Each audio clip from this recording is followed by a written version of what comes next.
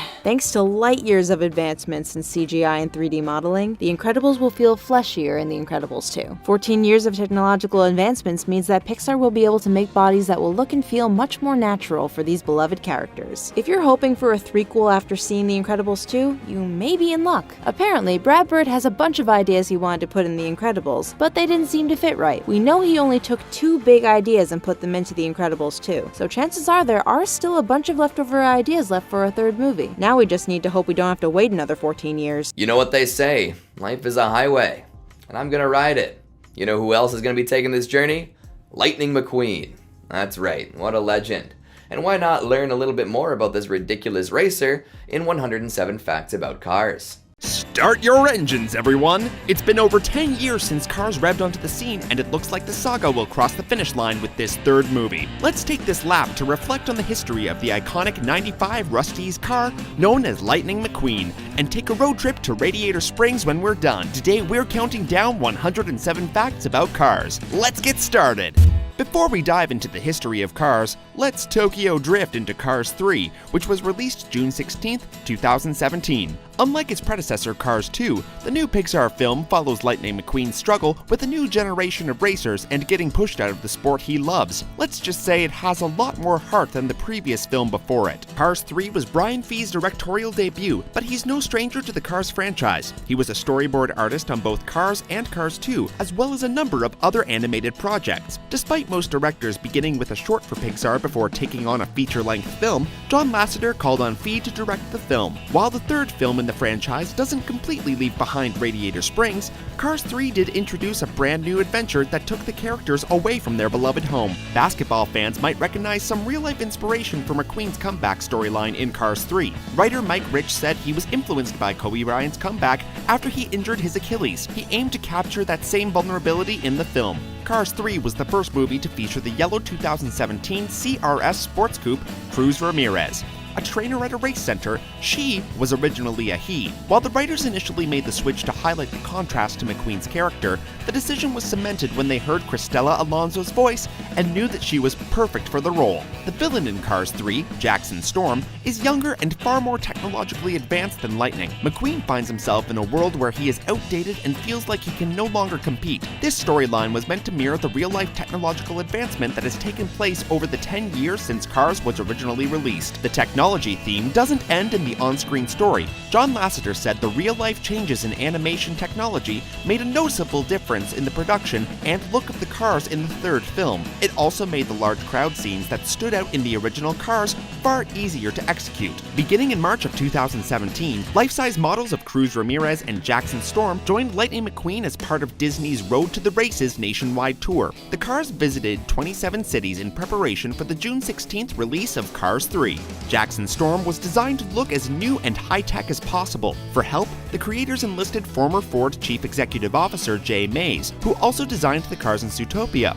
They also brought on the help of multiple championship-winning NASCAR crew chief Ray Evernham in order to understand what NASCAR design of the future might look like. In Cars 3, viewers got to see Lightning McQueen on a more personal, emotional journey. Fans wondered if this might suggest a finality for the franchise. Pixar has remained quiet on the issue, though Brian Fee did say audiences would leave the theater feeling like it was only the beginning for Lightning McQueen. Speaking of beginnings, Cars was released in 2006, but began way back in 1998, around the time that Pixar was just finishing A Bug's Life. The original release date was November 5th, 2005, but it was pushed back to June 9th, 2006. According to the late Steve Jobs, who was at the time still a Pixar chief executive, the change was made to shift all Pixar films to a summer release schedule so that DVDs could go on sale during the holiday season. The original name for Cars was The Yellow Car, and it told the story of an electric car in a gas-guzzling world. Some concept art was made for the 1998 film, and producers agreed to make the movie and release it after A Bug's Life, around June 4th. However, the movie was scrapped for Toy Story 2. In 2001, the working title for Cars became Route 66. However, it soon had to be changed to avoid being confused with the 1960s show of the same name. Back in 1998, Jørgen Klubian, who was at the time a story development artist, began to work out a brand new feature. It was inspired by the story of one of the earlier models for an electric car made in Denmark. The car was a small three-wheeled electric car that supposedly worked well in the city, but poorly on the highway. In Klubian's mind, the tail of this electric car was similar to the Ugly Duckling. Using the two tails as inspiration, he mapped out the story for The Yellow Car. The Yellow Car started out as an American-style fairy tale, set in a small town where there were no people, only sentient cars. The foreign car would roll into town, and because of his 3 wheels and electric motor, the residents would initially distrust him, but accept him by the end. Klubian took his concept to John Lasseter, who liked what he saw for the most part. 2 characters that really stuck out to Lasseter were the hippie V8 Fillmore and the Jeep Sarge. The thing Lasseter didn't like was the whimsical fairy tale angle. The small town setting was fine, but he felt that in order to create conflict, a bigger and stronger character needed to enter the small town. This would lead to the creation of Lightning McQueen. Lightning McQueen's number is 95, but it was originally 57. Lasseter wanted 57 because it's his birth year, 1957, but he changed it instead to 95 to represent Toy Story's release year, 1995. Lasseter loved the idea of combining 2 great family passions with this story. His mother was an artist, and his father had a passion for cars and was a salesman for Chevrolet. Bringing the 2 together was part of the reason Lasseter picked up the film. Another reason was due to a family road trip Lasseter took after Toy Story 2 to spend more time with his kids, something he longed to do on a regular basis. So in the summer of '99, Lasseter bought a used motorhome and traveled across America, visiting places along the interstate highway. During that road trip, Lasseter and his family became really close, and when he came back, he knew what a film like Cars had to be. He wanted a character who would learn that life is a journey,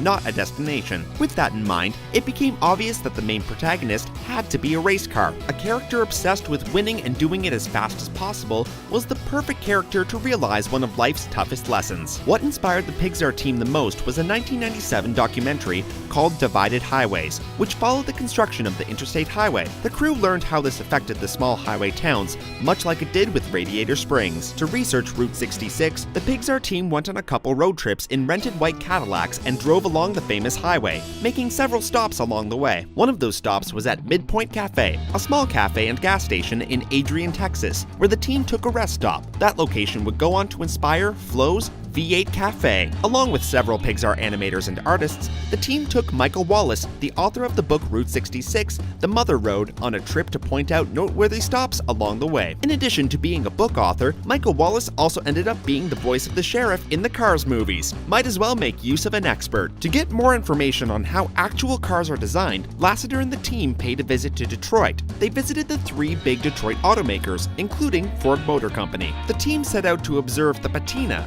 or the old highway towns, along Route 66. Wallace noted that every road had a distinct look based on where the road would go. It reflected the territory on both shoulders, from the licorice-colored soil of Illinois to the desert sands of the Mojave. It had that all-American look. Of course, the team was not above enjoying popular tourist hotspots.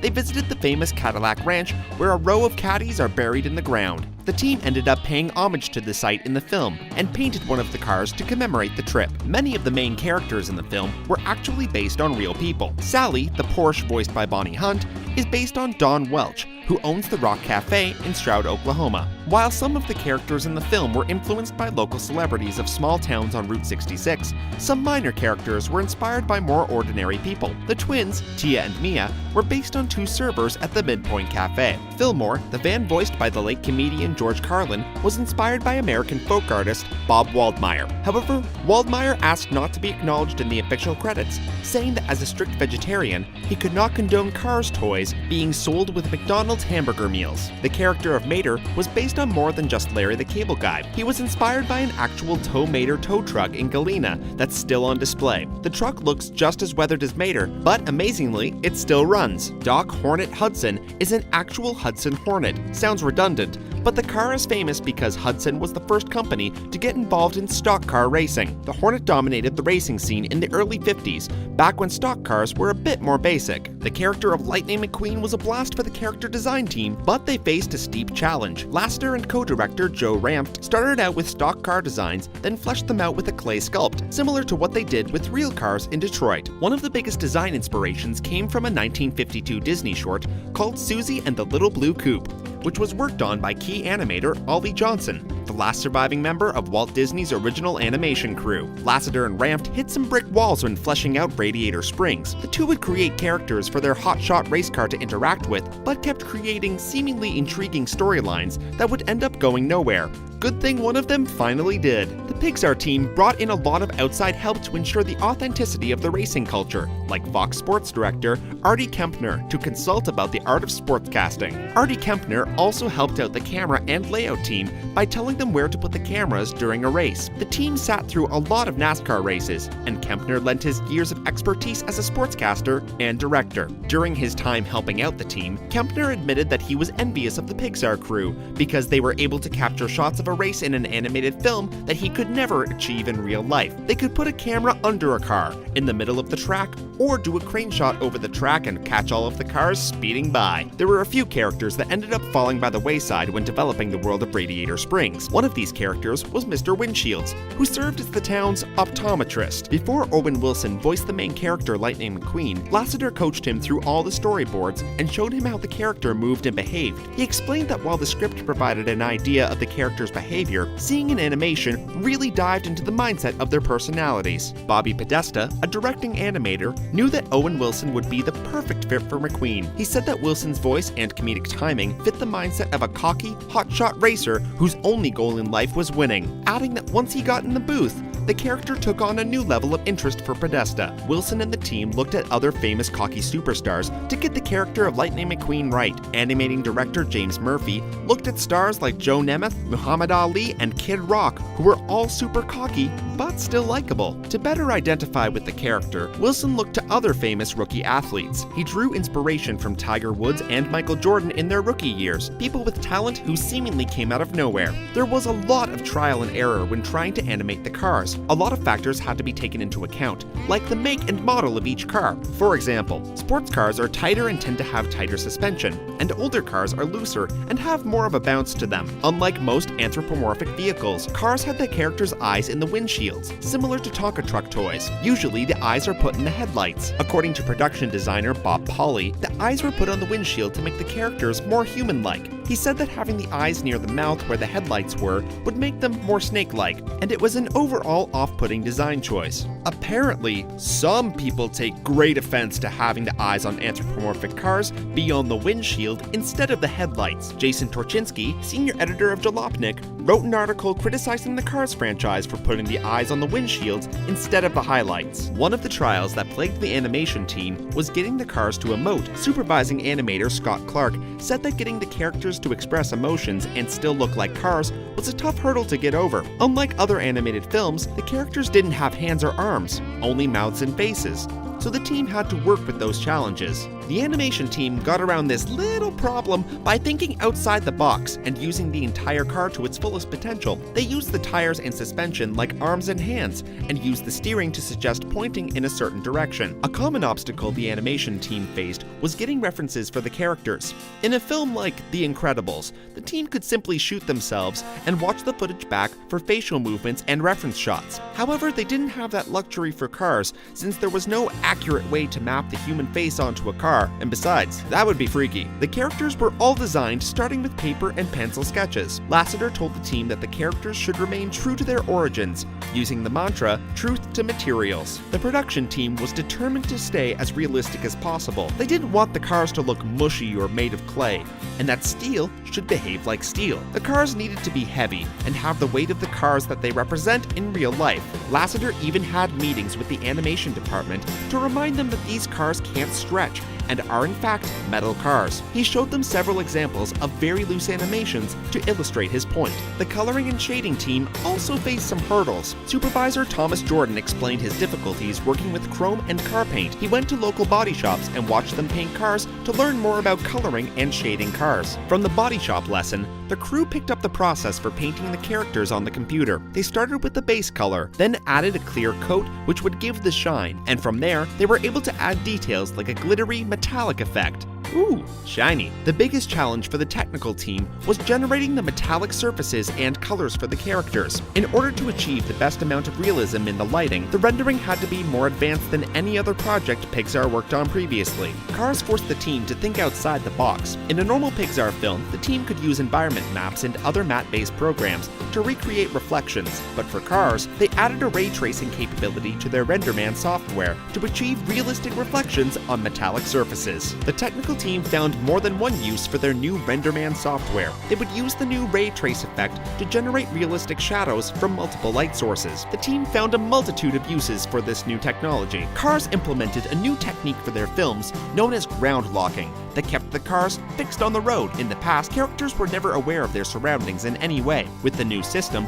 a simulation pass was built right into the model, resulting in the car sticking right to the ground. To capture the rich detail of the desert landscape and the town of Radiator Springs, a whole new department was created that was in charge of matte paintings and sky flats. Tech director Lisa Forcell reflected that digital matte paintings were a great way to get a lot of visual complexity without having to build complicated geometry or complex shaders. Forcell explained that even the clouds have a surprising amount of complexity to them. The notion they were going for was that people tended to see themselves in clouds, which the characters in Cars do as well. The animation team's favorite character by far was Mater. They loved that he was so workable because he had so many parts parts that could be manipulated, such as a tow cable that could be incorporated like a tail. Bill Cohn, a production designer responsible for many of the clouds and environments, said that a lot of the film had to do with cartoon realism. He drew parallels to a human universe that modeled a lot of things after themselves, so a Cars universe would do the same. This resulted in cliffs that resembled cars and stylized clouds. To achieve the stylized clouds and landscapes, designers drew inspiration from American Southwest artists, one of the biggest being Maynard Dixon, who was famous for drawing desert landscapes. The team even collected artifacts for production. When the shading and color department was studying at Manuel's body shop, they found an old beat-up bumper that had everything they wanted on it.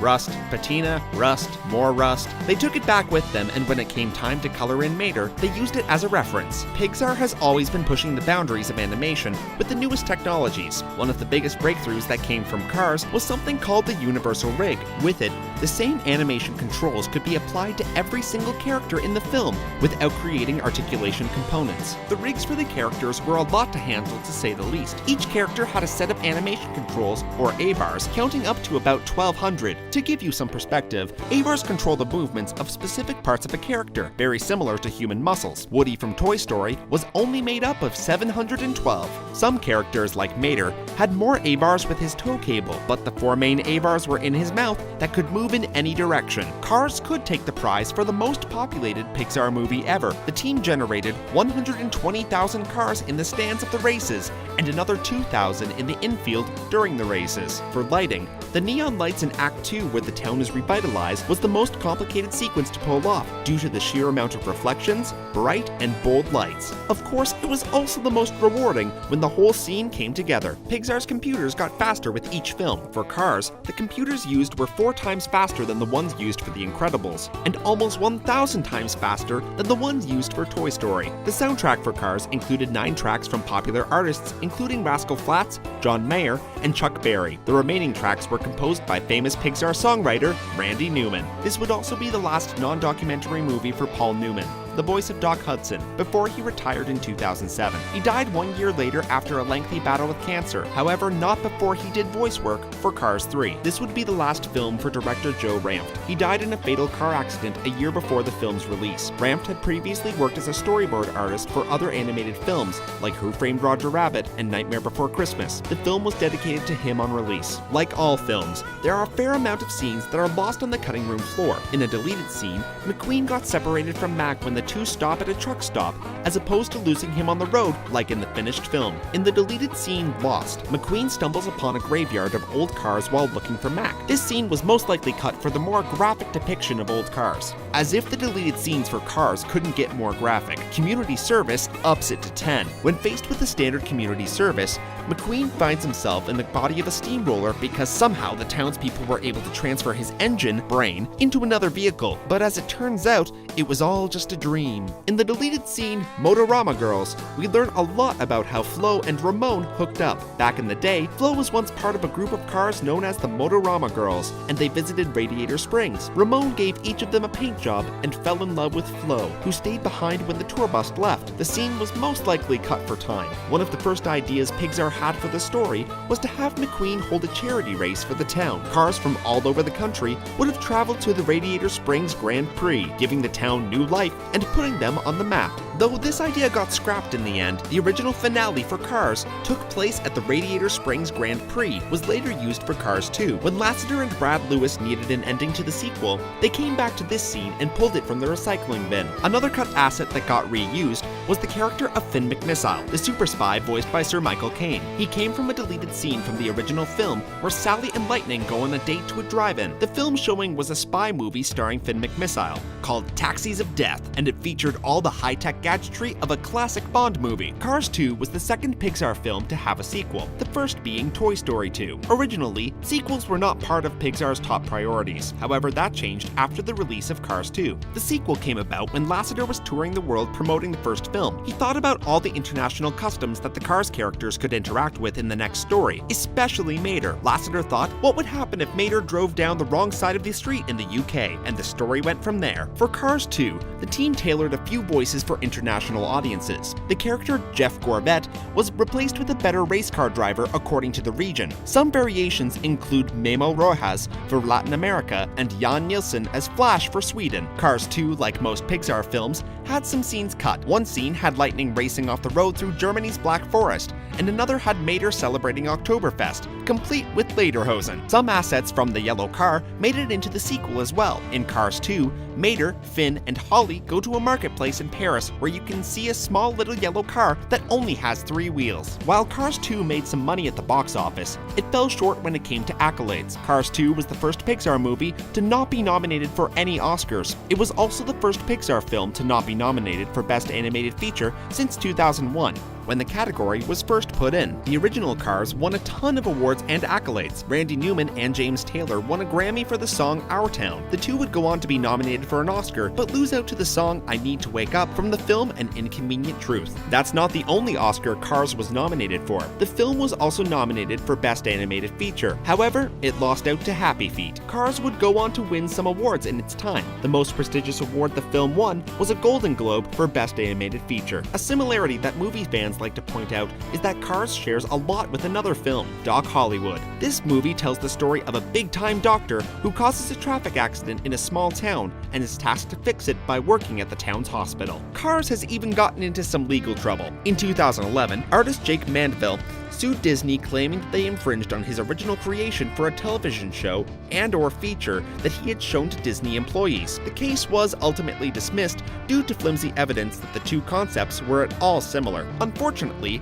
Cars does not have a 2-disc special edition DVD. Why? At the time, Lasseter and the Pixar team were too preoccupied with future films like Ratatouille. However, a short film was included in the DVD copy of Cars, titled Mater and the Ghost Light. The film centered around Mater being chased by a mysterious light that turns out to be a lantern caught on his tow line. The short was re-released on the Pixar Animated Shorts Volume 1. Lasseter has a lot of favorite characters from the films he has directed, but his favorite from Cars was Mater. To him, Mater was so quintessentially Joe Ranft, the late co-director. Ranft left a big impression on his team as well. One of the team's artists, Steve Purcell, said that the thing Joe was most excited about when Cars was ending was creating a story community where the artists were all closer and better connected. Ranft also had a unique way of tackling problems. Story artist Dan Scanlon remembers how Ranft told his team not to look back at completed films for inspiration, but to look at their terrible original storyboards. He encouraged the artists to look at how problems were fixed from the first board to the finished product. Disney went on to make a few spin-offs of the Cars universe with the two films, Planes and Planes Fire and Rescue. Pixar was not involved with making either film, and they were released by Walt Disney Pictures instead. For the upcoming Cars 3,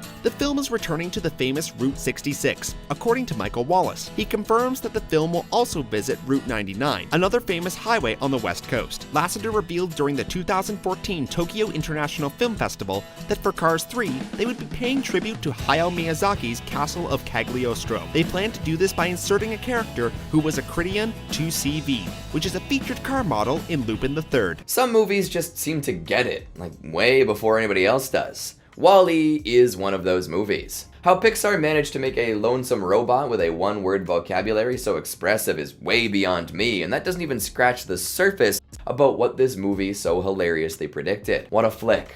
Anyway, here's 107 facts about WALL-E. The Pixar roster is packed with an endless amount of movies that violently tug at our heartstrings, and this one is no exception. It's one that showed us that love really does conquer all, even basic computing. Yes, that's right, we're talking about the most adorable little robot that ever rolled into our lives, WALL-E. Think you know everything there is to know about the last robot left on Earth? My name is Tim. Today on Tuned Up, we're counting down 107 facts you should know about WALL-E. Let's get started. Number 1. The concept for WALL-E began in 1994 when Pixar employees John Lasseter, Andrew Stanton, and Pete Docter had a lunch meeting in Point Richmond, California. During the meeting, they drew sketches on napkins that would eventually become the lovable WALL-E we know today. Number 2. WALL-E is Pixar's first and only proper love story despite its policy of avoiding romantic subplots in their films. Writer-director Andrew Stanton has said the theme of the film is irrational love overcomes any programming. And yeah, I get it. It's a better love story than Twilight. Number 3. Stanton thought the saddest robot possible would be the one who cleaned the trash. This robot was the lowest on the totem pole, like a janitorial position. From there, Stanton worked backwards and had to figure out, why was this robot left to clean the trash? Number 4. Jim Reardon, who helped write the screenplay for WALL-E, is also a college buddy of Stanton's. Number 5. WALL-E is an acronym for Waste Allocation Load Lifter Earth Class. It's also a nod to Walt Disney. Disney's full name is Walter Elias Disney. Number 6. WALL-E's name was originally going to contain just one L, making it WALL-E, but Pixar was worried people would mispronounce it as whale. For several weeks, the team struggled to find a new title until one of the team members simply suggested adding another L. Number 7. It wasn't just WALL-E's character name that ended up changing. The movie also had several different titles while in production, including Trash Planet and Out There. Number 8. The film's design team made a point to avoid making the robots human-like and instead wanted them to look like their specific job function. Knowing WALL-E had to compact trash, the team gave him a cubic body and treads. Number 9. Even WALL-E's eyes are functional. They're modeled after a pair of binoculars. Director Andrew Stanton got the idea while at a baseball game. He was so fascinated by the idea that he ended up missing the entire inning. Number 10. The local San Francisco Police Department brought a bomb detecting robot over to the Pixar offices to help the design team create WALL-E's signature style. So he looks like a trash compactor or a bomb diffuser. The two jobs are pretty much the same thing. Number 11. NASA expert Jim Hicks also visited Pixar to help explain the effects of zero gravity on the body to the writers and animators. The design team also met with NASA scientists at the Jet Propulsion Laboratory and attended robotics seminars. Number 12. At one point, Stanton considered making the humans appear like blobs as a result of zero gravity on the human body over time. This was inspired by discussions Stanton had with Hicks. In the end, Stanton thought this would be too bizarre for the film. Number 13. While he was supposed to be doing rewrites for Finding Nemo, Stanton was listening to the soundtrack to Star Trek and was inspired to start writing WALL-E. Number 14. When Stanton finished Finding Nemo, he took no time off, which many filmmakers do after the release of a big film. Instead, he quietly went to work on his next project, WALL-E, with a very small group of storyboard artists and editors. It took them almost 7 months to create a pitch they were willing to show the Pixar heads. Number 15. One of the challenges the designers faced while creating WALL-E was deciding whether or not he should have elbows. The addition of elbows would have made WALL-E more expressive, but the team decided it wouldn't fit the character. Instead, they had him be able to lower his arms. Number 16. When creating WALL-E's design, Pixar animators studied a tank chair created by Brad Soden. Number 17. When deciding what our future planet might look like, the team used cities like Chernobyl, Sofia, Dubai, and Shanghai as models. Number 18. Pixar even took the time to denote a specific year for the film. While it's never stated in the film proper, the bonus short on the DVD reveals that the film takes place in 2805. Number 19. The second song on the soundtrack is titled 2815, indicating there may have been some confusion about which year the film actually took place. Number 20. WALL-E has both a Rubik's Cube and a functioning Atari 2600. Going by the movie's timeline, both of those objects are over 800 years old. Number 21. Pixar sure loves Easter eggs. While sorting through the garbage, WALL-E stumbles across a vintage motor scooter. It's the one written by Chief Skinner from Ratatouille. Number 22. Eve is voiced by Alyssa Knight, who isn't a voice actress by trade. She's actually a Pixar employee, and her recordings were only intended to be used as a temporary scratch track for the film. Number 23. Eve stands for Extraterrestrial Vegetation Evaluator, but Stanton really named her after the biblical figure Eve. He said WALL-E's loneliness reminded him of Adam from the story. Number 24. Eve enjoys long hovers on the beach and solving puzzles. In fact, Eve solved the Rubik's Cube in about 4 seconds in the film. This beats the current world record of 5.25 seconds. Number 25. Eve was designed by Jonathan Ive, who was the lead designer for Apple and is credited with designing the iPod, the iPhone, and the iMac. Number 26. The plant alert icon on Eve's chest is the same symbol used in Epcot's Land Pavilion. Number 27. Hollywood all-star Ben Burtt voiced our beloved WALL-E. He also was the lead sound designer on the Star Wars films and had just wrapped Star Wars 3 when he got the call to come work on WALL-E. Burtt originally told his wife no more robots, but he just couldn't resist working on a Pixar film. Number 28. This was the first time an in-house sound designer was hired to work on a Pixar film before post-production even even began. Number 29, when Stanton pitched Bert the movie, he said, "I need you to be 80% of my cast." And that percentage is pretty much dead on. In addition to Wall-E, Bert voiced most of the other robots in the film. Number 30, many of the robots don't have voice actors at all. Otto, for instance, was voiced purely by a computer program. In fact, the main cast consists of only 7 voice actors. Number 31, while working on Wall-E, Bert hit a personal record for most sound effects he's ever made for a movie. The magic number? A total of over 2,400 unique sound effects, about twice the amount he'd use in a Star Wars film. Number 32, Bert estimates there was a year's worth of sound and work before they solidified a set of sounds they felt comfortable with to create the main characters' voices. Number 33, an old army generator that Bert found on eBay was used to create the sound of Wall-E moving quietly. When he moves faster, Bert layers over other sounds on top. Number 34, to make Eve's voice, Bert took recordings from Alyssa Knight and edited it in a device called a vocoder, which is like a piano synthesizer. Number 35, Eve cycles through several different languages in the beginning of the film.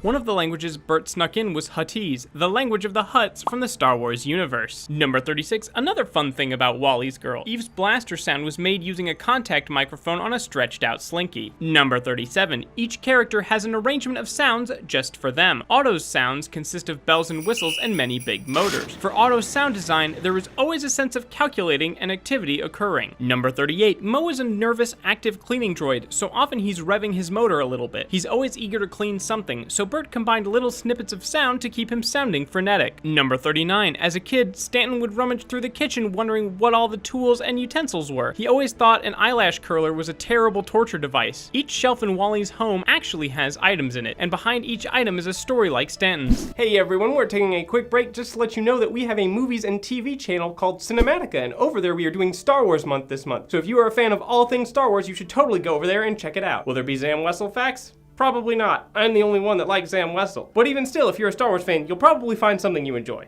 And now, back to the facts.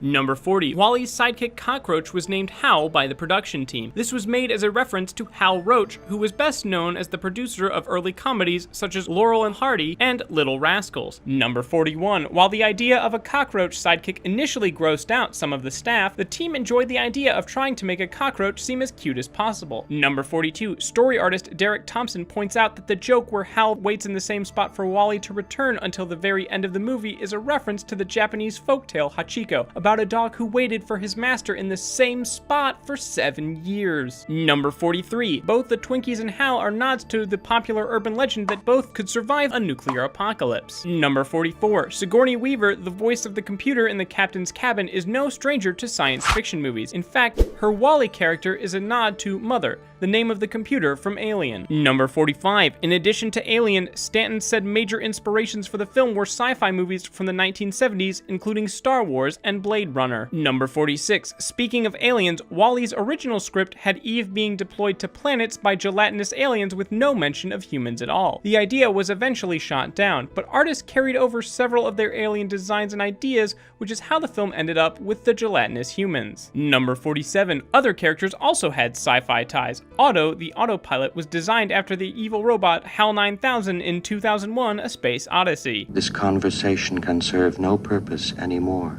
What are you talking about? Why not? Number 48. If you look close at the captain portraits in the Axiom, you can see how long they each served. The average service time for the space pilots on the ship averages almost 130 years. This means that despite the higher obesity rates in the future, average lifespans are much longer. Number 49. Do you need more proof that Otto is evil? The total service years for all of the captains shown is 666. Number 50. A lot of the portraits for the Axiom's previous captains are actually people who work at Pixar. Number 51. The character Shelby Forthright, who appears in the film in only live-action shots, is played by comedian Fred Willard. Stanton said he wanted Willard because he couldn't think of anyone else who could play the friendliest and most insincere used car salesman better. Number 52. Before the film released, Pixar acquired the domain name for By and Large, the fictional company that's advertised in the film, and created a fake website as a way of promoting the film. Number 53. A short film that was on the website revealed that By and Large started as a frozen yogurt company and grew to eventually buy all of the world's governments. Number 54. By and Large can also be found in Pixar's Up, which was also alluded to in Toy Story 3. Number 55. Wall-E is the first movie in Pixar Pixar history to feature any sort of live action. Number 56, the giant trash compactors on board the Axiom are named WALA, which stands for Waste Allocation Load Lifter Axiom Class. Number 57, WALL-E was always going to be a big project for Pixar. It was budgeted at $180 million and grossed over $223 million.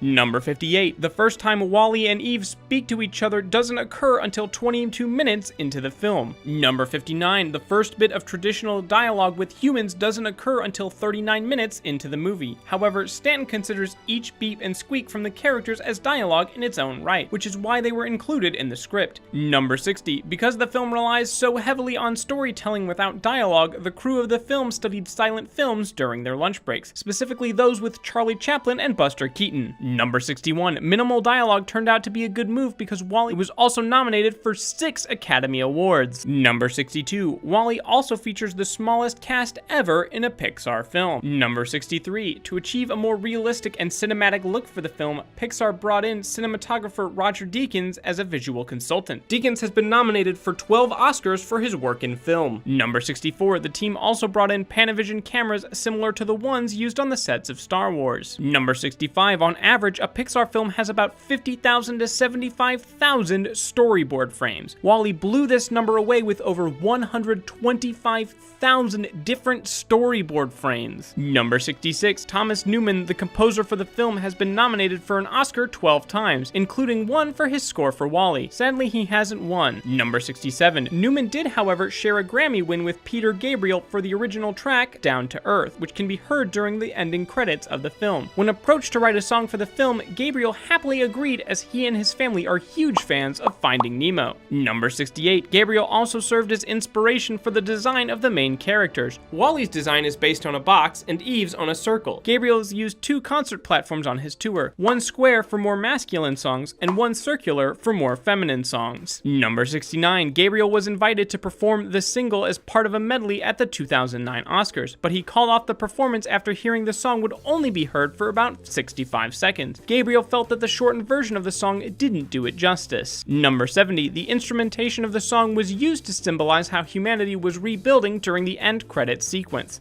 The beginning of the song uses a lot of electronic sounds and becomes more and more acoustic to represent how the Earth is returning to nature. Number 71, the director originally wanted the entire score of WALL-E to be orchestral. Thomas Newman eventually convinced Stanton that electronics would work much better to fit the theme of the movie. Number 72, the scene where Eve and WALL-E are dancing together in space was originally meant to be accompanied by Bing Crosby's Stardust, until Newman insisted on scoring the scene himself. Number 73, the musical Hello Dolly serves as a main plot device in the movie. The choice came from Stanton, who liked the idea of a classic show tune juxtaposed with a space theme. After hearing Put On Your Sunday Clothes, Stanton knew he wanted the song in the film. Number 74, co-producer Lindsay Collins has said that because showing Hello Dolly in the film would involve showing live action on screen, other live action scenes were included in the film as well. Number 75, Thomas Newman is the nephew of Lionel Newman, who composed Hello Dolly. Is this a coincidence? Or maybe a conspiracy? Or maybe even a cartoon conspiracy? Number 76, Stanton originally considered using 30s era French swing music but scrapped the idea after Triplets of Belleville was released.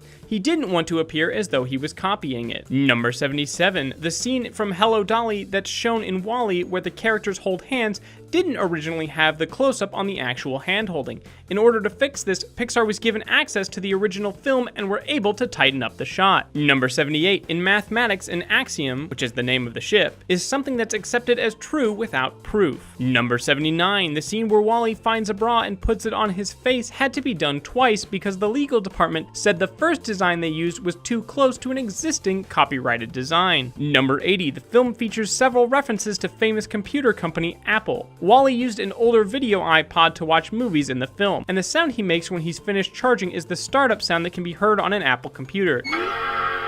Number 81, the People Movers shown in the film pay homage to the Disneyland ride People Movers. Number 82, the secret directive for Otto is A113. This is a recurring Easter egg in Pixar films. The code is actually a room number for a classroom at the California Institute of Arts, a classroom that many animators are familiar with. The code appears in every Pixar movie. However, WALL-E is the first where it's relevant to the plot. Number 83, the scenes where WALL-E sees Eve with a bloom effect around her was in part inspired by the Vaseline lens effect effect that was used in Star Trek episodes. Number 84, production designer Ralph Eggleston took inspiration for WALL-E's design from 50s and 60s era NASA paintings, as well as from concept art for Disneyland's Tomorrowland. Number 85, in the trash scene aboard the Axiom, Eve is rebooted by small robots shaped like computer mice. These bots are named Remy and are a reference to the protagonist of Pixar's previous film, Ratatouille. Number 86, the truck WALL-E sleeps in was inspired by the Tonka truck which Stanton and many others had as a kid. Number 87, there are 4 banks of truck shelves, 12 shelves per bank, 6 cubbyholes per bank in WALL-E's truck. Number 88, WALL-E's truck contains roughly 1,000 unique props. It took over a month to finish them all. Number 89, if you look closely, Rex the dinosaur from Toy Story can be seen hiding behind some of the props in WALL-E's truck. You can also find a toy version of Mike Wazowski from Monsters Incorporated. Number 90, the small cleaning robot that follows WALL-E across the Axiom is named Mo. His name is an acronym for Microbe Obliterator. Number 91, the actor John Ratzenberger is considered a good luck charm by the Pixar staff and has voiced a part in every Pixar movie. In WALL-E, he does the voice for a character appropriately named John. Hey,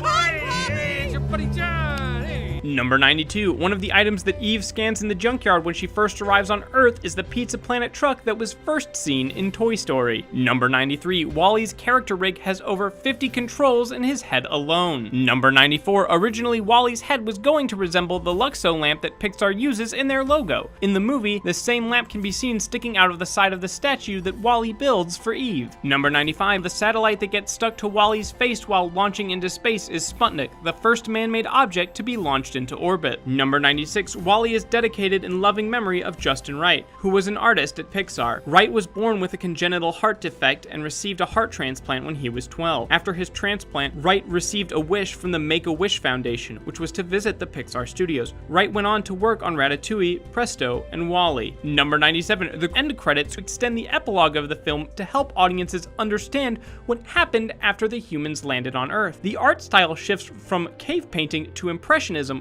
which reflects the growth of art with the human evolution. Number 98, after the credits roll, the Pixar logo is shown again, except the Luxo lamp has his bulb replaced by WALL-E with a more energy-efficient spiral light bulb. Number 99, Crush from Finding Nemo, which Stanton also directed, can be seen in the animated end credits. Number 100, after seeing a screening of the film in Portland, Oregon, a last-minute change was made to the film. In the scene where Otto shocks WALL-E, originally, Eve was the one who was shocked and falls down a garbage tunnel. This was later switched so the other characters could realize how big of an effect WALL-E had on them and how much they needed him. Number 101, not everyone loved WALL-E. Shortly after the film's released, it received a small backlash from certain groups claiming the film promoted discrimination against overweight people. Number 102, Bernie, the robot left outside working, was named after the movie was completed, after Stanton decided he wanted to make a short about what happened to Bernie while he was stuck outside the Axiom. Number 103, Stanton confessed in an interview that he didn't originally intend for the film to have an environmental message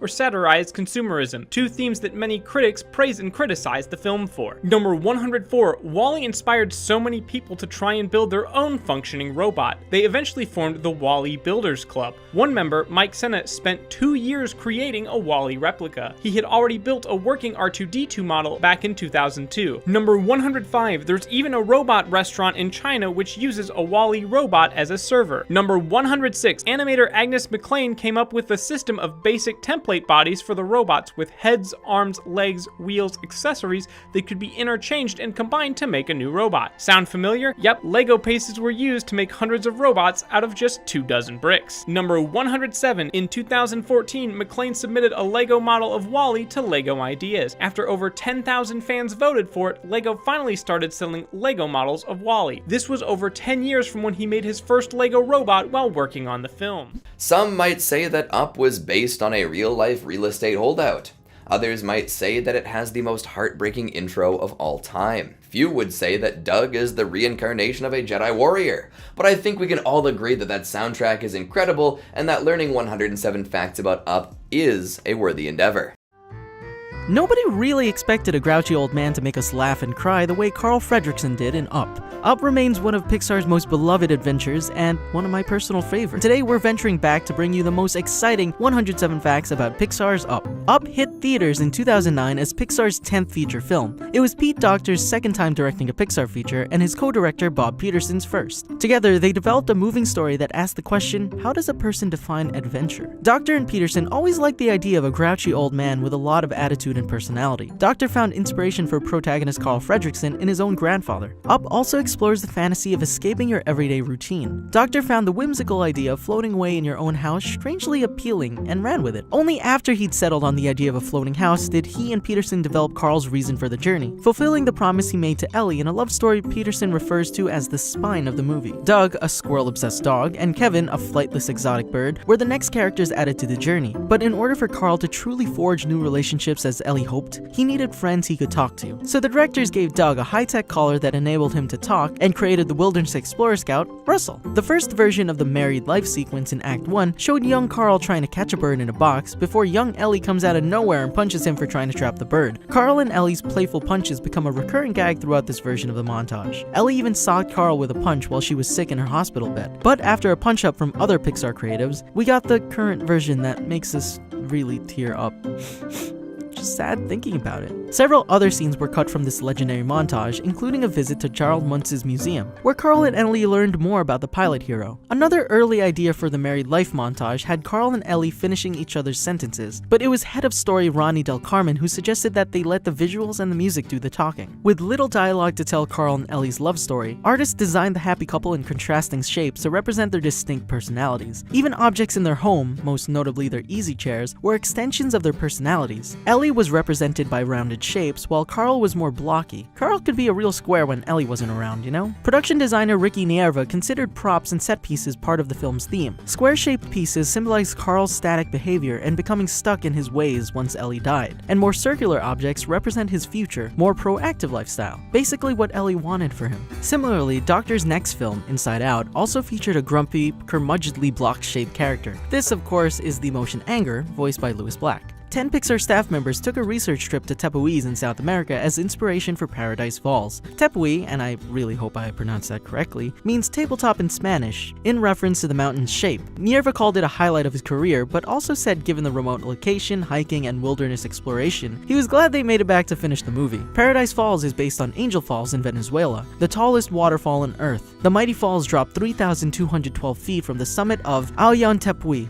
and you thought going down Splash Mountain was a big deal. The crew climbed 1 mile straight up to the top of Mount Roraima, the highest and most famous of the 115 mesas, in a challenging 7-hour trek. They were then helicoptered to Cucanon, where they encountered deadly ants, poisonous snakes, scorpions, and miniature frogs during the trip. Cucanon, also known as Matawi Tepui, is considered the place of the dead by the Locan-Pamin Indians. Ricky Nierva said, Cucanon had a completely different feel to it than Roraima. It was so pure and had more aggressive-shaped rocks. I asked our guide, how many people have been up here? Hundreds? And he replied, more like tens. Docter and Peterson said that they intended for the locale to reflect and resonate with Carl's emotional state in the film. The Tepuis of South America are old, isolated, rugged, and dangerous, but with a soulful beauty. Carl in a nutshell. The sequence in the film where Carl unleashes the balloons and his house floats upward was the first sequence that Peter Sohn storyboarded. It was the only sequence in the entire production that remained the same as it was when first conceived. Pete Docter joined Pixar in 1990 as the third animator hired in the studio's history. He worked as the supervising animator on Toy Story, the first full-length computer animated film. When asked which of Andy's toys he identified with more, Woody or Buzz, Docter replied, I like Buzz because I'm delusional, which should calm most of the creators watching this. Docter made his directorial debut with Monsters, Inc. in 2002. The film was part of the first ever group of Academy Award nominees for Best Animated Feature, but it lost to DreamWorks Animation's Shrek. Can you believe it? During his senior year at Cal Arts, Docter cut his teeth as an in-betweener. In animation, once an animator draws the key poses of a character, in-betweeners come in and draw the movements between the key poses to fully flesh out a character's movement. But before making super great films at Pixar, he grew up making films with his parents' Super 8 camera. Now a director, Docter is not one to let the animators working under him to slip in between the cracks. On Up, Docter credits storyboard artist Tony Rosenast as a constant collaborator in pantomiming behaviors of the eccentric bird,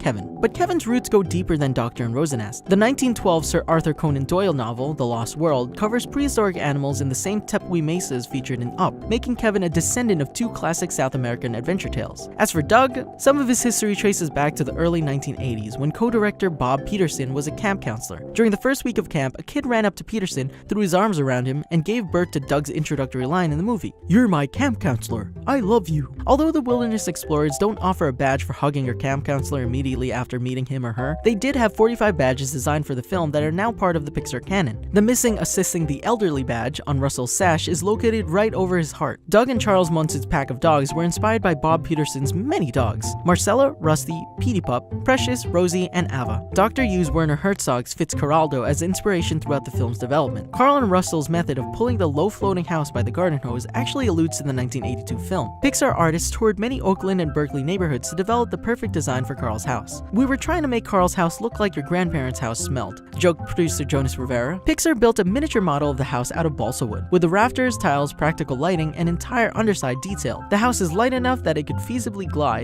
given enough balloon lift. Effects artists John Reisch and Eric Fromling experimented with balloons in order to animate the tens of thousands of them lifting Carl's house. They created a software workflow in which they would alter the buoyancy, tweak shape, and simulate individual balloons. The result was an all-new physics-based software for Pixar. Pete Docter admits Pixar cheated the render when they could, with the number of balloons that are actually present in the take varying between shots. With the floating house as Carl's vessel to adventure, sound designer Tom Myers used specific creaks that would give the house the sound of a ship at sea. The storm sequence included disproportionate movement by the house in reaction to the momentum of weather. The animators emulated the exaggeration of hand-drawn animation, pioneered and popularized by classic Disney animation. Story supervisor Ronnie Del Carmen says these clouds are meant to feel alive, expressing a foreboding message to Carl and the audience, while representing a portal into new adventure inspired by The Wizard of Oz. Speaking of sky-based terrors, antagonist Charles Muntz's dirigible Marvel is a boisterous counterpart to Carl's house. If deflated, it'd be revealed as nothing more than an egomaniac's opulent gas bag. When designing the dirigible, artists created a half-mile-long Art Deco masterpiece filled with the spoils of a hero-turned-villain. "We had a trophy room with an Easter Island head in there," recalled production artist Noah Klokek. "At one point, John Lasseter said no, that would sink the ship." The dirigible's inherent association with the Hindenburg also lended to the vehicle's expression of Muntz's psyche, an adventurous spirit turned dangerous and volatile. Up's minimalist visuals were deliberately caricatured as an homage to the whimsical tone of Cinderella and Peter Pan-era Disney, recalling the fantasy of that era in aesthetic restraint and focus. The illustrations of Mary Blair, George Booth, Martin Provenson, and Hank Ketchum are all cited by Bob Peterson as signifying influences to Up's art direction. Up hired 2 directors of photography. Patrick Lynn oversaw the camera movements and the layout, while Jean-Claude Kalashi, a 13-year Pixar veteran, oversaw lighting. Working closely with the directors, Lynn and Kalashi helped give Up its tremendous sense of scope and scale. A fan of classic Japanese cinema, Lynn drew inspiration from legendary filmmakers Akira Kurosawa, his film Ikiru in particular, and Yasujiro Ozu, who often used a minimalist approach and shot with a single 50mm lens. Lynn and Kalashi used the cinematography to subliminally isolate Carl. Those scenes are shot with one 50mm lens. At the moment when the balloon shadows appear and the house lifts off, the camera really starts to move. The camera complements the emotion of the action, culminating in a blimp versus house battle. In early drafts, Muntz was seeking out Kevin for her magical eggs, which held the power to transform him back into his youth. This transformation sequence was storyboarded and recalls classic monster movies, but doesn't really match Carl's story or the adventure's tone, and it was ultimately scrapped. Doctor found the spontaneous emotions of a crane he saw in a zoo endearing, inspiring his development of Kevin, the erratic feathered fellow who would have been a silent movie star in another age. In the early stages of development, during the expedition to South America, Kevin was being workshopped as more magical, the bird who lays golden eggs, or contained the secret to eternal life. In the end, they went to the more conventional primitive bird whose bones caused Muntz's reputation as a nationwide hero into question. Pete Docter plays the bass and went incognito with the animation team, posing as musicians at an assisted living facility as a method form of researching the tin pan style of music that Carl would have grown up with, and studying the mannerisms of how they settle into seats, socialize, and the limitations of their movement. Carl's head is 1/3 of his entire character model. Studying the most important wrinkles on the face helped the animators capture the essence of aging by shading the nasolabial fold, cheek creases, and crow's feet in bold caricature. Russell went through various incarnations and 2 names. Our plunky adventurer was originally named Lewis, which was then changed to Russell to avoid confusion with the protagonist of Walt Disney Animation Studios' film Meet the Robinsons, released in 2006. Story artist Peter Son developed Russell by drawing different kids he remembered from his youth, and then a version of himself as a kid at his dad's grocery store. This scaled-down version of Son became the final version. They settled on an egg shape for Russell, to contrast Carl's stocky, rectangular build.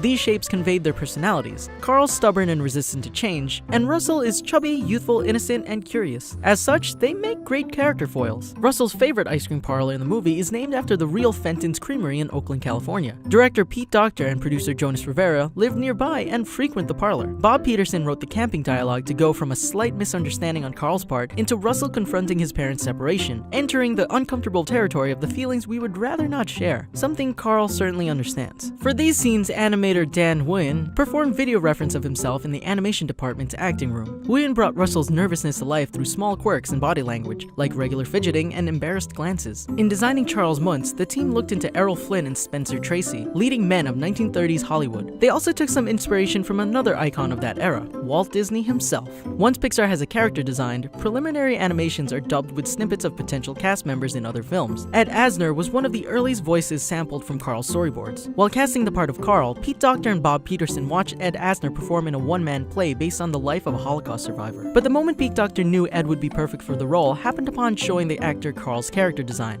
Ed exclaimed, "Ah! That doesn't even look like me." Animators decided Carl couldn't turn his head beyond 15 to 20 degrees without turning his upper torso, but he becomes more flexible near the end of the film, as he's undergone a significant emotional transformation and becomes an action hero. Carl Fredricksen has dinner at 3:30 in the afternoon at one point in the film. An unlikely action hero indeed. Thanks to the magic of animation, a Pixar feature's workflow means completing the film 7 or 8 times through storyboards and color strips before its models are built and sequences shot. In the 3D version of Up, the scenes after married life actually flatten, the image closing in on Carl, purposely bringing it all back one dimension. Up's meditative themes required a patient pace, and Docter cites Hayao Miyazaki as an inspiration for animations that offer beautiful observations that aren't necessarily pivotal to the plot, but that shine as pleasant slices of life. And what better slice of life is there than man's best friend? When designing Doug, character supervisor Thomas Jordan says the loyal pup's design reflects his endearing lack of awareness. Doug thinks he's just as healthy as any of Muntz's other stronger, more vicious dogs. Kevin is designed to resemble the monal pheasant found in the Himalayas. In order to get Muntz's dream bird just right, Pixar had a group of live ostriches come to the studio for reference. The ostriches belonged to veterinarian Dr. James Stewart. Several members of the art department took a field trip to his farm where he also kept zebras. Kevin was the hardest character for character supervisor Thomas Jordan and his team to design. This 13-foot flightless bird bounds around the frame, is skittish and lofty, and is covered with feathers that required an all-new approach to plumage rendering technology. Art director Albert Lozano guesstimates that there were about 70 concept designs for Kevin, with the Muppet serving as a reference for the mythical bird's attitude, her pose's striking mood. What was eventually agreed upon was that Kevin would be a multicolored parrot ostrich that looked kinda like a dinosaur or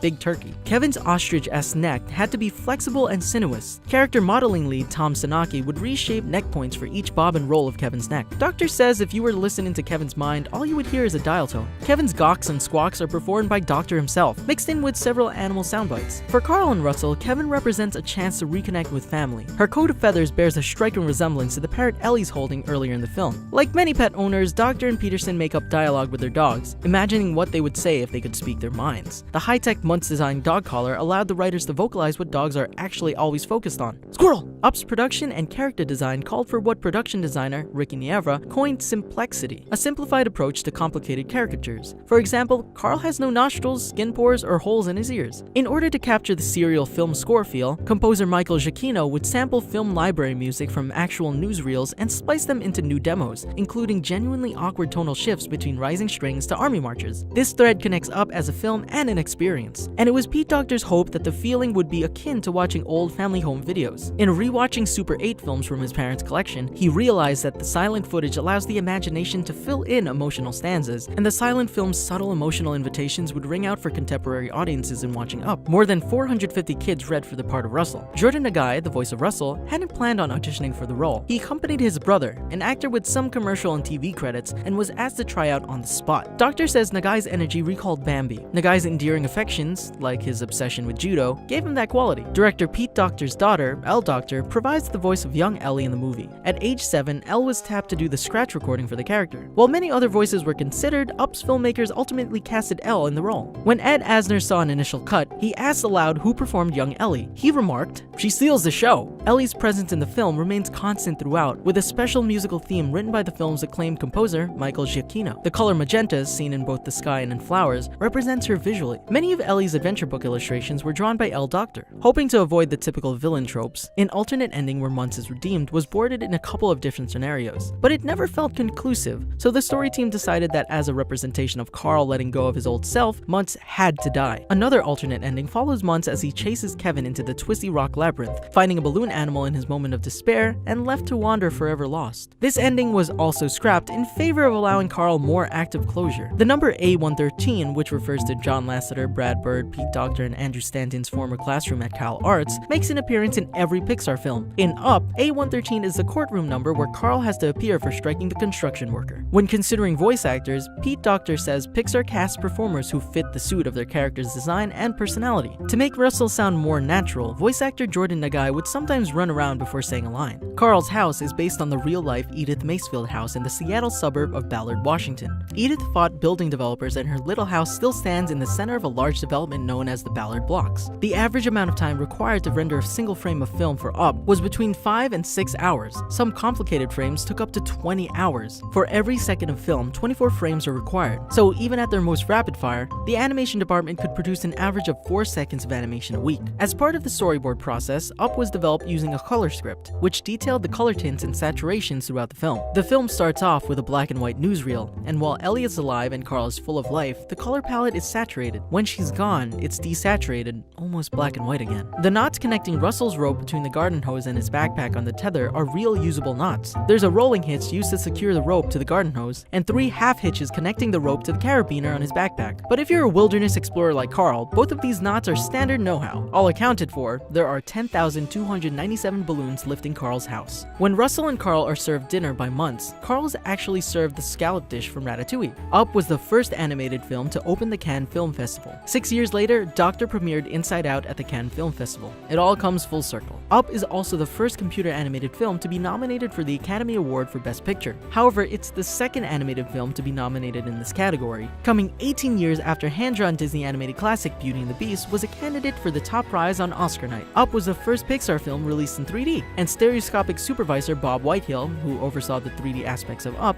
views the film as one of the greatest 3D films of all time. The 3D team worked to match the filmmaker's point of interest with the point of convergence, to give the film another visual cue to tell the story, while adding excitement and dimension to the adventure. He considers the film's climactic airship battle, complete with dogs and biplanes, as one of the most exciting uses of 3D. Meanwhile, Ed Asner prefers to watch the film in 2D, in order to get the full vibrance of Up's exotic palette. Up landed Pete Docter his first Academy Award for Best Animated Feature after he was previously nominated for the same honor for Monsters, Inc. 8 years earlier. He claimed his second Best Animated Feature Oscar 6 years later for directing Inside Out, released in 2015. Docter named Disney storyman and writer Joe Grant in the film's dedication to the real-life Carl and Ellie Fredrickson who inspired us to create our own adventure books. Grant worked on numerous Disney animated classics including Snow White and the Seven Dwarfs, Dumbo, and Fantasia. Grant worked at the Walt Disney Animation Studios up until his death in 2005, 1 week shy of his 97th birthday. And of course, since it's a Pixar movie, there are some good Easter eggs. First off, Carl's Ellie badge, a grape soda bottle cap attached to a safety pin, bears the same logo as the can of soda in the Buzz Lightyear television commercial scene in Toy Story. And you thought Coca-Cola was popular. Up also showed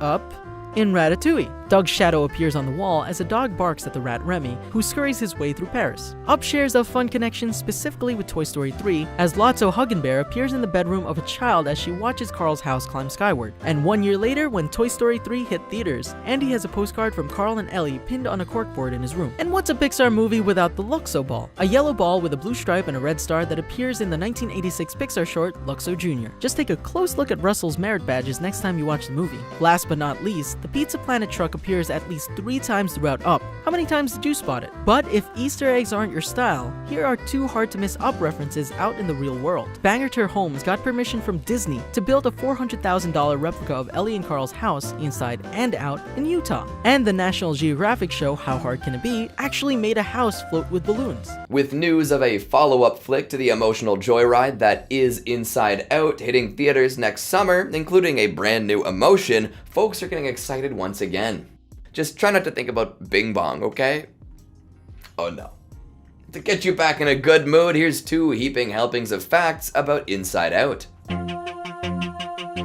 Ever wonder what's what's going on inside of that head of yours? What about Pixar's latest film, Inside Out? We've reached deep in the back of the mind of Pixar's latest blockbuster and pulled out 107 facts that you should know about Inside Out. Number 1. Inside Out is based on an idea director Pete Docter had, exploring thoughts and emotions in the mind. He saw little quirky things that all people do, like getting a song stuck in their heads or giggling uncontrollably, and thought, I want to take a look at that and explain that. John Lasseter described the film early on as very, very clever and truly unlike anything you've ever seen, yet it explained things you've seen. Number 2. So far, reception for the film has been overwhelmingly positive. It's been praised for being smart and stunningly original. Number 3. The film is set in the mind of an 11-year-old girl named Riley Anderson, who is voiced by 16-year-old Caitlin Diaz. Number 4. Riley is guided by her personified emotions, joy, fear, anger, disgust, and sadness, who live in the control center in her mind, dubbed Headquarters. Number 5. Joy, Riley's main and most important emotion, is played by Amy Poehler. As long as Riley is happy, so is Joy. Number 6. Fear is played by Bill Hader, anger is Lewis Black, disgust is played by Mindy Kaling, and sadness is Phyllis Smith. Forget Headquarters, I've seen some of these familiar faces around The Office. Number 7. Speaking of The Office, there's another show having a mini reunion. Rashida Jones is the voice of Cool Girl's emotions, which means that Parks and Recreation's best besties, Leslie and Ann, are in the same movie. Number 8. When things don't go according to plan, anger has a tendency to literally explode, with flames bursting from his head. Doesn't sound like someone I'd want to stand next to. Unless it's cold outside. Number 9. Fear's main job is to protect Riley. He looks out for potential disasters and evaluates possible dangers. Number 10. According to her description, disgust keeps Riley from being poisoned, both physically and socially.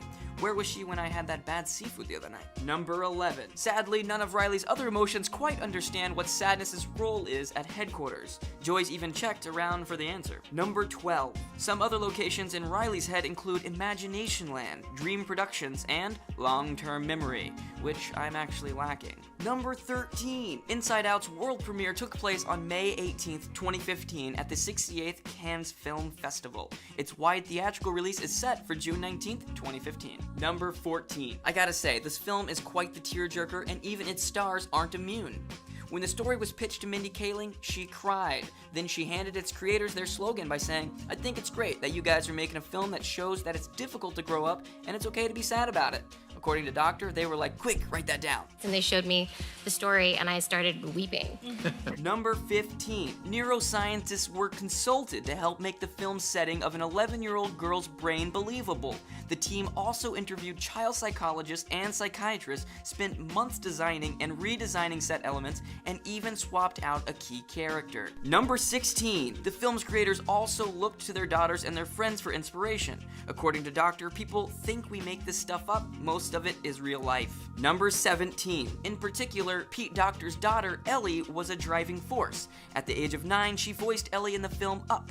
As she got older, Docter noticed that she was a lot less energetic and reserved. He remembers thinking, what's going on in her head? Number 18. The film's soundtrack was composed by Michael Giacchino, and it released on June 16th, 2015. Number 19. This is Michael Giacchino's 5th collaboration with Pixar. He previously worked on The Incredibles, Ratatouille, Up, and Cars 2. Number 20. Originally from the Midwest, Minnesota to be more exact, Riley and her family relocate to San Francisco for her father's new job, which is where the film takes place. Number 21. Analysts have predicted that the film will make $250 million on domestic ticket sales alone. That's the power of Pixar, baby. Number 22. The film was first announced at Disney's D23 Expo in 2011. It was presented with the working title of The Untitled Pixar Movie That Takes You Inside the Mind.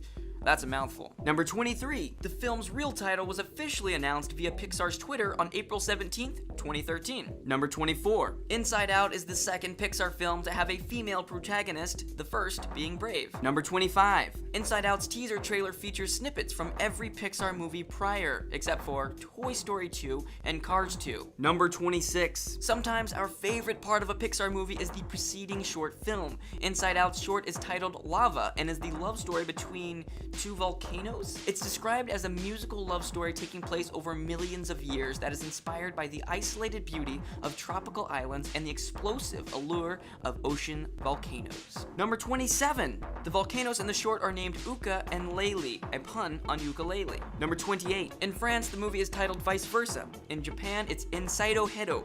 I'm sure you can guess what that translates to, but just in case, it's Inside Head. Number 29. The song that plays during the film's teaser trailer is Sweet Emotion by Aerosmith, one of my all-time favorites. The song from the film's second trailer is More Than a Feeling by Boston, one of my least favorites. Number 30. The newspaper Anger reads is called The Mind Reader. Number 31. A fun detail that is in the US version of the film's trailer is Riley's dad's emotions are watching ice hockey. In the UK trailer, they're watching a soccer match, or should we say football? Number 32. Coincidentally, or maybe not, director Pete Docter was an animator on Epcot's former attraction, Cranium Command. The theater presentation also explored the inside of a person's head and personified different parts of the human body, such as the left and right brain. Number 33. Pete Docter had the most fun bringing anger to life in the film. He said it's likely because Louis Black was so great for the role. Number 34. Each emotion's design was based on a shape. Joy is a star, sadness is a teardrop, fear is a raw nerve, anger is a fire brick, and disgust is a broccoli. Number 35. Despite what you might think after hearing that and watching the film, Pete Docter loves broccoli. Eat your greens, kids. Number 36. Paula Poundstone voices Forgetter Paula and Bobby Moynihan voices Forgetter Bobby. Wonder where they got their characters' names from. Number 37. Similar to that, Frank Oz and Dave Goelz play Subconscious Guard Frank and Subconscious Guard Dave. Fun thing to note is that Frank Oz and Dave Goelz are both Muppeteers. Number 38. Docter was inspired to pursue a career in filmmaking through Dumbo, Cinderella, Ichabod Crane, classic Disney features, and the Warner Brothers shorts. Number 39. Inside Out is the fourth Pixar film with a PG rating, following in the footsteps of The Incredibles, Up, and Brave. It received the rating on the basis of mild thematic elements and some action. Number 40. Inside Out is the first Pixar film to have as many sneak peeks as it does. I guess the studio is just as excited for its release as we are. Number 41. The Chinese food boxes that Riley and her family eat out of have made appearances in several other Pixar films, most notably A Bug's Life. Number 42. In the film, Riley's hockey rink is located in real life where the Walt Disney Family Museum stands in San Francisco. Number 43. According to Pete Docter, the most difficult challenge when directing this film was creating a completely new and made-up world. It wasn't something they could go out and find a reference for in real life, like a toy store or a university or even Scotland. Number 44. Some of the memory orbs seen in the film contain images from Up's famous married life sequence. Number 45. A playground is seen in Riley's memory orb that is identical to the one from Sunnyside Daycare in Toy Story 3. The only difference is the slide, which is straight instead of coiled. Sounds like Riley does have something to be sad about. We all know coiled slides are way more fun. Number 46. Pete Docter has said that in the film, moving is a metaphor for growing up. If that's the case, I never want to move. Number 47. Inside Out took 5 years to complete. Docter first pitched the idea to John Lasseter in June of 2009. Number 48. Do you remember those adorable birds from Pixar's short For the Birds? Of course you do. Well, during Riley's family trip to San Francisco, guess who you can spot on a telephone wire? The birds. Hitchcock would be mighty proud. Number 49. We know background characters aren't all that important, but you may want to keep an eye on them during Inside Out. One of Riley's classmates is wearing a camo pattern composed of Toy Story characters. Number 50. We're pretty much halfway. Another one of her classmates wears a shirt with the same skull motif that's seen on Sid's shirt in Toy Story, and his brief cameo in Toy Story 3. Number 51. When asked about his hopes that Inside Out will help kids and adults better understand emotions, Pete Docter stated that being aware of how people think and interact gives you a deeper understanding of life. Number 52. In early story outlines, Riley was going to be transported into her mind. There, she would meet her emotions and travel alongside them. Number 53. So we mentioned a few background characters, but have you been paying attention to background cars? Some of the ones in Inside Out are actually reused models from Cars 2. Number 54. Also, if you're super perceptive, you'll notice that some background cars have bumper stickers from the movie Cars. Number 55. Riley Anderson's last name comes from Pixar employee Darla K. Anderson and Toy Story 3 character Bonnie Anderson. Number 56. Joy is a huge fan of Rainbow Unicorn from Dream Productions and loved her performance in Fairy Dream Adventure Part 7. Now there's a movie I really want to see made. Number 57. Rainbow Unicorn is the second unicorn character in Pixar's films. The first one, Buttercup from Toy Story 3. So who's your favorite? I mean, Rainbow Unicorn has my mom's hair, circa the 1980s, but Buttercup's nostrils are hearts. Come on! Does that make everything smell like love? Number 58. The globe in Riley's classroom is identical to the one that appeared in Andy's room in all 3 Toy Story films. Number 59. Riley's dad works at a company called Brang. What does that mean? Well, nothing. Brang is a nonsense word that creators came up with thinking it sounded like it could be a startup in the San Francisco scene. Number 60. There is a box in Imagination Land that features a clownfish in the title, Find Me. A clear allusion to Finding Nemo. Number 62. Keep your eyes peeled. A sign on one of the parking meters in San Francisco humorously reads, quarters and dollar coins or barter during Burning Man. Number 63. Inside Out is part of a push by Disney and Pixar to make films with more diverse characters. John Lasseter has said, it's very important to us to have female and ethnic characters. Number 64. Inside Out has been more editing dependent than almost any other film Doctor has worked on, largely because it's an ensemble comedy. According to him, the difference between something being funny or not is sometimes 2 frames. For those of you who don't know, 2 frames is only a 1/12 of a second.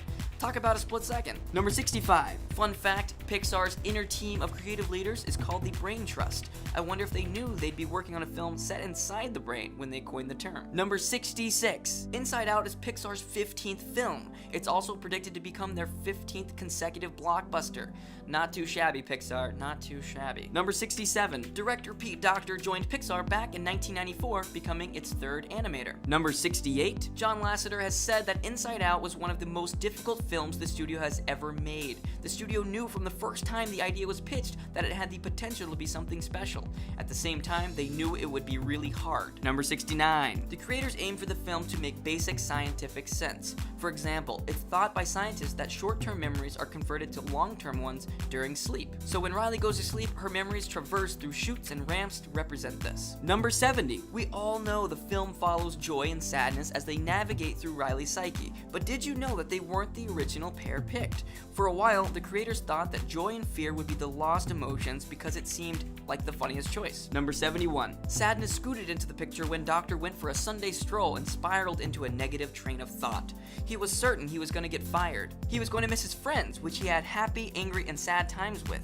Doctor came to the realization that Joy needed to understand that it's okay for sadness to be included at the controls once in a while. Number 72. Are you a fan of the Red Hot Chili Peppers? Then take special note of mind worker cop Jake because he's voiced by the band's bassist, Flea. Number 73. The memory orbs in the film were inspired by George Rhodes' kinetic ball sculptures. Number 74. Based on research, creators originally thought they should work up to having 27 emotions in the film. As they wrote the film, though, they realized it was way too complicated. Number 75. The film's creators note that scientists point out that they're missing surprise, but they found the emotion too similar to their portrayal of fear. They also dabbled with adding in pride, but found their final choices to be a good blend. Number 76. For the mind's designs, creators tried to think of what an 11-year-old girl would be interested in without moving into the overly cute or cliche. Number 77. Producer Jonas Rivera likes to joke that it looks like an Apple store meets It's a Small World. Number 78. Director Pete Docter voices Riley's dad's anger, and co-director Ronnie Del Carmen provided some additional voices. Gotta keep it in the fam. Number 79. One of the film's writers, Josh Cooley, also lent his voice to the film. He plays Jangles the Clown. Number 80. Phyllis Smith was chosen to play Sadness after producer Jonas Rivera saw her performance in the lunch scene of Bad Teacher. He called up Pete Docter and said, I think we found our sadness. Number 81. Director Pete Docter has been nominated for 6 Oscars, one of which he won for Up. Here's to hoping that Inside Out will help him nab a second and maybe even a third. Number 82. The film's Blu-ray release will include a short set in the same world titled Riley's First Date. It'll be directed by Josh Cooley, the film's head of story. Number 83. In an attempt to better represent what emotions would look like, animators tried to make the characters appear as though they were composed of energy and moving particles. If you pay attention, when the emotions move, you'll see them release tiny particles of color. Number 84. The emotions can use idea bulbs to help give Riley new ideas. Number 85. Joy was the first emotion conjured up after Riley's birth. she was followed closely by sadness. Number 86. As they were researching, creators were told by psychologists that no one on Earth is more emotionally attuned to other people than a girl between the ages of 12 and 16, which helped affirm that they were exploring the right territory. Number 87. Bing Bong, Riley's imaginary friend, is a mix between an elephant, a cat, and cotton candy. He can also squeal like a dolphin. Number 88. Why is Bing Bong composed of cotton candy, you might ask? Let's see what Pete Docter had to say. Because I like cotton candy. Number 89. Judging from the fact that he thinks danger spells shortcut, Bing Bong is illiterate. Number 90. Jangles the Clown is one of Riley's darkest fears. After being traumatized by his real-life counterpart at her 3rd birthday party, she kept a version of him in subconscious. Number 91. When the first clips of Inside Out were shown at the 2013 D23 Expo, Disgust looked a little different. She wore a purple dress instead of green, had longer hair, and lacked her now notably long eyelashes. Number 92. Even prior to this, some of the film's earliest concept art had Disgust as a male character. Number 93. Pete Docter has said that the emotions' genders were intuitively chosen. Anger felt very masculine to him, while sadness felt a little more feminine.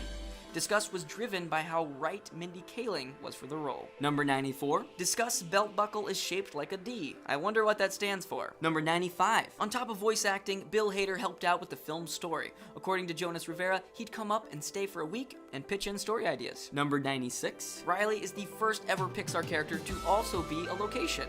Now that's something to put on your resume. Number 97. Pete Docter has said the film story was one of the most challenging he'd ever had to put together because of the dual intertwining plots simultaneously following the emotions and Riley. Number 98. On to the final 10. The film's animation style took inspiration from classic cartoons and creators like Chuck Jones, Tex Avery, Milt Kahl, and John Sibley. They added more stretching and exaggerated movements than usual for Pixar. Number 99. Riley is the 4th Pixar character to have her butt shown.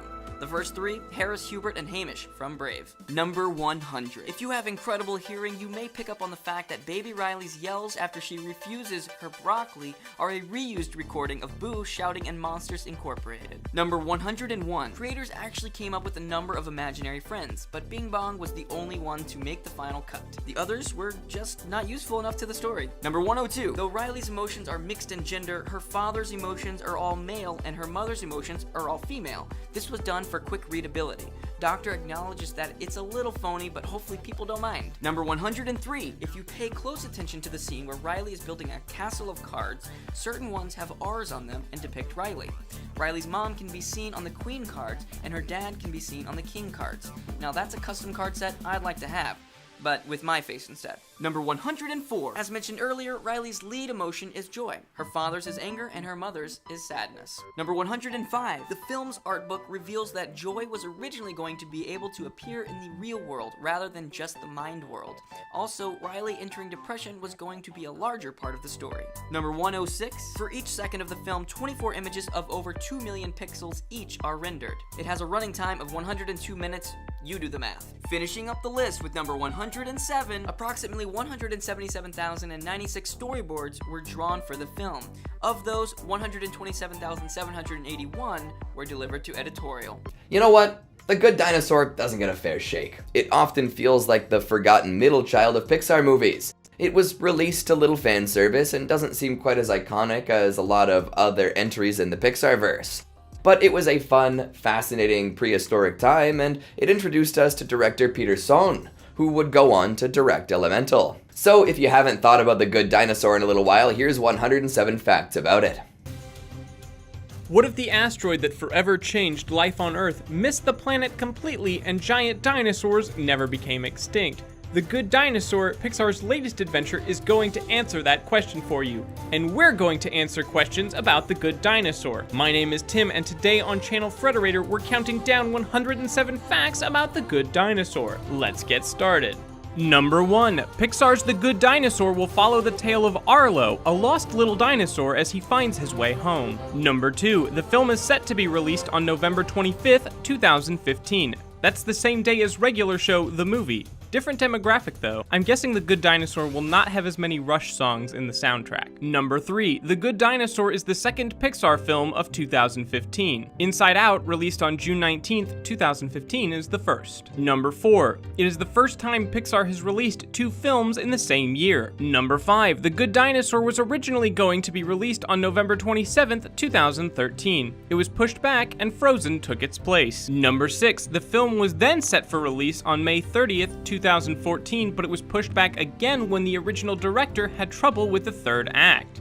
Or maybe he was still jealous at Frozen, it's not clear. Number 7, the film's original director, Bob Peterson, was replaced by Peter Sohn, and has since gone on to work on another Pixar film. Number 8, the film's original producer, John Walker, was also replaced by Dennis Ream. Number 9, because The Good Dinosaur was pushed back, so was Finding Dory. The sequel to the acclaimed Finding Nemo was originally going to be released on November 25th, which is now the date The Good Dinosaur releases, but was moved back to June 17th, 2016. Number 10, changes have been made to the story since Sohn took over. One such change is making nature itself the primary antagonist. Spoiler alert, that's what killed the dinosaurs. Number 11, The Good Dinosaur is Pixar Animation Studios' 16th feature film. Number 12, the film has been in production for a whopping 6 years. Number 13, The Good Dinosaur isn't just the second Pixar film of 2015, it's also the second dinosaur film, following the release of Jurassic World. There's no Chris Pratt in this one though, I don't think. Number 14, after Bob Peterson was removed from the project, John Lasseter,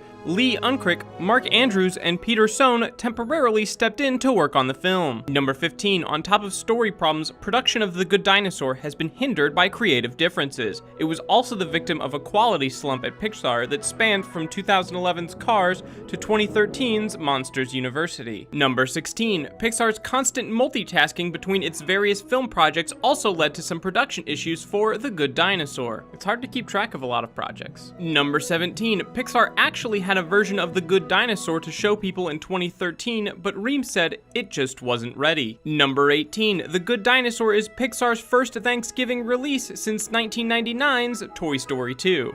Number 19, the film is also Pixar's first Thanksgiving release not directed by John Lasseter. Number 20, the first official trailer for The Good Dinosaur featured the song Crystals by Of Monsters and Men. Number 21, according to Bob Peterson, his inspiration for the film came from a childhood trip to the 1964 New York World's Fair, where he was impressed by the dinosaur animatronics. Just a kid with dinosaurs on the brain. Lots of kids are into dinosaurs. Number 22, the film's original cast was going to include celebrities John Lithgow, Judy Greer, Bill Hader, Neil Patrick Harris, and Lucas Neff. Following the changes to the film's plot, they were all replaced. Sadly, none of them were replaced by D. Bradley Baker, who is my choice for every character in every movie ever. Number 23, John Lithgow was going to play the character Papa and remained on the cast longer than most before being replaced. Number 24, while Lithgow was still attached to the film, he was privy to some of the changes to the script and said that the film was gonna be better than I ever imagined. Number 25, the only original cast member to make it to the final version of the film was Frances McDormand. Number 26, Thomas Newman was originally going to serve as the film's composer, but scheduling issues and the film's numerous delays led to his departure from the project. Number 27, Newman was replaced by the Academy Award-winning composer Michael Dana, who is best known for the soundtrack to the 2012 film Life of Pi. Number 28, it was later announced that Jeff Dana would be co-scoring the film alongside his brother Michael Dana. Number 29, the pair was recently nominated for an Emmy for their theme and pilot score for FX's Tyrant. Number 30, The Good Dinosaur is the first Pixar film to be scored by the two composers. Number 31, Arlo the dinosaur is an Apatosaurus, which is the same genus as the Brontosaurus. But apparently not as delicious because in the Flintstones it was always Brontosaurus burgers, never Apatosaurus burgers. Number 32, in the film Arlo will encounter a young human named Spot. Number 33, director Peter Sohn drew inspiration from his relationship with his mother for the relationship between Arlo and Spot. He and his Korean-speaking mother often had difficulties understanding one another, but he said that the two universally understood the baby mine scene from Dumbo. Number 34, the film is a tapestry of numerous themes including death, loneliness, and misunderstanding. Because even though Pixar movies like to leave you with the warm fuzzies, they don't play around when it comes to themes. Number 35, for Good Dinosaur, screenwriter Meg LaFave and story director Kelsey Mann employed screenwriting techniques like cards, characters, and color coordination so they could track each character's emotional journey. Number 36, Spot's messy hair was modeled after director Peter Sohn's own daughter's ever-present bedhead. Number 37, in the film, Arlo speaks English and Spot speaks dog. I get it, Spot. Number 38, the age of the film's protagonist was decreased after its story was reworked. Speaking of, number 39, watch out because The Good Dinosaur is a tearjerker. This is Pixar, that's not all that surprising. Number 40, The Good Dinosaur takes place in a universe in which the asteroid that wiped out the dinosaurs missed Earth. Number 41, due to the film's numerous delays, Pixar was forced to lay off 67 of its 1,200 employees. Number 42, in reference to the layoffs, the studio's general manager, Jim Morris, has said that for Pixar it was a dramatic event, it was tough on the company. Most studios would have said, the movie's fine, it's not bad. And it wasn't bad, it just wasn't great. We wanted to have a great movie. Number 43, the film's director Peter Sohn has said to learn to be vulnerable, be scared, just put it out there. Maybe they hate it, but it's okay. Number 44, Russell from the Pixar film Up is actually based on Peter Sohn. Number 45, Velociraptors in the film sport mullets and feathers. Jury's still out on whether or not they can open doors. Number 46, Arlo is trying to find his way back to the Clawed Tooth Mountains. Number 47, the teaser trailer for The Good Dinosaur was released on June 2nd, 2015. Number 48, its first full trailer was released on July 21st, 2015. Number 49, every Pixar film is preceded by a short, and The Good Dinosaur is no different. It will be accompanied in theaters by Sanjay's Super Team, which was directed by Sanjay Patel. Number 50, The Good Dinosaur was originally going to have the Monsters University short film, Party Central, in front of it. Hey everyone, we're taking a quick break from the facts because Star Wars is coming out in December, and you might not know this, but we have a channel devoted to movies and television, and we're going to be doing Star Wars month over there. It's called Cinematica, and you can watch 107 facts about Back to the Future right now, so if you're interested in that, you can go ahead and click there. And without further ado, back to Good Dinosaur facts. Number 51, Sanjay's Super Team debuted at the Annecy International Animated Film Festival on June 15th, 2015. Number 52, Sanjay's Super Team was inspired by director Sanjay Patel's childhood and his struggle with the divide between the modern world he grew up in and the Hindu traditions of his parents. Number 53, Sanjay's Super Team centers around a young Indian boy who imagines Hindu gods as superheroes. I imagine Shiva could be really intense. Number 54, the setting of Sanjay's Super Team was inspired by the Lido Motel, an old Route 66 motel that director Sanjay Patel's parents have owned and operated since he was young. Number 55, Patel first pitched the idea of Sanjay's Super Team to Pixar executives in the summer of 2012. He wanted to bring a young brown boy's story to the pop culture zeitgeist. Number 56, John Lasseter, the chief creative officer of Pixar, was very open to Patel's idea and celebrating the personal side of the story. Number 57, Arlo is voiced by child actor Raymond Ochoa. Number 58, Spot is voiced by Jack Bright, who also provided voices for Monsters University. Number 59, Ramsey, a fearless, whip-smart, and no-nonsense Tyrannosaurus Rex rancher, is voiced by Anna Paquin. Number 60, Paquin has also done voice work on Steamboy, one of the most expensive Japanese animated movies to date. Number 61, if you've watched Inside Out, you may have spotted the Good Dinosaur Easter egg that's hidden in the film. When Riley is speaking to her mother about her favorite part of the trip and it flashes back to their car smashing into a dinosaur, the dinosaur may or may not be a cemented version of some of our characters in the next movie. Number 62, die-hard fans are wondering how the famous Pizza Planet truck will find its way into a movie that's set in the past. FYI, the Pizza Planet truck, first seen in Toy Story, makes a cameo in all Pixar films. You are clear to enter. Welcome to Pizza Planet. Number 63, when the film was announced at the D23 Expo on August 20th, 2011, Bob Peterson and John Walker jokingly titled it the untitled Pixar movie about dinosaurs. They even created a logo. Number 64, the film's actual title, The Good Dinosaur, was announced on April 24th the following year. Number 65, when Frozen took over The Good Dinosaur's original release date on Disney's slate for upcoming films, many people assumed that the untitled Pixar movie about dinosaurs had been given the finalized title of Frozen. Number 66, director Peter Sohn has said that the film's title is deceptively simple and has more meaning than it seems. Number 67, the film's original director Bob Peterson may have been taken off the project, but Pixar has said there are no hard feelings there. Number 68, Peter Sohn has said that Arlo has a lot of issues when he's born. He's fearful and he's weak and he's disconnected from the family because of these issues, and he feels like he's not worthy, so he finds a way to become worthy. Number 69, according to John Lasseter, the dinosaurs in the films are kind of cartoony, but they are dinosaurs. Look at a T-Rex and tell me that that doesn't look like something a little bit loony with those tiny arms. Number 70, the film focuses on mostly the plant eaters, not the carnivores. Number 71, in The Good Dinosaur, filmmakers wanted to explore dinosaur stereotypes and how they're represented in modern times. Number 72, according to Pixar's general manager and president, Jim Morris, the previous version of The Good Dinosaur had some kind of fatal flaws in it that none of us really saw. Number 73, but what was the previous version like? According to Jim Morris, it was kind of a Billy Elliot story. It was a very different kind of movie. Number 74, in the final version of the film, Lucas Neff was replaced by Raymond Ochoa. Number 75, John Lithgow was replaced by Jeffrey Wright. Number 76, Arlo was originally going to have 3 siblings, voiced by Neil Patrick Harris, Bill Hader, and Judy Greer. Number 77, Arlo's 3 brothers were cut and replaced by just a sister named Libby, voiced by Malia Padilla, and a brother named Buck, voiced by Marcus Scribner. Number 78, Peter Sohn has said that the recasting was all about finding a younger Arlo. Number 79, dinosaurs in the film will operate in an agrarian sort of society. Basically, they're dinosaur farmers. Number 80, in fact, the starring dinosaur Arlo lives on a farm with his family. Number 81, according to Bob Peterson, it was time to do a movie where you get to know the dinosaur. Number 82, The Good Dinosaur has some amazing prehistoric landscapes that actually drew inspiration from Arlo's emotional ups and downs in the film. Number 83, Peter Sohn has said that when Arlo is in front of the aforementioned natural background, it's important that he feels outside of that. Number 84, according to Peter Sohn, Arlo's issue is that he's afraid of everything and he isn't capable. Number 85, The Good Dinosaur has a running time of 1 hour and 40 minutes. Number 86, Spot's name is actually given to him by Arlo. Spot!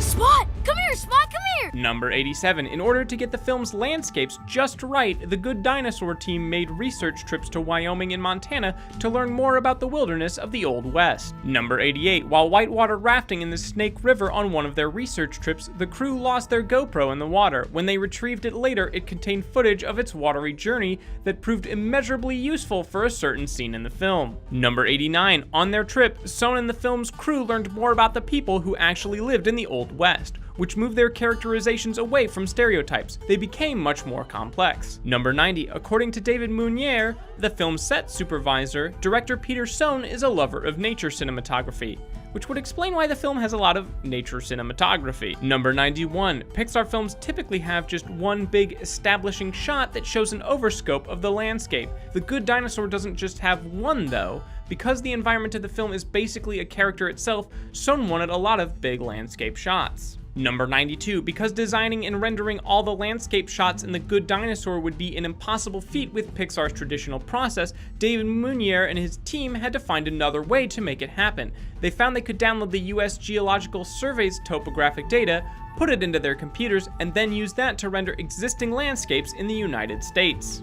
Number 93, Meunier has said that the team downloaded over 65,000 square miles of data, which gives a sense of the scope for Arlo's journey. Number 94, the vegetation in the film can be used as a reference for Arlo's height. The dinosaur is 18 feet tall. Number 95, on his research trips to Wyoming, Sohn fell in love with the Jackson Valley, which serves as a major inspiration for the film's setting. Number 96, and Wyoming loves Pixar back. The Wyoming Office of Tourism inked a deal with Pixar to promote The Good Dinosaur and has become the official destination partner of the film. Number 97, if you want to reenact scenes from The Good Dinosaur, you should head to the base of the Grand Tetons, which is where the film basically takes place with the addition of a fictional landmark called the Clawtooth Mountains. Except also to reenact scenes from the film, you would have to be an 18-foot Apatosaurus, but you know. Number 98, the Clawtooth Mountains were added because the film needed an easily recognizable landmark for Arlo to try and get back to. Number 99, The Good Dinosaur utilizes a new method of inserting realistic clouds. Instead of painting them in, the team used volumetric effects software typically utilized for storm creation to generate 3D clouds. This allowed the film's lighting division to have complete control over them. Number 100, The Good Dinosaur utilized 300 terabytes of server space, which is 10 times more than Monsters University needed. Number 101, Sharon Callahan, the film's director of photography, has said that the film is more painterly realism than photorealism. Number 102, a full-sized model of Arlo's head was created to help the crew get a better grasp of his scale. Then Peter Sohn asked if they could go further and model the rest of him. Number 103, there are 900 effect shots in The Good Dinosaur, which is 2 times more than any other Pixar film. It's starting to become clear why there were a lot of delays. Number 104, Harley Jessup, the film's production designer, has said that Spot was one of the hardest characters to do. Early sketches of the character were very much like literal puppies, but slowly the boy was brought out of those images. Number 105, Spot originally had a bunch of leaves and twigs in his hair, but after the crew tried this with a wig to see how it would actually work, it was quickly scrapped. Number 106, animators on the film went to the zoo and observed the movement of elephants to better understand how to make dinosaurs look believable. And finally, number 107, John Ratzenberger has been in every single Pixar movie to date, The Good Dinosaur included. However, his role has been under wraps. I know we've kind of kept our sequels together throughout this video, but I figured Finding Nemo could use its own slot altogether. Not to say that Finding Dory isn't a really good time, but sometimes you gotta give credit to the classic. With that in mind, here's 107 facts about Finding Dory. If you are anything like me, you've watched Finding Nemo more times than you can count. And we're not alone in our devotion to the animated classic. Finding Nemo is actually the most common DVD in American households. And Marlin, Dory, Nemo, and the whole fishy gang now hold a place in just about everybody's heart. So it's no wonder that the announcement of the very long-awaited sequel based around the film's most beloved character was greeted with absolute elation. Are you a diehard fan yet? Just wondering, because who else is obsessed?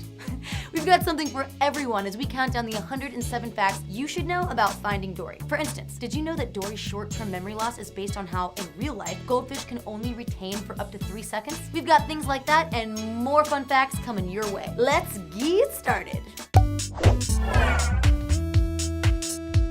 Fact number 1. Finding Dory, the long-awaited sequel to Finding Nemo, finally swims into theaters on June 17th, 2016. Fact number 2. Finding Nemo was one of Pixar's most successful films of all time, but it was released in 2003. That means it took 13 years for Pixar to release the sequel. Finding Dory wasn't officially even tossed around at the studio until 2010. Fact number 3. We were originally going to get Finding Dory sooner, November 25th, 2015 to be exact, but it was pushed back so the studio could attend to delays with the film's predecessor, The Good Dinosaur. Fact number 4. A concept for a Finding Nemo sequel was brought up in the mid-2000s, just not at Pixar. Before Disney bought Pixar outright, Disney set up Circle 7 Animation in 2005 while the two studios were feuding. Circle 7's sole purpose was to generate sequels to Pixar-created yet Disney-owned films. The studio's main focuses were a discarded draft of Toy Story 3 and a never-made Monsters, Inc. 2. Fact number 5. However, writer Laurie Craig completed the script for Finding Nemo 2 just before Disney closed Circle 7 in May of 2006, shortly after the studio purchased Pixar. The plot of this version is unknown, but it seems to have little bearing on Finding Dory. Fact number 6. Finding Dory was directed and conceived by Andrew Stanton, a Pixar linchpin who directed and wrote Finding Nemo, as well as A Bug's Life and WALL-E. Fact number 7. In 2010, Stanton began to dream up a sequel of his own, but it was certainly unexpected. Stanton considered Nemo a closed circuit, and he'd said everything he needed to say about Marlin, Nemo, and Dory. Fact number 8. Stanton began to change his mind when he kept doubting whether Dory could get back to her new home if she ever got lost. The problem kept nagging at him, without him even trying to dig for it, so he knew he had an idea worth pursuing. Fact number 9. In many ways, Finding Dory is how Stanton reassured himself on the Dory issue. He said he wanted to know that if his charming fish ever got lost again, that she would be okay, and that she would find her way home. And at the end of Finding Nemo, I wasn't confident about that. Fact number 10. Of course, there was some light pressure from Disney. A polite inquiry, as Stanton calls it. While Stanton realizes the value of sequels from a business perspective, he told Disney that Pixar doesn't want to have to go there for those reasons, and would like to release something that we actually want to make, and might not come up with it the year you want it. Fact number 11. Stanton said that it was paramount to him that audiences understand this sequel is not an attempt to cash in. Pixar learned with the Toy Story sequels that they're not worth doing unless they're good. Doesn't explain Cars 2, but no one's perfect. Fact number 12. Stanton had the idea for Finding Dory for a year before he told anyone about it. He was super careful about pitching it because he knew the minute I say those words out loud, everyone's gonna want it. Fact number 13. Stanton began to write Finding Dory while in a post-production phase of his first live-action film, John Carter. The director says his mind often wanders when his films reach the post-production phase, and and his track record shows this to be a production habit. Nemo was written in post for Bug's Life, and WALL-E was written in post for Nemo. Fact number 14. Unfortunately, John Carter didn't do so well. And by didn't do so well, we mean that Disney lost $200 million on the film. It was a hard learning curve to go from animation where reshoots mean improvement to live action where they're synonymous with screw-ups. Fact number 15. One darkly fortunate byproduct of the John Carter bombing was that it freed up Stanton to make Finding Dory. The original plan was to go right into a John Carter sequel, which he had already started writing. Stanton said, "I know I'll be accused by the more sarcastic people that Dory is a reaction to Carter not doing well, but only in its timing, not by its conceit." Fact number 16. Stanton wasn't the only one who couldn't get Dory out of his head. On her talk show, Dory's voice actress, Ellen DeGeneres, had been lobbying for a Nemo sequel for a long time. When she finally got to announce the film, she said she had waited for this day for a long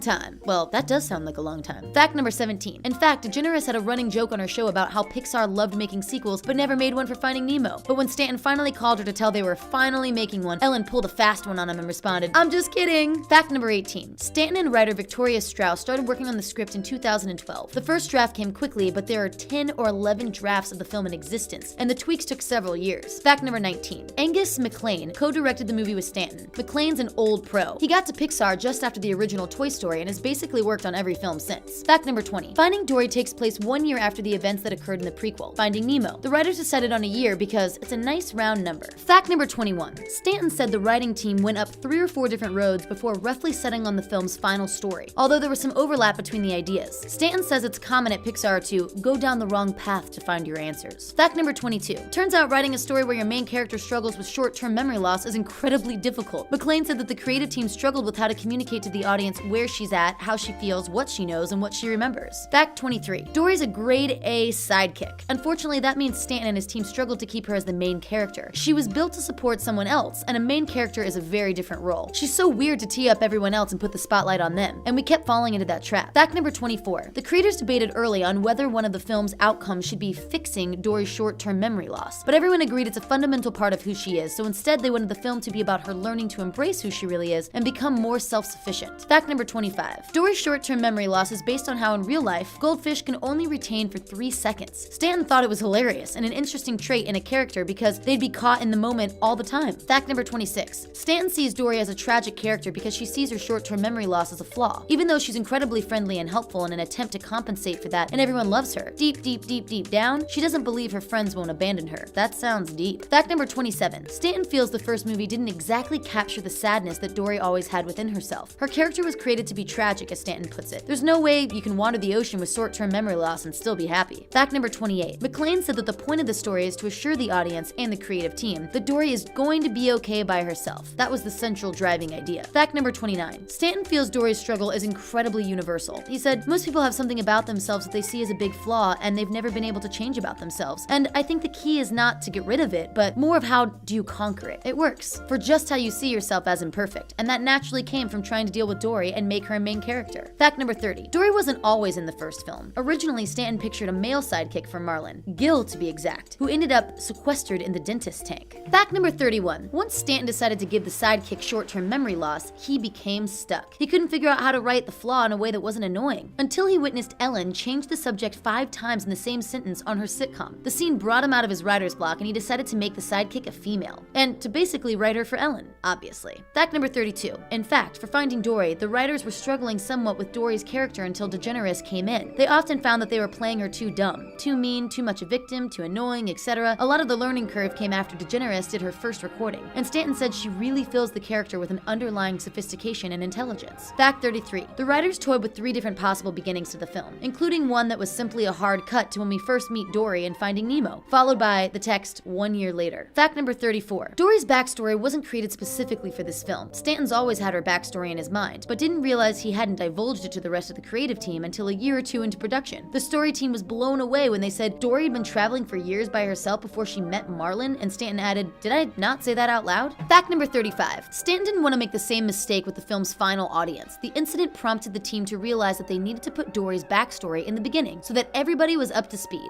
Fact number 36. The ending of the movie was also changed significantly after seeing Blackfish, a documentary that brings to light Okra's poor health in captivity. John Lasseter and Stanton reportedly met with the documentary's director and altered the original ending so that the characters stuck in the aquatic rehab facility have a choice to leave. If you haven't seen Blackfish, you totally should. It's super depressing. Fact number number 37. Of course Marlin and Nemo are in the sequel. However, the film is Finding Dory, so they don't have huge roles because Pixar wanted Dory to do this on her own. Fact number 38. There used to be a lot more of Marlin and Nemo in the film, but a huge subplot revolving around them was cut from the final version of the film because it did absolutely nothing to help Dory's story. Fact number 39. A key difference between Finding Nemo and Finding Dory is the struggle the main character must endure. While Marlin's search for his son was an external problem, Dory's short-term memory loss is an internal struggle she must overcome. Fact number 40. When Stanton first started on Finding Nemo, he had no clue what a clownfish or a blue tang was, but he saw a picture of these two fish poking out of an anemone and thought it was adorable. Finding out they were called clownfish sealed the deal. Fact number 41. To find the perfect fish to complement a clownfish, Stanton went to the Long Beach Aquarium. Right near the front door, he was fixated by a tank with nothing but blue tangs. He later realized that blue and yellow are the perfect complement to orange and white, so sidekick is deeply in Dory's DNA. Fact number 42. Now that Dory is the main character, she has her own sidekick, the anti-Dory, in McClane's words. The lovable, curmudgeon Hank is the Dory to Dory's Marlin. Fact number 43. Hank originally stole the scene in the touch pool and it had to be rewritten to focus on Dory. In the first draft, he was an Indiana Jones-like character moving Dory around the pool. The team thought he drove the scene far too much. Fact 44. Unfortunately, not every character in Finding Nemo made it into the sequel. Stanton wanted to make sure that the characters who made it into the new film were in it for the right reasons. Fact number 45. The creators actually have a graph charting the emotional state of the audience at different points during the movie. Apparently something really bad happens towards the end. They are calculatedly manipulating our emotions. I smell conspiracy. Maybe. Fact number 46. Stan grew up by the ocean and was initially drawn to it as a setting for a story because of the dualities it embodies: life and death, beauty and terrifying power. Fact number 47. Largely as a product of the first film, Stanton learned to really appreciate the plights of sea life. Stanton and his team wove global warming, conservation, and taking care of nature into the narrative of the story. But Stanton assures fans that the film isn't preachy. We're glad to hear Pixar's using their power for ecological good though. Fact number 48. The film started production before a script was ever fully finalized. Stanton likes to start production around 2 years and 6 to 7 drafts into the writing process. At that point, he decides which pages are good enough to warrant animation. Fact number 49. Besides keeping Stanton's films from having a 10-year production period, seeing the animation helps Stanton address what's still not working on the page. And then it becomes a race, he says. Fact number 50. Over 103,000 storyboards were generated for the film over a course of 3.5 years. With numbers like that, it's no wonder that story supervisor Max Brace said that no ideas are too precious. Fact number 51. The writers didn't make it easy on the animators. Producer Lindsay Collins estimates Finding Dory has the most diverse cast the characters department has ever had to deal with in terms of species who move differently. Fact 52. Yet animators found making this film incredibly rewarding and educational because the amount of research and development that went into each scene. The filmmakers had to learn a lot about ocean and biology and are now basically ocean experts. Fact number 53. Although the animators use real ocean imagery as reference, Pixar wanted there to be a stylized element to the animation that wasn't exactly photorealistic. They wanted the look of the film to be somewhat simplified and to have character. Keep in mind that simplified for Pixar is on a whole different level though. Fact number 54. The research team took thousands of photos in real-life aquariums, but from a fish's perspective. Naturally, this helps the scenes look more authentic. Fact number 55. There's a stark difference between the design of the underwater world and the human world. The ocean has lots of comforting warm colors and soft shapes to imply safety and warmth. On the other hand, the Marine Life Institute contains harsh lines and is desaturated. Fact number 56. An extreme amount of detail went into every scene, especially the underwater scenes, where the creative team was careful not to replicate or repeat any patterns to make the environment more believable. Fact number 57. The Pixar team even went a step further to ensure that the film isn't from just any old fish's point of view, it's from Dory's. So to keep the film in the perspective of the blue tang with short memory loss, the team did away with any and all establishing shots, unless Dory herself was looking into a big open space. Fact number 58. And just in case you still forgot the movie's about a fish, the Pixar team went to extreme lengths to dehumanize the film. Generally, every human in the film appears as a shadow, since Finding Dory focuses even more on its aquatic protagonist than Finding Nemo did. Sorry, Darla. Fact number 59. 13 years makes a huge difference in the world of animation technology. As a result, the movie is able to explore sea life that was impossible to capture back in 2003, including Hank, the octopus. Fact number 60. Why are octopi so difficult? Because they have no bones. Setting how an octopus moves proved extremely difficult for Pixar animators because bone structures at least make a character's movement predictable. No bones means a lot of surprising movements. Sorry for the interruption, guys. We're taking a break from these facts to bring you news about a new music channel I'm hosting called Mic Drop.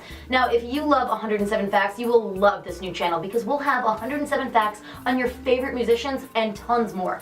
What are you waiting for? Subscribe and watch some new videos over at Mic Drop. Now, back to your facts. Fact number 61. Even with technological advancements, the no-bones issue proved formidable. Animators spent an entire year just trying to get Hank's movements to look believable. Fact number 62. Pixar wanted Hank to be lovingly curmudgeonly, like their own animator, Bud Lucky, but based Hank's movements off Kaa from the Jungle Book. Fact number 63. This may be news to you, but Squidward isn't anatomically correct. An octopus's mouth, or rather beak, is on the lower side of the body, in the eye of the tentacles, you might say. Because Hank's design reflects this, animators focused on putting Hank's expression in his eyes. Fact 64. Stanton knew he wanted to have an octopus character in the film before Hank even had a personality. Octopi are the most ambulatory creature in the whole ocean, perfect for carting a blue tang around a human environment. Camouflage helps too. Fact number 65. Keeping with the theme of differently abled characters, Hank is actually a septopus. He's missing one leg. Fact number 66. Hank has over 350 suction cups on his 7 tentacles. The Pixar simulation team worked hard to incorporate natural movement on every single one. Fact number 67. With all this information about Hank's incredible detail, it shouldn't surprise you that one of the most painstaking shots in the entire film is Hank's introduction. 18 different artists produced 146 versions of it over the course of 13 months. Fact number 68. A scene from Finding Nemo was reanimated for the higher technological standards of 2016 for inclusion in Finding Dory. The new shots are more detailed and have more camera movement. Fact number 69. Pixar really wanted to place a kelp forest scene in the first film because they looked so unique, but they could never really justify it. Needless to say, for the sequel, it was on the top of their list. Fact number 70. A generous portion of the film takes place at the Marine Life Institute, or MLI. The MLI is heavily influenced by the Monterey Bay Aquarium, down to even the light switches. Fact number 71. Pixar's production designers built the entire MLI building, even rooms we don't see in the final film. This way, if any kind of change happened to the storyline, as it often did, the directors would have options on where to set the scene. Fact 72. Ever since its beginnings, Pixar has used the Renderman software. Finding Dory is their first film to use the entirely new Renderman RIS, which means it's the first time in 30 years Pixar has changed its rendering software. Fact number 73. The old software only allowed Pixar to create direct light, and lighting artists had to create invisible light sources to mimic what indirect light might look like. Now, in Dory, animators could create both direct and indirect light sources, which is quite handy if your entire film takes place underwater. They probably use the same resources to figure out how to move Hank. Fact number 74. The program also is able to handle the light reflected from and refracted by water much smoother than before. Each shot in the film has billions of individual light rays per frame. Fact number 75. Additionally, Pixar began to use Katana, a plugin to Renderman that creates more reactive renders of each frame, allowing them to see the effects of a move light source more or less instantaneously instead of having to wait for hours. Fact number 76. Pixar animators also created a program called Universal Scene Description. Basically, it enables the animator to add insane amounts of detail to objects and to make scenes with thousands of swimming fish. Fact number 77. Later this year, Pixar plans to release this newly developed USD software in a valiant attempt to universalize the incredibly complex language behind computer animation. Fact number 78. For Finding Nemo, animators built blueprints to understand how each fish swims. For Dory, recipes for movement were added to the animation system Presto. The recipes made swimming animations more automatic, but of course, allowed the animators to alter the pattern and avoid some seriously tedious work. Fact number 79. Everything in this film was designed to mimic reality, right down to the simulated camera lens. Cinematographers Jeremy Lasky and Ian Megabin used a simulated 16mm for intimate shot and a simulated 33mm camera for the larger shots. Fact number 80. Like we said earlier, Ellen DeGeneres reprises her role as Dory. She was involved in the process almost from the beginning, and also therefore recorded a bunch of lines that were never used. Stanton estimated she delivered over 500 lines by the end of production. Fact number 81. Dory is a very meaningful character to DeGeneres. Finding Nemo came around when she felt she was at her lowest, as her sitcom had been canceled. An amazing story by itself, because she essentially came out on her show. DeGeneres really took the Just Keep Swimming motto to heart and landed her talk show shortly before Nemo was released. Fact number 82. Despite the huge time gap, DeGeneres says she instantly fell right back into character. So much so, she even surprised herself.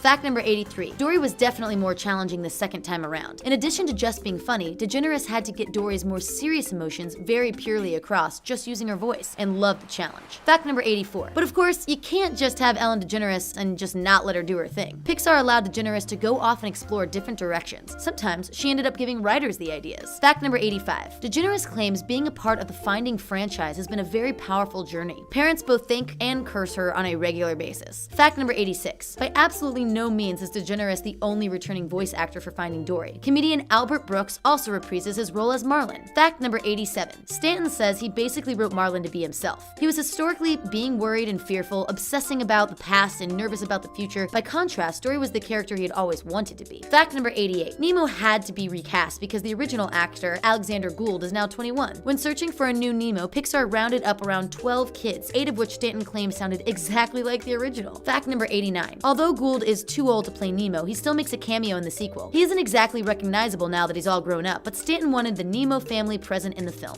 Fact number 90. Because we're not living in Neverland, Squirt also had to be recast. Originally voiced by Nicholas Bird, in the sequel he is voiced by Bennett Damon, making his debut role in Anything Ever. Fact number 91. And if we've got Squirt, that means we've naturally got Crush as well. Fun fact within a fact, Andrew Stanton himself provides the voice of Crush. Fact number 92. Stanton watched old Ellen interviews to see if there were any actors that she had chemistry with. The interviews were a perfect way to see how people interacted with Ellen and who complimented her sense of humor. And so Ed O'Neill, Ty Burrell, Diane Keaton, and Eugene Levy were all cast. Fact number 93. By contrast, Stanton says Pixar usually has to cut sections of dialogue out of pre-existing shows and fake a conversation to see how potential actors sound together. He says, in a way, Finding Dory was his easiest casting session, and the cast was in place way earlier than usual. Fact number 94. O'Neill has joined the Nemo family as Hank, alongside his Modern Family co-star Ty Burrell, who stars as Bailey, the beluga whale. Fact number 95. Stanton and Collins admit what they're watching on TV heavily affects casting. So in addition to the Modern Family duo, It's Always Sunny in Philadelphia actress Caitlin Olsen snagged the role of Dory's friend Destiny, the whale shark. Fact number 96. Stanton has always wanted to work with Olsen ever since he first watched her in It's Always Sunny. He says he's been thinking for some time he'd like to animate her voice. Flattering coming from a director, but probably a bad pickup line. Fact number 97. Destiny had existed in the film for a long time, but her backstory went through several changes. Originally, she was Dory's adopted sister, but now she's a friend from her past that Dory just sort of forgot about. Fact number 98. An amazing comedic duo was paired for the roles of Dory's parents. Levy will be voicing Dory's father, Charlie, and Academy Award-winning actress Diane Keaton is playing the role of Dory's mother, Jenny. Fact number 99. Stanton couldn't get over his desire to make Guy Ritchie typecast Easton London gangster sea lions. The impulse, which Stanton couldn't quite explain, resulted in Rudder and Fluke. Fact number 100. The East London gangster impulse also led him to casting Dominic West and Idris Elba as the duo. He confesses that the casting was largely because he just wanted a Wire reunion. I'm sure you're not the only one, Andrew Stanton. Fact number 101. Another new addition to the film are the ocean loons. According to the director, the loons are the seagulls of this movie. Wait, no seagulls? Why do I even care about this movie? Mine.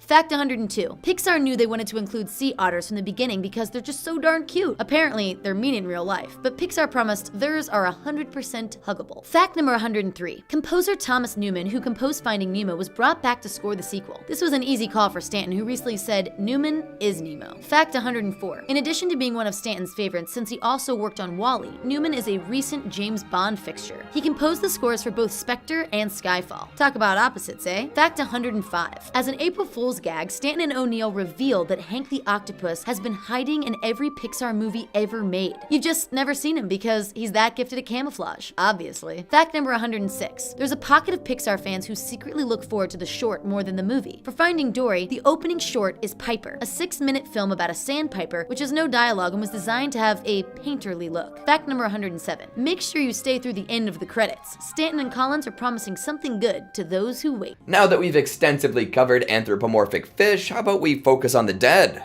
Oh yeah, it's Coco time. Get ready for 107 facts about Coco.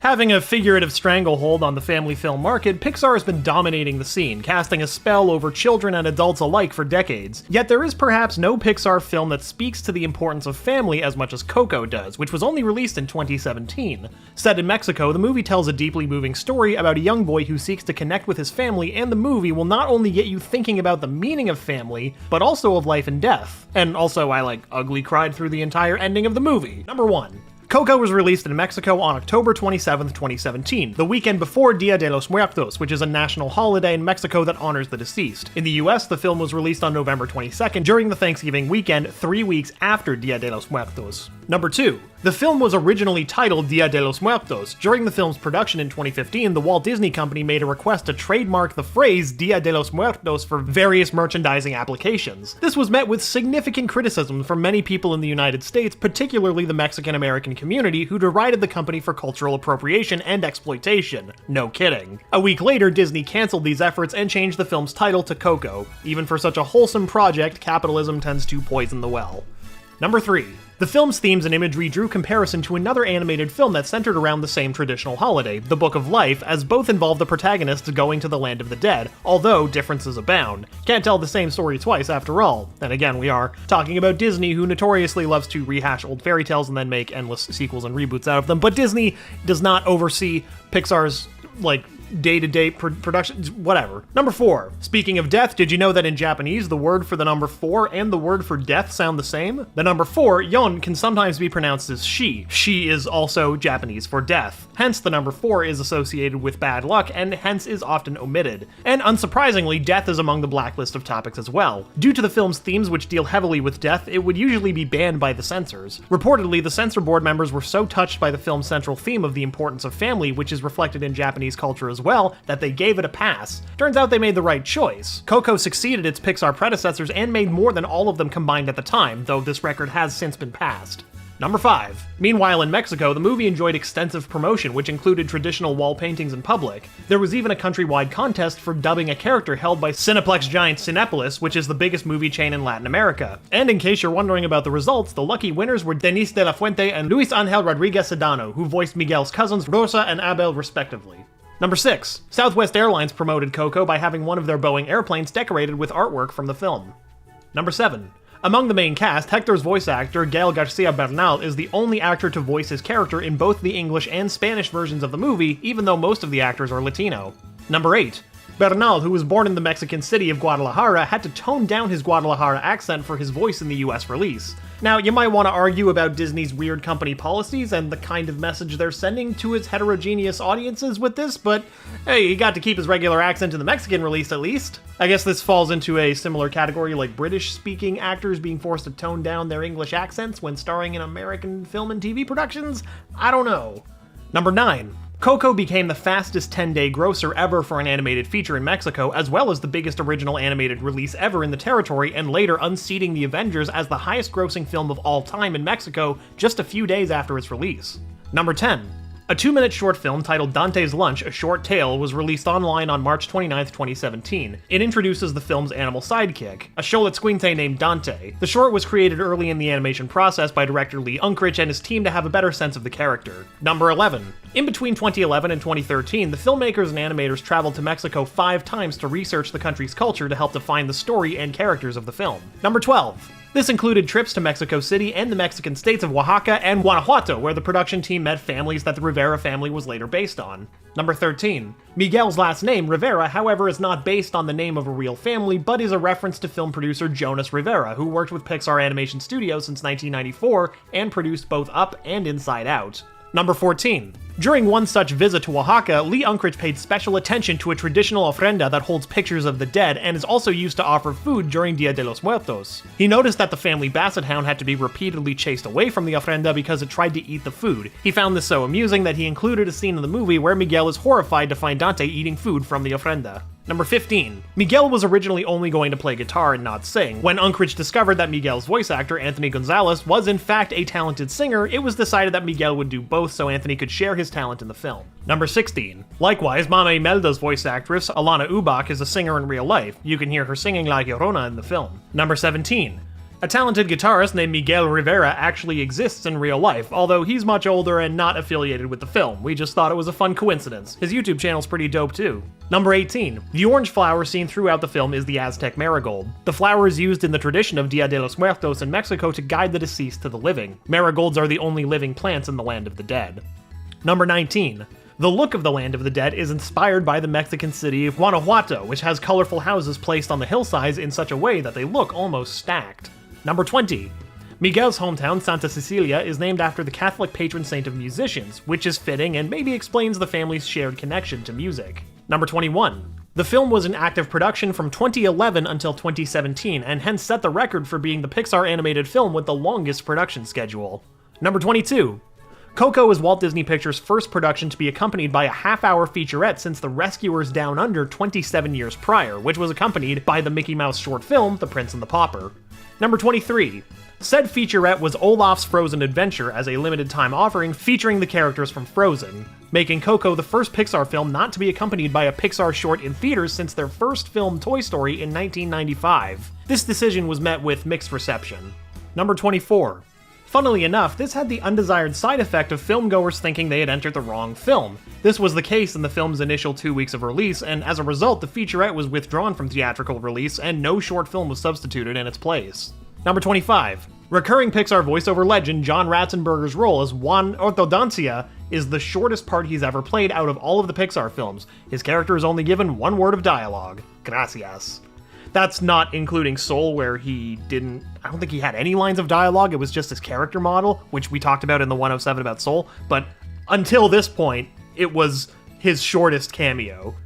If you are counting, yeah. Number 26. In Brazil, the film's title was changed to Viva, a vida é uma festa. Live, life is a party, due to the meaning of Coco in Portuguese, which translates to, editor, you want to just put up a poop emoji? Because I don't want... crap, I just said it, didn't I? Because of this, Miguel's great-grandmother also got a new name. Mama Coco became Mama Inez. Number 27. Oh, and if we're already on the topic, we have one more for you. This change also affected Mama Imelda, who was renamed Mama Amelia because Imelda sounds a bit like the Portuguese merda, which means shit. Number 28. Both women frequently take off a shoe to hit things and or people. This is to ensure they get cooperation. In Latin culture, this kind of shoe is known as a chancla. And if you're looking for other examples of this cultural representation, you don't need to look far. Disney's animated show The Owl House, renowned for its appropriate cultural representation of its Latino characters, features chancla weapon-wielding butt-kicking mom Camila Noceda. Number 29. We see through the paper picado banners that the reason Mama Imelda learned to make shoes is that Coco's shoes often broke and she had to learn to fix them because she couldn't buy new ones. Number 30. Miguel was originally named Marco, but the filmmakers changed the name when they discovered that one of the main characters of the Disney show Star vs. the Forces of Evil was called Marco Diaz. And just like Miguel, he is a Latino boy and not only shares his first name, but other features as well, from the mole on his face, the red hoodie, and the fact that he too traveled in between Earth and an alternate fantasy world. Again though, differences abound. Number 31. Due to its ridiculously long production time, Miguel's original voice actor, Emilio Fuentes, entered puberty and subsequently had to be replaced. He did have a cameo in the film though. He voiced the stagehand that tells Ernesto to go through the door to the stage. Number 32. All of the child characters are voiced by child actors regardless of any language, most notably Anthony Gonzalez as Miguel in the English version. Both Gonzalez and his character were around the same age, 12 years, during production. Number 33. According to his voice actor Gael Garcia Bernal, Hector's birthday is on November 30th. Predictably, it just takes one swift Google search to look at Garcia Bernal's Wikipedia page to read up on his birthday. No, I'm not going to give you points for guessing what it just happens to be. Number 34. Even though the movie is named after her, the character Coco is only on screen for less than a quarter of the film's runtime. Number 35. In Mexican folklore, Coco refers to a ghost who comes from the land of the dead. The monster doesn't appear in the film, but its name is given to a character who is important to the deceased in the form of Hector's daughter. Number 36. Coco in Spanish is a nickname of the name Socorro, which is a common name for women originating from one of Mother Mary's titles, Virgen del Socorro, which translates to Virgin of Relief. Number 37.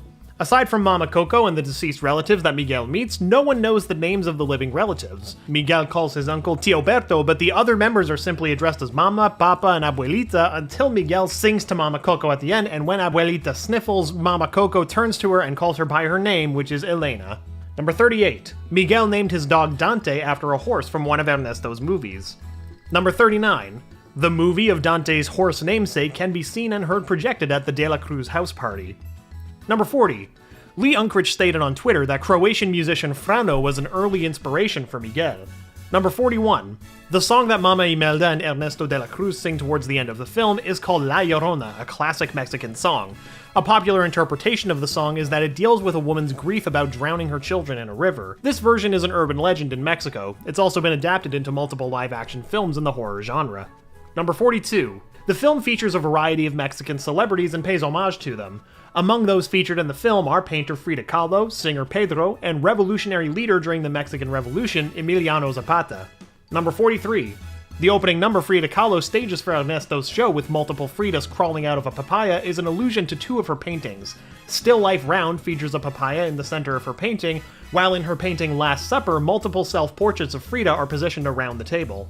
Number 44. Frida Kahlo identifies Dante as a Xolo, which can be seen as a tribute to the real Frida. During the decline in popularity of the Xolo breed in the mid-20th century, Frida and her husband helped save the breed by including the Xolo dog as part of their art. Thanks to them, the breed became known again to the world. Number 45.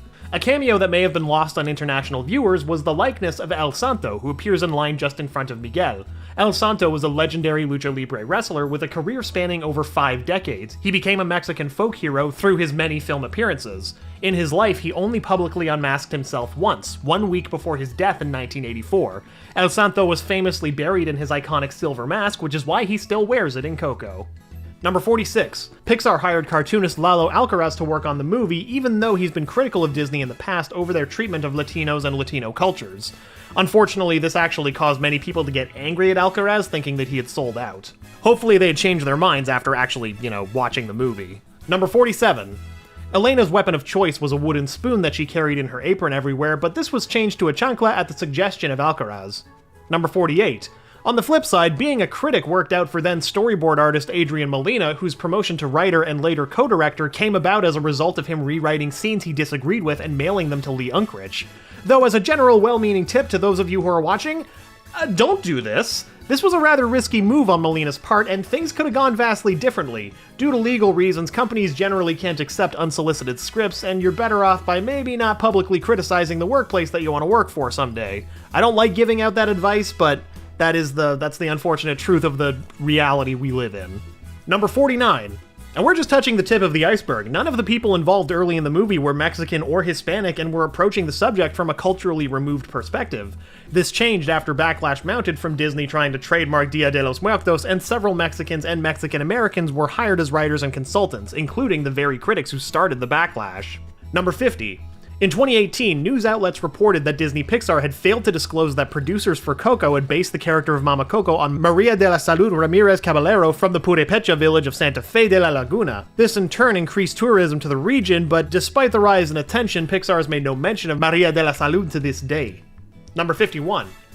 Songwriters Robert and Kristen Anderson Lopez, known for their work on Frozen, wrote the film's signature song, Remember Me. This marked the first time they composed music for a Pixar animated film. Unironically, they weren't able to be involved in the Frozen short, Olaf's Frozen Adventure, due to scheduling conflicts with Coco. Considering how the former got taken out of theaters, I think they made the better deal. Number 52. Considering the song was written by one family member to another, it might make you happy to know that Robert and Kristen Anderson Lopez are in fact a married couple.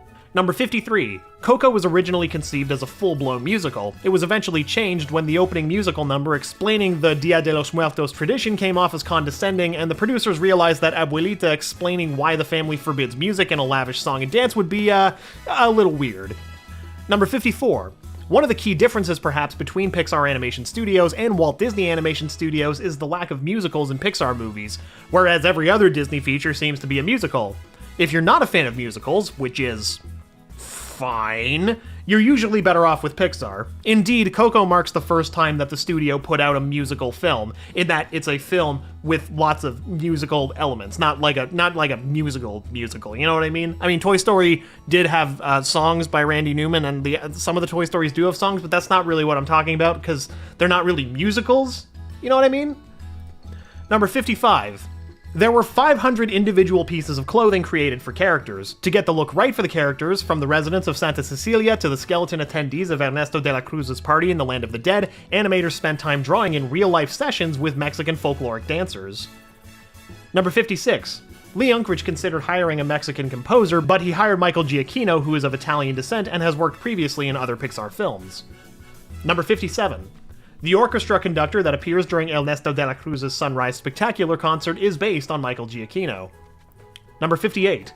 Whenever a character plays the guitar, they're actually playing the correct notes. Using videos of musicians who had cameras attached to their guitars as reference, animators were able to make the guitar playing in the movie authentic. Number 59. Miguel's design was inspired by his original voice actor Emilio Fuentes and by Adriel Arriaga, the son of a character designer. Number 60. The original premise of the movie was a Mexican-American child discovering his heritage during a trip to Mexico after the recent death of his mother. As the movie developed, everyone realized that the story was turning into the opposite of what Dia de los Muertos is about. Miguel was supposed to learn to let go of his mother and move on with his life, while Dia de los Muertos is a celebration that keeps deceased loved ones' souls alive through memory. Due to this, the creative team rewrote the premise. Number 61. The What Did I Miss spectator at the Sunrise Spectacular is voiced by director Lee Unkrich. Number 62. Co-director Adrian Molina voices the man discovering that Ernesto de la Cruz's guitar was stolen. Number 63. According to Unkrich and Molina, the most difficult element to animate was Abuelita's neck. In order to have a reference for the neck, Molina asked his mother-in-law, who lives in Mexico City, to travel to Pixar Studio, where he and Unkrich tried to make her angry to see how her neck moved. Though this proved to be more difficult than expected because Molina's mother-in-law is, according to him, quote, a woman hard to get angry, end quote. Don't worry though, after some hours, they did successfully make her mad. I wonder if she got compensated for that. Number 64. The Land of the Dead is shown to use a lot of antiquated technology. For example, an 80s Macintosh computer and walkie-talkie radios. This is fitting as that technology is obsolete and so, in a sense, dead, at least from the perspective of newer generations. Yes, video cassettes are still a thing, vinyl is making a comeback, and there was indeed a time where humanity existed before the age of the internet and Wi-Fi. As one of the few surviving individuals to have witnessed that era, I am here to tell you we survived, and it wasn't as long ago as you might think. You damn kids don't know the struggle of telling someone to get off the phone, to use the internet. No, don't drag me away. I've got more to say. You know, you couldn't use the PVR stuff. You had to get a TV guide and actually plan your evening around a TV show. Number 65. Another popular relic from the previous era that the movie references is Brad Bird's The Incredibles, which had its original release in 2004. When Miguel and Hector arrive in Ernesto de la Cruz's plaza, you can spot a poster for The Incredibles 2 in the middle of celebration. We know that's kind of a long period in between an original and a sequel, but hey, ask James Cameron. His Avatar film series has been in the making for over 13 years at this point, and 4 sequels just got announced, like a few days ago? Still need to see who they cast as Toph, though. That joke gets funnier every time I make it. Number 66. When Miguel is running to the plaza to shine shoes, he passes some piñatas for sale. They include Woody and Buzz from Toy Story and Mike Wazowski from Monsters, Inc. Number 67. A skeleton is shown wearing Sid's skull shirt from Toy Story. This has launched fan theories about Sid, but if I may editorialize a little bit, not everything has to be connected. Number 68. Pepita's species, alebrijes, are small figurines made out of paper mache and carved out of wood that represent mythical animal hybrids. Adrian Molina and the Pixar team came across these brightly colored sculptures while doing research for the film and were immediately smitten with them. Number 69. In the novelization, Pepita was around the Riveras as Imelda's pet cat. Even years later, she was observing Miguel with his great-grandmother while strolling the streets. While visiting the land of the living, Pepita takes the form of a common house cat. According to the film's novelization and the book Miguel and the Amazing Alebrijes, this was her original form before she became an alebrije. Number 70. Originally, the film's producers considered making Pepita a Xolo dog, but from an artistic point of view, opting to make her an alebrije opened up all sorts of exciting possibilities. Before Pepita was introduced, a stall selling alebrije sculptures in Santa Cecilia featured a look-alike sculpture of her. Number 71. The first alebrije to appear when Miguel first crosses the bridge is a large feathered serpent. This is possibly a nod to Quetzalcoatl, also known as the Kukulkan or Cucumats, a prominent deity in several Mesoamerican cultures. This deity had a temple built in his honor called El Castillo, located in the ancient city of Chichen Itza, which is one of the wonders of the modern world. The step pyramid also resembles the structure that the creature lands on that connects the marigold bridges. Number 72. Dante's breed is known for its lack of hair and rough skin. Due to a genetic trait, Xolo dogs also regularly lose teeth, and as a result, their tongues often slip out of their mouths, which was incorporated into Dante's design. His tongue was animated using the same technology used for Hank the Septopus in Finding Dory and the titular character from the Pixar short, Lou. Number 73. Dante is the second dog to play a major part in a Pixar film by accompanying the main protagonist on an adventure. The first was Doug and Up. Scud and Buster from Toy Story don't count. Number 74. A few days after winning the Oscar for Best Animated Feature, Darla K. Anderson left Pixar after working there for 25 years, making this the last Pixar film produced by her. Number 75. Ernesto throws Miguel into a cenote in order to keep Miguel from ruining his fame. In ancient Mayan civilization, priests would throw children, among other things, into cenotes as a sacrifice to their gods in exchange for rain and healthy crops. Number 76. In the deleted scene, Dia de los Muertos, it features a group of people singing a calm ballad before turning it over the top and thereby denigrating the meaning of the holiday. This could be interpreted as foreshadowing to how Ernesto denigrated Hector's song Remember Me from a personal family song into a flashy production of a song meant to bolster his fame. Number 77. In an early story draft, Miguel traveled to the land of the dead with Ernesto's guitar and needed it to go home. Unfortunately, the guitar had also cursed Miguel's dead relatives to sing every time they tried to talk, so they wanted to destroy it, thus making them the antagonists of the movie. This was changed, however, after Ernesto and Hector were developed in the way that we know them. And I'm glad it did, because it would have been a weird decision to have the antagonists be the family members in a movie about connecting and loving your family. Number 78. In the scene where Miguel tries to get Coco to remember Hector and sings Remember Me for her, Anthony Gonzalez was actually in tears, as was I! Number 79. And in case we haven't got you crying enough by now, when Miguel plays Remember Me to Mama Coco in a desperate attempt to get her to remember her father, she joins in at almost exactly the same point she did when Hector sang it to her as a young girl earlier in the film. Number 80. There are in fact real studies showing how music can help dementia and Alzheimer's patients to remember certain episodes of their lives, most notably in the work by British neuroscientist Oliver Sacks. Number 81. Miguel learns how to play the guitar from watching Ernesto de la Cruz's old movies on video. According to co-director and screenwriter Adrian Molina, this is based on his own childhood in the 1990s, where he recorded old and new episodes of The Wonderful World of Disney on TV and yearned for a better life as a result. Number 82.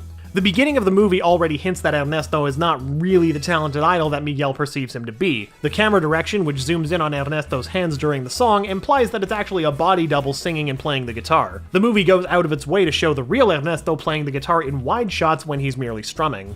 Number 83. The character of Ernesto de la Cruz is based on the Mexican icon Pedro Infante. In fact, the second last name of Infante was Cruz. In addition, Ernesto's last name, de la Cruz, is also a reference to another Pixar character, Cruz Ramirez from Cars 3. In addition to that, a cartoon of Pedro Infante appears in the film and even interacts with de la Cruz.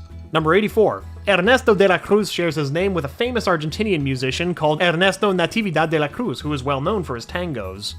Number 85.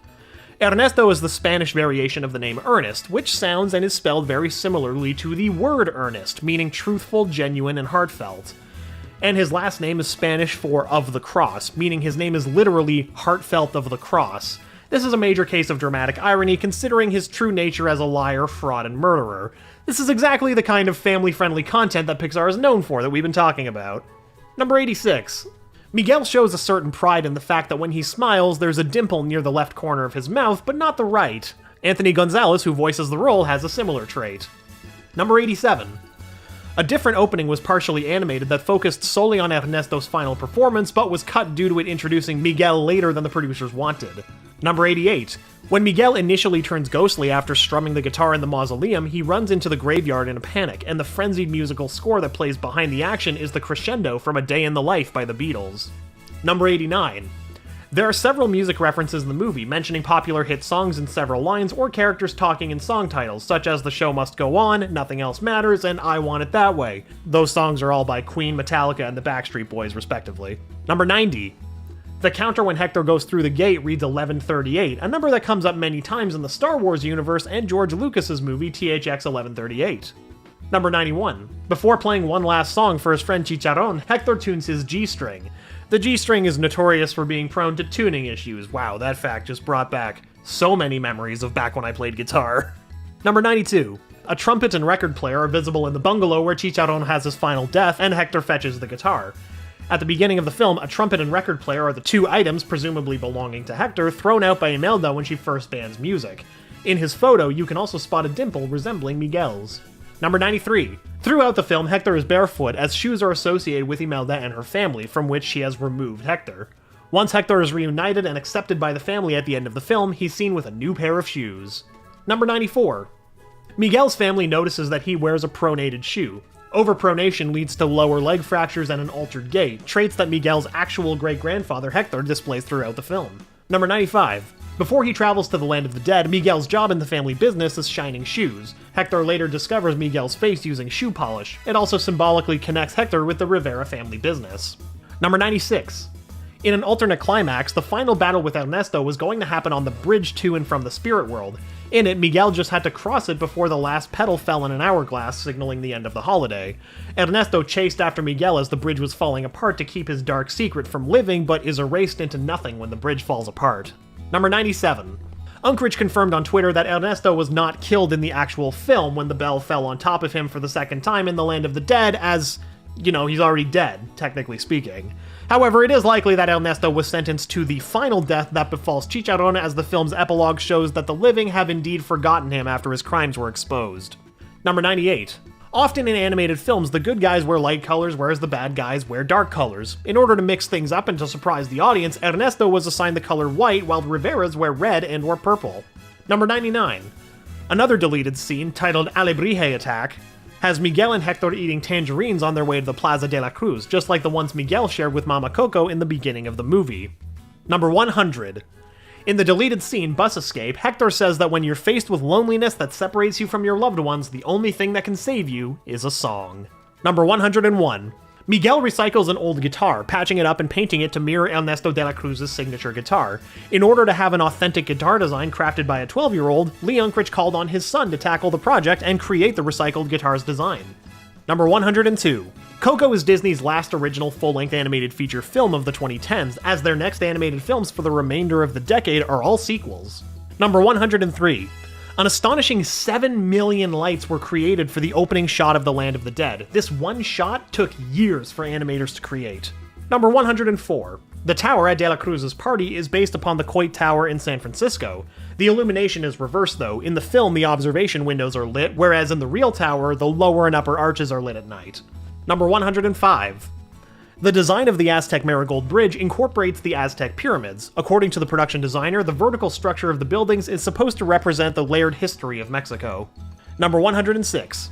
In Mexican tradition, the ofrenda is an altar that pays tribute to the dead. Within the film, it aids the deceased who can be remembered. However, there is an existing ofrenda tradition that remembers and pays tribute to the dead who have been forgotten. This tradition was left out of the film as it would have derailed the plot. And number 107.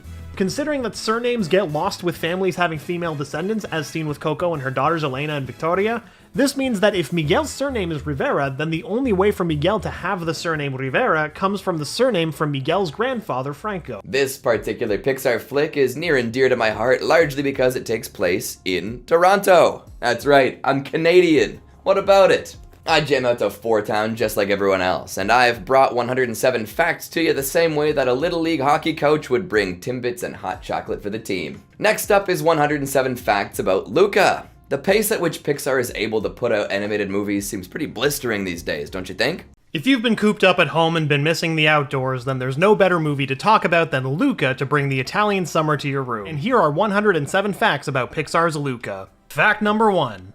Luca is set in the late 1950s to early 1960s. Director Enrico Casarosa drew from his own childhood for the setting and vibe of the movie. Growing up in Genoa, it's not hard to see why he chose it as an inspiration for the movie's setting. Number 2. Casarosa's best friend from childhood is named Alberto Surace, who inspired Luca's friend Alberto Scorfano. Number 3. Alberto Surace is the voice of one of the fishermen in the movie's Italian dub. Number 4. Luca's shy and reserved personality is based on Enrico Casarosa's. Number 5. As is tradition for many of these animated features, the creative team traveled to Italy where they explored Italian culture and places of Casarosa's own boyhood summers, including the Cinque Terre towns, which became a big inspiration for Porto Rosso and the final art of the movie. The tradition being that they went on location to research, not that every team gets to go to Italy. Number 6. Out of all of the characters, Luca is said to have the biggest eyes. This is because he's said to lead with his eyes, which illustrates how he experiences and engages with the world around him. Number 7. The handmade and storybook style of the sea monster scales seen throughout the movie was inspired by paper models, fabric costumes, and sculptures. Number 8. Sea monster Luca is inspired by reef fish. Their agility and elegant swimming inspired Luca's round shapes and fluid lines. Number 9. The overall designs of the sea monsters, including the adult sea monsters, were inspired by scientific illustrations, hand-carved folk art, Japanese prints, and early sea maps. Number 10. When sea monsters become older, their bodies grow akin to those of iconic sea monsters of antique sea maps when people hadn't charted the whole world and were just like, oh, there must be monsters over there, with the longer coiled tails and larger fins. Number 11. The fish that Luca talks to at the beginning of the movie is called Enrico, named after the director. The writer of this line, Jesse Andrews, didn't think it would actually make it into the movie. Number 12. Luca's uncle Ugo represents the deep, and Luca never getting to see Alberto again. Number 13. The designs of the homes underwater are based on Italian trullo homes, which can be found in Puglia in South Italy. Trullos are dry stacked houses with conical roofs. Number 14. The interiors of the sea folk homes are supposed to reflect a hybrid of human and non-human dwellings. This was achieved by blending elements of human interior architecture with natural underwater environments. The bands of rounder rocks in Luca's home line up with the plaster roof, wall rocks serve as shelf spaces and handholds, and rock layers bend to form spiral doorways. Other organisms like mussels, barnacles, and seaweed grow on the sides of the kitchen table where the family is seen dining. Number 15. The design of the world underwater is characterized through rounded organic shapes and elegant sweeping curves, and abstract cool backdrops based on the innate properties of water. Number 16. Alberto's design is based on open water fish like swordfish or tuna. Both of these are strong and powerful and have a silvery quality that allows them to camouflage in open water. Alberto was designed in sharper forms in order to reflect his personality, made noticeable by his spiky spines and sharp scallops. In contrast to Luca, Alberto is an erratic swimmer, threatening to swim impulsively and change directions at any moment. Number 17. Alberto's surname, Scorfano, is Italian for redfish. Number 18. Giulia's edgy, confident, and competitive personality is reflected through her triangular-shaped design. Number 19. Giulia has her nose as well as her hand-me-down pants from her father, Massimo. Massimo wore these pants in his own childhood. Number 20. Originally, Luca's surname was going to be Porto Rosso, but this was changed to Paguro later and the town got Porto Rosso. Number 21. Porto Rosso means red port, which aligns with the warm color palette of the town. Number 22. The warm and earthy colors of Porto Rosso and its inhabitants is supposed to contrast the cooler color palette of the underwater world. Number 23. To conceive the feel and look of a storybook or theater play, the production designers moved away from realism and instead exaggerated and reduced the numbers of various architectural elements in the environmental design. Born was the Piazza of Porto Rosso, with its 3 sides of buildings opening up to the sea and a big abundance of doors, windows, and laundry in Italian fashion. Number 24. Everything is vertical in Porto Rosso, which is based on the real architectural state of the Cinque Terre towns, which are perched on steep hills between mountains and sea and were built on impossible ridges.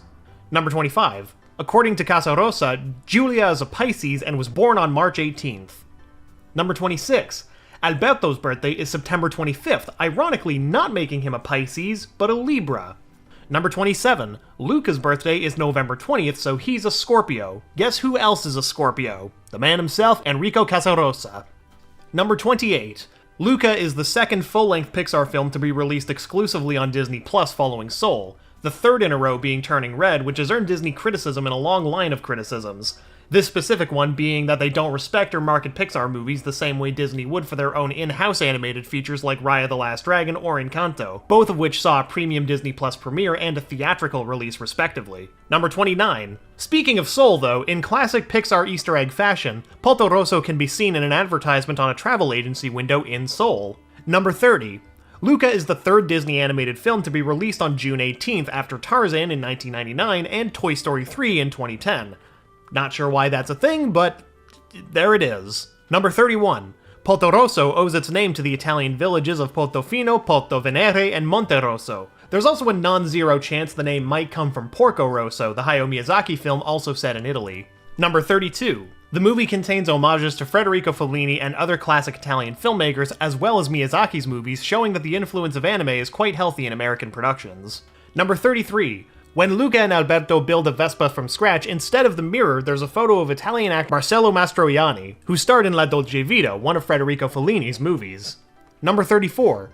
The end credit sequence showing sketches of everyone's future adventures is very similar to the end credit sequences of many Studio Ghibli movies, like Kiki's Delivery Service and My Neighbor Totoro.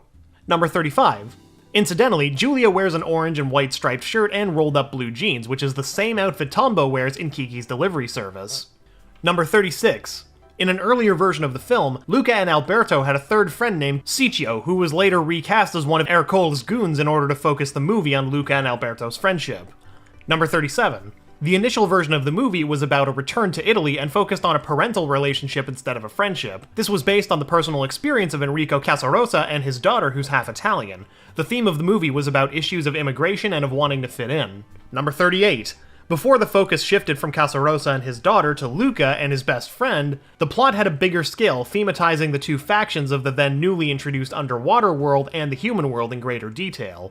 Number 39. According to Casarosa, Luca and Alberto were on a bigger quest of permanently becoming humans by looking for and using magical tokens. The climax saw Alberto turning into a kraken that would destroy most of Porto Rosso, with Luca protecting and defending him, but as the focus of the movie's story shifted, this monster movie ending was scrapped in exchange for the smaller scale ending we got in the final version. Number 40. The Vespas portrayed in the movie were the models from around 1959, cementing the late 50s, early 60s setting. Number 41. The headline of the newspaper that Giulia gives to her father Massimo in the film reads Mostro avvisato all'isola, which translates to monster spotted on the island in English. Number 42.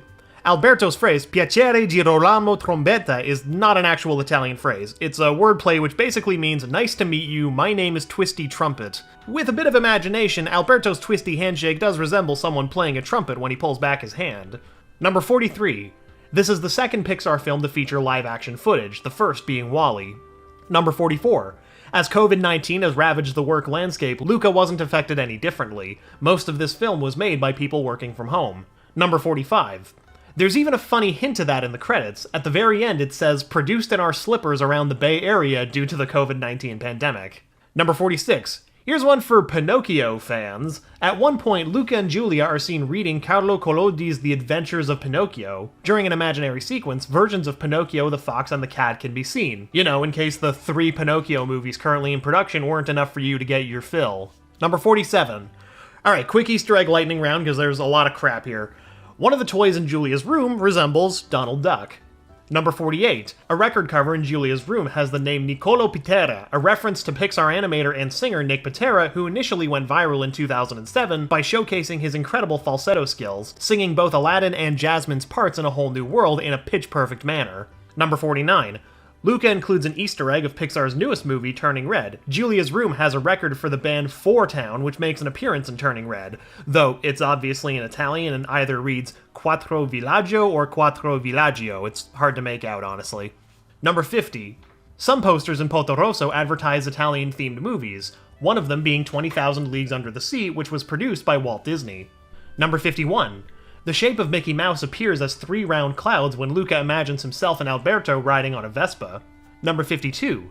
The Pizza Planet truck, first seen in Toy Story, makes an appearance during the bike chase between Luca, Alberto, Ercole, and Giulia. However, it has 3 instead of 4 wheels. This is because it's modeled after a Piaggio Ape, a smaller, lightweight commercial vehicle ideal for narrower roads common in Italian villages.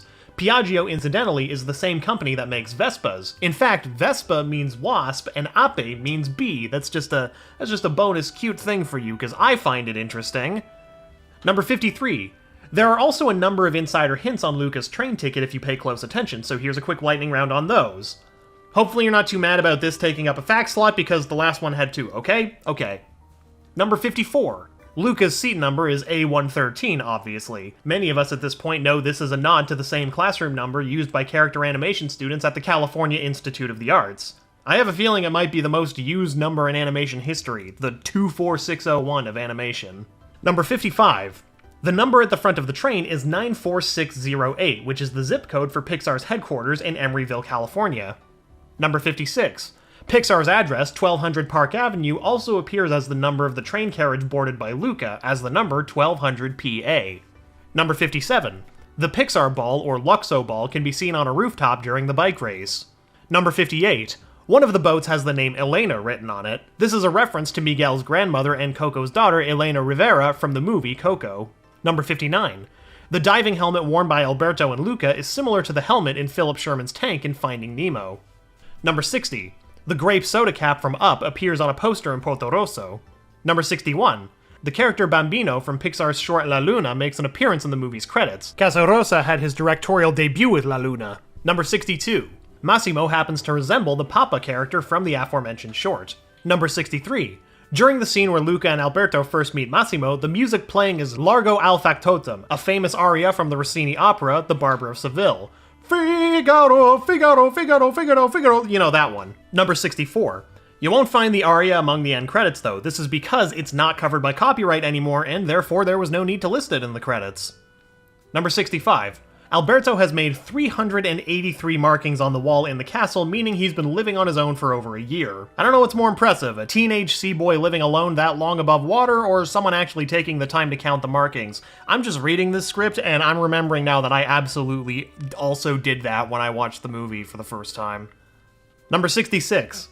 The favorite pasta dish in Massimo Marcovaldo's house is trenette al pesto. It's the flagship dish of Genoa, where Casarosa is from. Simply spaghetti mixed in with pesto sauce and some presto pesto. Number 67. When Luca falls off his bike and hits his head, he sees anchovies and not stars because he was told by Alberto that stars are in fact anchovies. Number 68. There's a running gag involving Giulia's exclamations, which always include the word Santo or Santa followed by the name of a cheese, so she's saying things like Saint Pecorino and whatnot. Number 69, and just in case you're curious, all the holy cheese variations that Giulia comes up with whenever she's surprised at something are Santo Gorgonzola, Santa Mozzarella, Santa Ricotta, and Santa Pecorino. Number 70. The kites that Luca and Giulia fly are the same design that Leonardo da Vinci used for his unbuilt flying apparatus, a theoretical precursor to the modern airplane. Number 71. The background voice artists who provided the voices for the kids in the movie were recorded by local children in Italy. Number 72. Ercole's boat is named Focaccia. Focaccia is a delicious thin bread typical of the Liguria region, especially Genoa. Number 73. Luca works as a fish shepherd, with 24 fish that he looks after. This film is marked as the 24th feature in a movie that Pixar has created. Number 74. While it might be their 24th movie, Luca also celebrates Pixar's 35th anniversary. Number 75. Grandma Paguro sleeps with her eyes open, which is not uncommon for fish to do in real life. Number 76. The movie shares similarities with The Little Mermaid, which you might think might be a given because of the sea folk topic, but we wanted to mention it just in case. In fact, Luca's voice actor, Jacob Tremblay, will be the voice of Flounder in the live-action version of The Little Mermaid. Number 77. Luca's sea creature form has 3,436 scales on his body. Number 78. Giulia says that the telescope belongs to Old Man Bernardi. This is a reference to set supervisor Chris Bernardi, who is interested in astronomy and owns 6 telescopes. Number 79. When Luca is imagining the fun of riding a red Vespa in a wheat field, green and white Vespas emerge from the wheat fields as well, representing the colors of the Italian flag.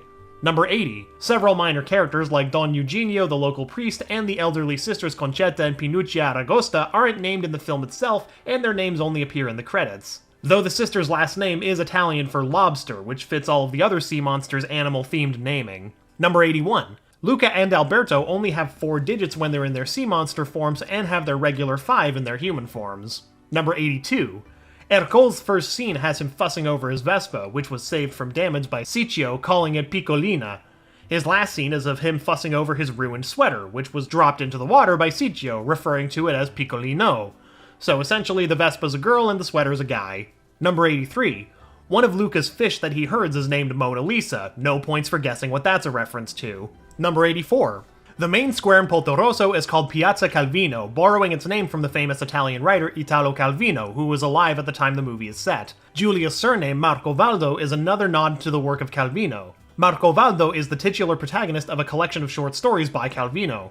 Number 85. When Luca and Alberto first swam to Porto Rosso, you can see a bike in the background on the seafloor. This is the same bike Luca uses in the Porto Rosso Cup. Number 86. Before the boys actually meet, human Alberto appears in Luca's daydream as the distorted figure on the boat. Number 87.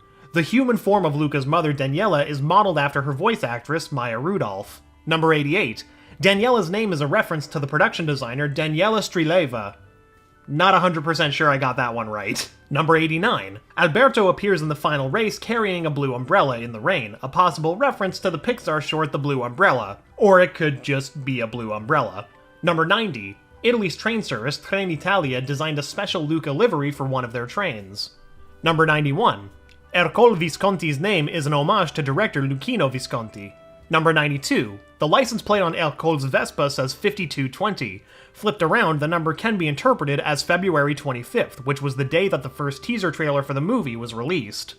Number 93. The trailer shows a small scene between Ercole and Guido, which was exclusively made for the trailer and does not appear in the movie. Number 94. Saverio Raimondo, who voiced Ercole Visconti, Gino LaMonica, who played Tommaso, and Giacomo Giannotti, the voice of fisherman Giacomo, reprised their roles for the Italian language dub of the film. Giacomo Giannotti also played Dr. Andrea De Luca on Grey's Anatomy. Number 95. In an earlier version, Ercole's last name was Baggio instead of Visconti. Number 96. Signore Marseliese, who represents the pasta company and organizes the race, is named for the movie's art director, Diana Marseliese. Number 97. Even though it's not stated in the movie, the first name of Luca's grandmother is thought to be Libera. Libera was the name of Enrico Casarosa's own grandmother. He never told this to anyone, however, and during production she was just referred to as Grandma instead. Number 98. When Giulia rides on her bike through Porto Rosso, a man is holding a baby in his arms. The color of the cloth the baby is swaddled in is an Easter egg to Baby Riley from Pixar's Inside Out. Normally I'd cry foul at this one and say it's just a baby, but Casarosa himself pointed out this Easter egg on Twitter. Number 99. Did you know that the creative team referred to Luca's wisp of hair on his forehead as his croissant? Alberto's hair was referred to as an ice cream cone. Number 100. According to Enrico Casarosa, Giulia's parents are amicably separated rather than divorced. Number 101. Luca was not the first member of his family to go beyond the water's surface. As implied in the movie, his grandmother and parents had tried the change before him. But there's another family member that did too, his uncle Ugo. However, when he went above the surface, he almost got killed, so he reformed and removed himself from the surface as far as possible to live an ascetic life of deprivation in the deep. Number 102. In initial story development, the writers considered Luca's father Lorenzo and Ugo to be twins, believing that could be funny but simplified it to keep things easy to follow. Number 103. Remember when we said that Ugo is a representation of the deep? For those of you wondering whether Ugo always looked this way, the answer is no. His appearance was affected by the deep. Considering Luca's dread when he was confronted with spending time in the deep, we can't blame him. Number 104. Ugo is a little older than Lorenzo. Number 105. Wondered about the name of the boy frequently seen with ice cream in his hand? Well, turns out his name is Gelato Kid. Dang, imagine being named that and not liking gelato. Number 106. According to Casarosa, there is no sequel in the works at this point in time, but he doesn't exclude the possibility for one in the future, because, would be nice for him to have a job lined up after such a cute movie. And number 107, but don't worry, we've got this for you. On November 12th, 2021, Pixar released the short Ciao Alberto, which serves as a sequel that follows the relationship between Alberto and Massimo. You didn't think I'd forget Soul, did you?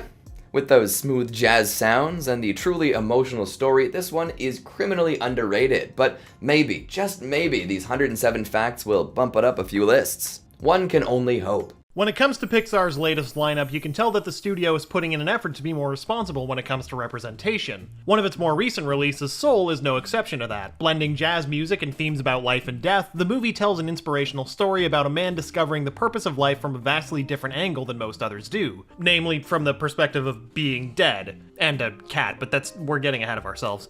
One thing's for sure, Soul has something for everyone, but what you take away from the movie is up to you. Number 1. Joe Gardner, played by Jamie Foxx, is Pixar's first black lead character in their, at the time, 23-film lineup. Not many of Pixar's films have human leads, but it still feels like a long overdue gesture. Soul is also the first Pixar movie with a majority black/African-American cast of characters. Number 2. According to Pete Docter, who co-wrote and co-directed the film with Kemp Powers, the movie was inspired by the emotional turbulence he experienced after writing and directing Inside Out. Going from emotions to soul feels like a pretty natural evolution.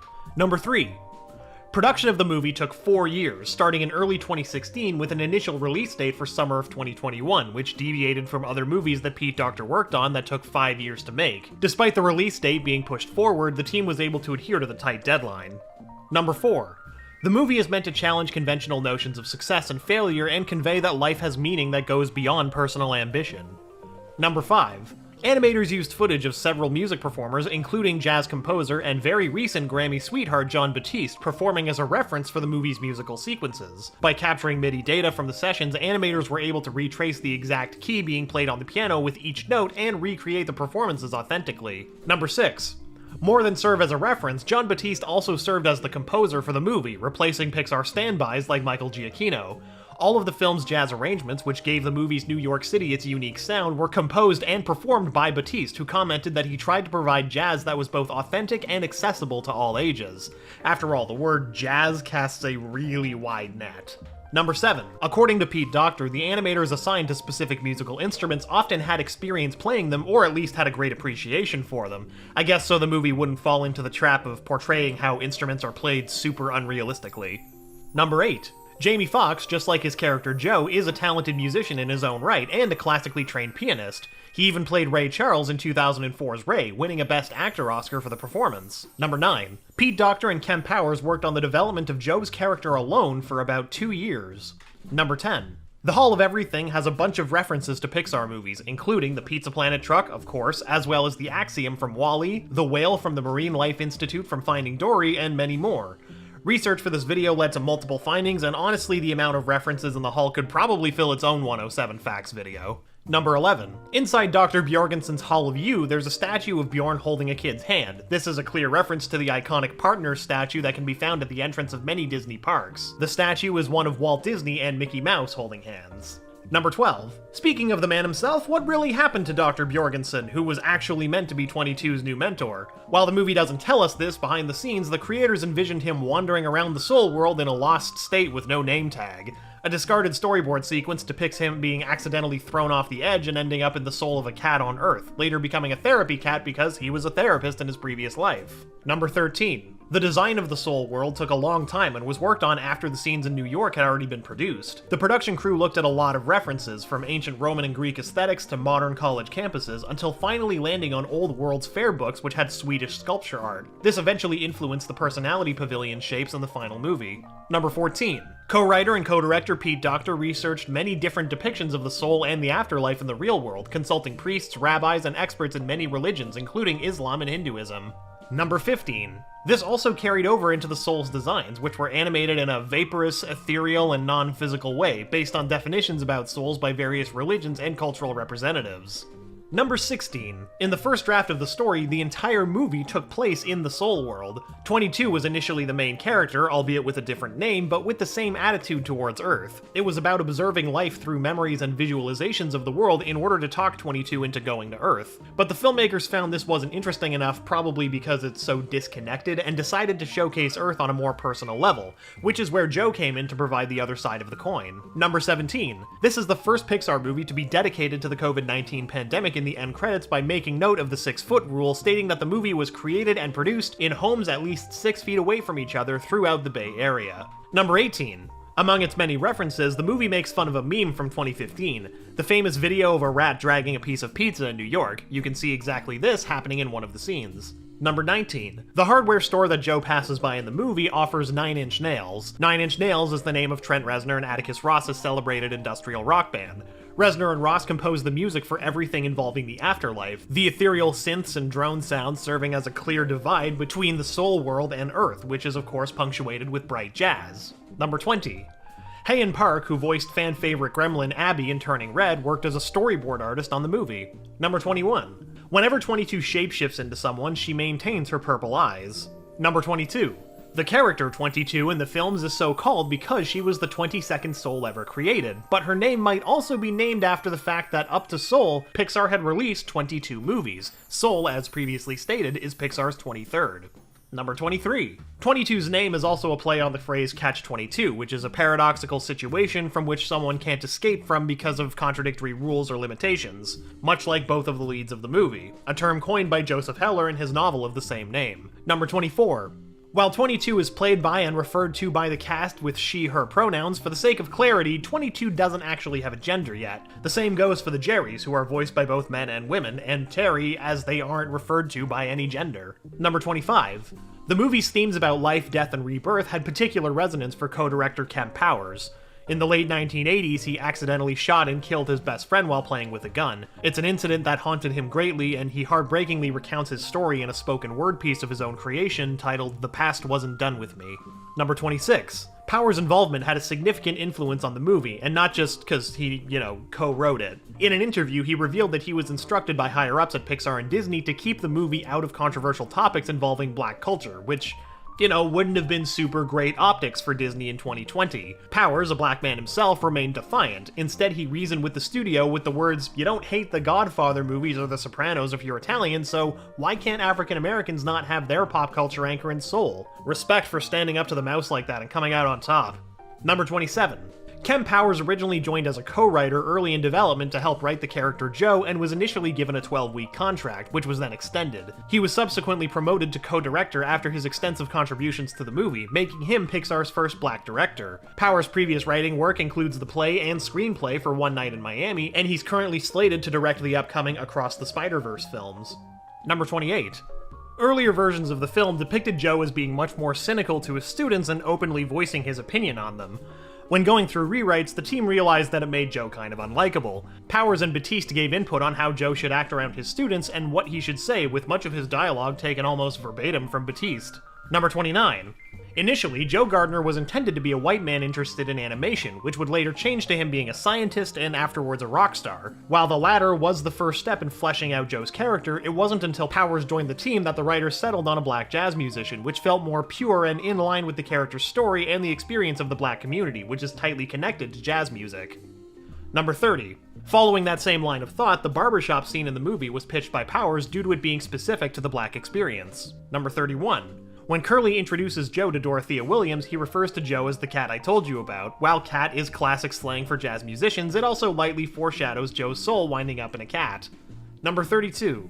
Dorothea Williams is played by Angela Bassett, who had a cameo appearance in Pixar's 22nd movie, Onward. In that movie, Williams' name pops up on the cover of a vinyl record. Number 33. The story about the fish that Dorothea tells Joe is similar to a commencement speech that David Foster Wallace gave called This Is Water, which explores similar themes of mindfulness and breaking out of a tedious, repetitive life. Number 34. On season 29 of Dancing with the Stars, Nelly and his pro-dance partner, Daniela Karagach, danced to the song It's All Right from Soul for that season's Disney-themed night. This was on September 28, 2020, 3 months before the movie's release. Number 35. When Soul was first announced, Daveed Diggs was in the cast list as Joe's antagonistic neighbor, but later Diggs joined the film as a consultant as the story started changing. All of the scenes between Joe and his neighbor disappeared, and a new scene in the barbershop grew into the missing space. Number 36. Ironically, Diggs' character Paul mocks Joe's musical ambitions as a dead end, while Diggs is a successful actor and rapper himself. Diggs is perhaps best known for his work as Thomas Jefferson and the Marquis de Lafayette in Hamilton. Number 37. The studio established an internal culture of trust consisting of black Pixar employees and people from the black community acting as external consultants that oversaw multiple aspects of the movie to ensure its authenticity. Number 38. The subway scene features a reference to the fictional company Brang, which is the startup company of Riley's father from Inside Out. Number 39. Tina Fey, who's the voice of 22, frequently collaborates with Amy Poehler, who voiced Joy in Inside Out, which was also directed by Pete Docter. Number 40. Tina Fey also contributed to the screenplay, helping to write her character's lines, though most of the movie's lines were read directly off the script with only a few improv takes in between. Number 41. A broccoli pizza from Inside Out appears among the pizzas when Joe tries to show 22 the joys of life. I wonder if he'd consider broccoli pizza a joy of life instead of the assault on human decency that it is. Much like pineapple, I will accept no questions on my stance at this time or any time. Number 42. The hospital room that Joe and 22 jump into on their way out of the hospital is room number P742, a reference to P. Sherman 42 Wallaby Way from Finding Nemo. Number 43. The subway station scene also shows that the train has the number 2319 on most of its coaches. 2319 is a code that previously appeared in Pixar's movie Monsters, Inc., which signified child contamination and served as a warning for quarantine. While in today's world, self-quarantine surely isn't a bad thing to do, though we wouldn't recommend that you use that code to warn others on the off chance of someone from your circle having foundational knowledge on a number from a Pixar movie. Number 44. A sports commentator in the movie makes a reference to the New York Knicks by mentioning them losing yet another game. This isn't too far off, considering the Knicks have a really bad track record in real life. Sorry, Knicks fans, we're just stating facts. They're not an NBA team, but I'm an Ottawa Senators fan, so you can make fun of me for that. Number 45. In the U seminar, Soul number 108,210,121,415 is introduced. In case you're wondering why they went with that number, it's because it's the same number of people ever born in human history at the time, as estimated by the Population Reference Bureau. It's kind of impossible to get an exact number on this. But it really puts things into a new perspective when you think about 22 being one of the earliest souls in existence and having been stuck in the soul world practically since the beginning of humanity. Number 46.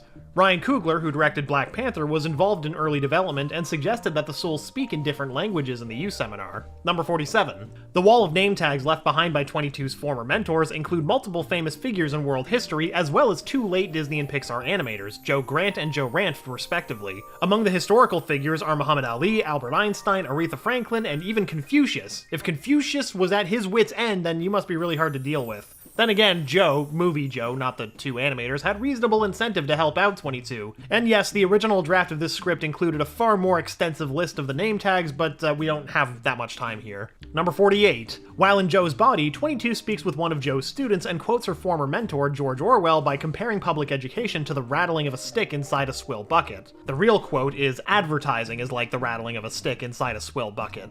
Number 49. One historical figure who didn't make it into the movie is Rasputin, the Russian mystic who was notoriously hard to kill for those who opposed him, surviving getting stabbed, poisoned, shot, and then shot in a separate incident before finally dying and being dumped into the Myalenevka River. The filmmakers wanted to include this fact as a gag in the movie by having Jerry alluding to it when she talks about how the Count hasn't been off in centuries. The joke was deemed too dark and not a lot of people got it, so it was cut. Number 50. This is the first full-length Pixar movie to be released exclusively on Disney Plus without a theatrical debut, a practice Disney would continue for subsequent Pixar releases like Luca and Turning Red, garnering criticism that Disney supposedly doesn't treat Pixar with the same respect as they do for their in-house releases like Encanto and Raya and the Last Dragon, which both saw theatrical releases alongside digital rollouts. Number 51. Soul is Disney's second large-scale animated feature to be preceded by the Disney Plus original logo due to it being released as a Disney Plus original movie. The first being Phineas and Ferb the movie, Candace Against the Universe. Number 52. The Chinese takeout box that appeared on the hedge fund manager's desk is the same one that appeared in previous Pixar films like A Bug's Life, Ratatouille, and Inside Out. Number 53. This is the second Pixar movie to have a post-credit scene play after the production logos instead of before. Number 54. This is Pixar's first movie to be released on Christmas. Number 55. This is also the first Pixar movie to have the title card appear at the end of the movie. Number 56. The tailoring business owned by Joe's family is based on the real-life Advanced European Tailoring Shop in Berkeley, California. Number 57. Pixar voiceover legend John Ratzenberger has voiced in every single Pixar movie up to Soul, landing him at a proud 22 roles and cameos. But in Soul, unlike his past appearances, he has no credit because you don't hear him, but you see him on screen this time. You can spot his likeness when Joe and 22 are running through the subway. After going through the turnstiles, they run past a man with a white business shirt and red tie that turns and watches them. This has been confirmed to be a likeness created of John Ratzenberger to keep up his continued Pixar appearances.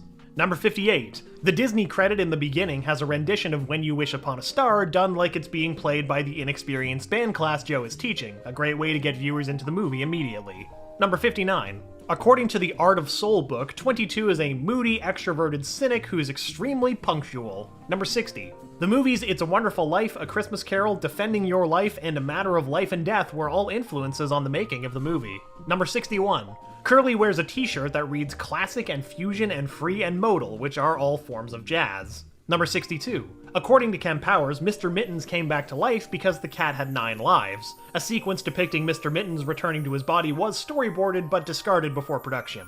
Number 63.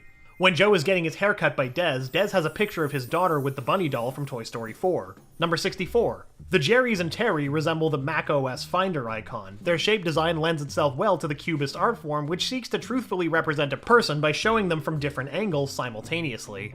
Number 65. Animators created 2 designs for the Souls, one for the new Souls and the Great Before, and one for Mentor Souls, which feature more distinctive characteristics due to having been on Earth already. Animators also created a distinctive design for 22, as the character hadn't been on Earth but had begun to evolve. Number 66. Ignoring the final shot, the entire movie takes place within a single day. Number 67. Jamie Foxx cried when he recorded the last line of dialogue in the movie when Joe says, "I'm gonna live every minute of it." Number 68. When Joe and 22 are on the subway train, 22 finds a cup under the seat that's still got some stuff inside. Her exclamation of, "Can you believe it? It's half full," is a fun reference to 22's newfound optimism. Number 69. Mr. Mittens has calico coloring, which can only occur with 2 X chromosomes in female cats, with very few exceptions. Since Mr. Mittens is not female, this makes him a 1 in 3,000 anomaly. Number 70. Along with Hamilton and Wonder Woman 1984, this was one of the most watched straight-to-home viewing movies released on a streaming service in 2020. Number 71. One of the characters says that they're playing a sarasvati. This is a stringed instrument that's an ancestor of the sitar and is popular in southern India. Number 72. The Mystics sail around to the tune of Subterranean Homesick Blues, a song by Bob Dylan, notable for its unique lyrical composition of the time and the music video featuring Dylan rapidly swapping cards with the lyrics on them, featured in the 1967 documentary Don't Look Back. Number 73. The name of the cat therapy service Mr. Mitten works for is called Feline Better, a play on feeling better. Number 74. The storyboard team created approximately 73,811 storyboards during the movie's development. Number 75. In the Hall of Everything, the monuments, which include a Japanese pagoda, Big Ben, the Eiffel Tower, the Golden Gate Bridge, El Castillo, and Chichen Itza, and a First Nations totem pole from Canada, correspond to the country pavilions in the World Showcase at Epcot. You can also see Cinderella's castle in the background. Number 76. The name of the group Mystics Without Borders is a play on the real-life organization Médecins Sans Frontières, aka Doctors Without Borders. Number 77. The Half Note Jazz Club is modeled after the famous Village Vanguard Jazz Club in New York City. Number 78. Right after Joe and 22 enter Just a Box, there's an outline of the original Disney Railroad passenger cars in the back left. Number 79. When 22 is listing her mentors, one of them is Marie Antoinette. She's seen with only her head because she was beheaded during the French Revolution. 22 is also offering cake because it's often misquoted that Marie Antoinette said let them eat cake when she was told that the people of France were starving. While it's most certainly true that Antoinette's wealth had made her out of touch with the plight of the peasants, the quotation itself, originally qu'il mange de la brioche, first surfaced in Jean-Jacques Rousseau's Confessions, written in 1765, long before Antoinette supposedly said it herself in 1789. Number 80. In The Barbershop, one of the characters is an homage to former NFL quarterback Colin Kaepernick, who received national attention in 2016 when he began kneeling for the national anthem in protest of police brutality and America's unjust treatment of black people. Since then, Kaepernick has become a major activist and champion for the rights of black people as well as police and prison abolition. Number 81.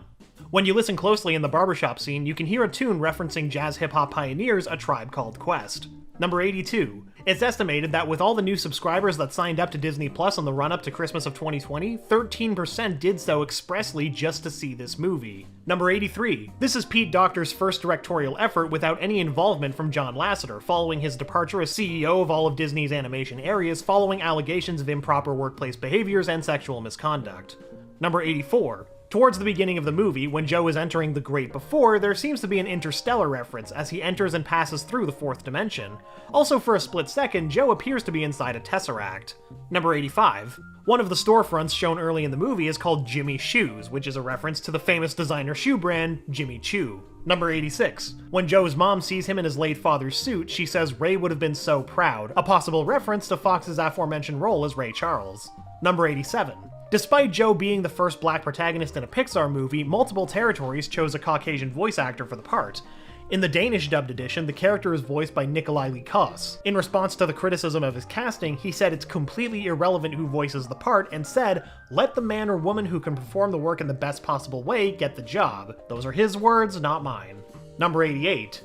The movie also earned criticism for having its black character turn into something and not be shown in their regular form for the majority of the movie, a trope that's suspiciously common when it comes to black protagonists. One of the go-to references for the use of this trope is Disney's The Princess and the Frog, where both main characters of color are depicted as frogs for a majority of the movie. Another notable example from around the same time is Spies in Disguise, which sees Blue Sky's first black protagonist, Lance Sterling, played by Will Smith, turn into a bird for most of the film's runtime. Of course, this trope isn't the case for every movie with protagonists of color, but it does seem to disproportionately affect them.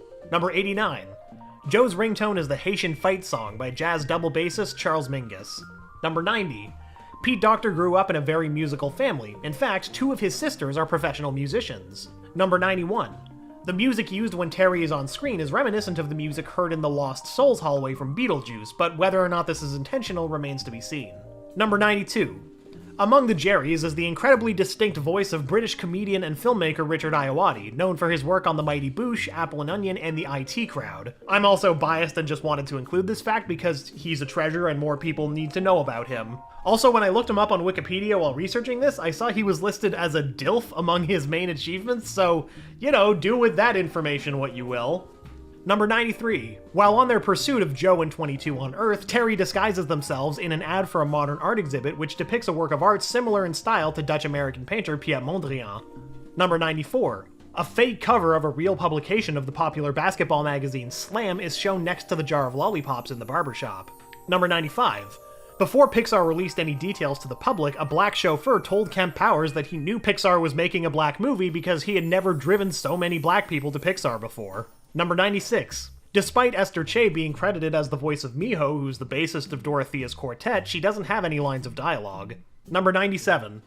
According to Powers, the last line of the movie was originally written to be, "I'm not sure, but I know I'm going to enjoy every minute of it." This was later changed to, "I'm not sure, but I know I'm going to live every minute of it." This is because an animator pointed out to him that life also has painful moments that we still have to live through. Powers found the revised final line more profound. Number 98. The movie had 2 alternate endings, one of which included Joe accepting his fate and calmly entering the great beyond. This was scrapped because everyone felt that it was robbing him of the chance to live life with a different perspective after everything he learned during the movie's events. Number 99. In another alternate ending, Joe was touring with Dorothea and teaching students privately on the side. 22 was a new student and Joe recognized her.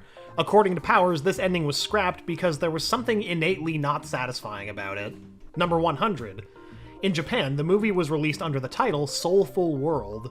Number 101. The original title of soul can be interpreted in at least two different ways. The most obvious interpretation relating to, the concept of a soul, but soul is of course also a shout to soul jazz, which plays a very important role in the movie. Number 102. The teaser trailer depicts a scene that doesn't appear in the movie where 22 does some sort of cowboy dance. Personally, I'm glad it didn't make an appearance on the final product, as even for 22 it feels a bit inauthentic to her character and inconsistent with the movie's tone. Number 103. Joe's character was partially based on middle school band teacher Dr. Peter Archer from Queens, who is also a professional musician and plays the trumpet. Number 104. Dorothea's voice actress Angela Bassett found the movie's New York to be particularly authentic. The neighborhood specifically reminded her of Hell's Kitchen, which is a neighborhood in Manhattan. Number 105. Terry is the only soul to not be named Jerry. They're voiced by Rachel House, who also played Grandma Tala in Moana and is a frequent collaborator of director Taika Waititi, appearing in his films Thor Ragnarok, Hunt for the Wilder People, and Jojo Rabbit among her other credits. Number 106. On April 30th, 2021, Disney Plus released a prequel short titled 22 vs. Earth, which follows 22's attempts to start a rebellion to stop other souls from reaching Earth. And number 107, to end things on a bittersweet note, the writers weren't sure whether or not Joe would make it all the way until the movie's last screening before being finished. According to producer Dana Murray, Joe did go to the great beyond for a long time in the movie's development. Kem Powers added that Joe's fate was the most debated element of the movie, which makes sense considering the movie's main conflict. The choice in itself is kind of a catch-22 as well, as regardless of the ending they had gone with, a portion of viewers would likely have been unsatisfied. Still, Soul managed to be an excellent reflection on life, death, and finding one's purpose. And now we've caught up with what is, at the time of filming this video, the most recent Pixar movie, Elemental. What a cool world this one exists in. I'm just so glad it made a comeback kinda late in the game. A lot went into this one, especially when it comes to animation technique and technology, so enjoy these 107 facts. Welcome to the world of Elemental, where fire, water, land, and air residents coexist in a place called Element City. Today, we're diving deep into the creation, the characters, and the hidden gems of this Pixar masterpiece, so buckle up and get ready to be blown away by these fascinating facts about Elemental. Number 1. Elemental is a film that hits close to home for its director Peter Sohn. The story is based on his life, with his parents immigrating to the USA from Korea, not speaking a word of English, and settling into the Bronx. They even opened up a grocery store named Son's Fruits and Vegetables, similar to Ember's family opening up their store in the film. Number 2. The opening of the film really celebrates immigration. Son hadn't thought about it that way initially. He was very naive as a kid and a bit of a jerk to his parents because growing up in that world, he didn't realize how hard it was to be a new immigrant. Number 3. The movie really and truly relates to Son's own experiences, like assimilating into a new culture at a young age, but also marrying outside of his community, causing a bit of a culture clash. Number 4. Producer Denise Ream also relates to this, as her grandparents came to America from Ireland. Number 5. The film is meant to be universal, as everyone comes from somewhere. Number 6. Every member of the crew was encouraged to bring their own personal stories to the table. One scene in particular that came as a result was when Ember's parents looked for an apartment only to have doors shut in their faces. This story came from a story artist named Bolhem Buchiba, who actually ended up storyboarding the scene. Number 7. Son's parents passed away during the production of the movie, making it even more emotionally resonant. Number 8. He dedicated the movie to his parents and wants the movie to encourage everyone to go home and hug their parents if they can. Number 9. The creation of Elemental required Pixar to upgrade and buy more computers. The film used over 151,000 cores spread across 3 large rooms on the Pixar campus. For comparison, Toy Story had 294 cores, Monsters Inc. had 672 cores, and Finding Nemo had 923. So yeah, 151,000. Number 10. The final frame of Elemental was approved on Friday, March 24th, 2023. Son was moved to tears when wrapping up the project. Number 11. And speaking of tears, Son says that he'd be a water elemental if he lived in Element City because he's a big crybaby. Number 12. The film's plot revolves around Ember, a fire element who loves working at her family's convenience store but struggles with her fiery temper. When a plumbing accident at the store summons Wade, a water element health inspector, the two meet and fall in love. The story explores their journey as they navigate the differences and challenges posed by their elemental natures. Number 13. The The movie was pitched based on the idea of fire and water connecting, and if this was even possible. Number 14. The movie started with Ember. Son wanted to build a city that would support Ember's journey of identity and belonging, which led to many design choices being made that would support the plot in unique ways. Number 15. Element City consists of key districts designed for the various elements who settled there. The city evolved as each element arrived. Number 16. Water was there first, establishing the canal system among other foundational aspects of the city. Number 17. Earth followed. The city is built on a delta where earth and water meet. Number 18. Air was next, and much later, fire. The city isn't well suited to fire as a result. This approach underscores the fact that Ember is forced out of her comfort zone into a city that she's never before explored. Number 19. You might think that creating fire or air characters would be the most challenging task for the animation team. However, it was the water characters that proved to be the hardest obstacle. Water required the use of reflection and refraction, so the team used some cheats to make the characters both realistic and cartoony. The water characters have an outline that helps define the character's body and expressions, along with an always flowing exterior so they feel and look like water and not glass. Number 20. The lighting for Wade changed in every shot, and he could look like anything from jelly to a ghost with just a minor adjustment. Number 21. Elemental took 7 years to make, both in the studio and at home. Number 22. The pairing of fire and water people as the main characters was Elemental. The immediate tension and conflict between these two elements created a visual punch of opposites. Designing the characters to embody this idea was a challenge. Number 23. The team had to create new software and overcome technical hurdles to bring the characters of Ember and Wade to life. Number 24. The concept required the team to understand that each character literally embodies their element. Character supervisor Jeremy Talbot said that Ember is fire, she's not something on fire. Wade is water, he's not something wet. Number 25.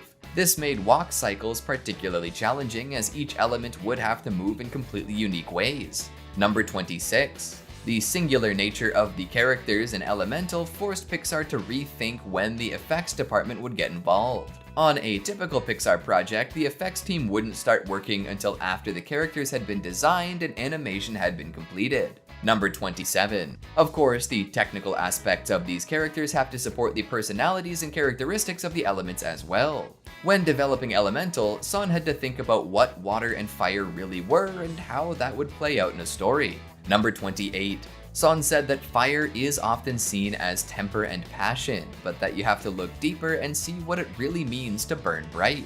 Number 29. Contrasting this, water is transparent, so Wade, described as a go-with-the-flow guy, is prone to tears at unexpected moments, an emotional trait that director Peter Sohn admits he shares. Number 30. Taking these opposites and finding the Venn diagram where they overlap was the basis of everything that would come to be an Elemental. Number 31. The screenplay was written by Brenda Sue, who was a creative consultant for Turning Red. Number 32. The portrayal of Element City was inspired by many earlier live-action films. The Pixar creative team turned to the great filmmakers of the past for inspiration on inventing an entire big city and making it appear lush and attractive. They looked at how cities were shot in classic films like Roman Holiday and were inspired by the work of the late cinematographer Gordon Willis. Number 33. Despite the film's rich backstory and sweeping visuals, the theme of Elemental is simple and personal. It's about wanting to thank our parents for the sacrifices they've made and connecting to something that feels real and truthful. This personal journey is at the heart of the film, making it relatable to kids, adults, and families alike. Number 34.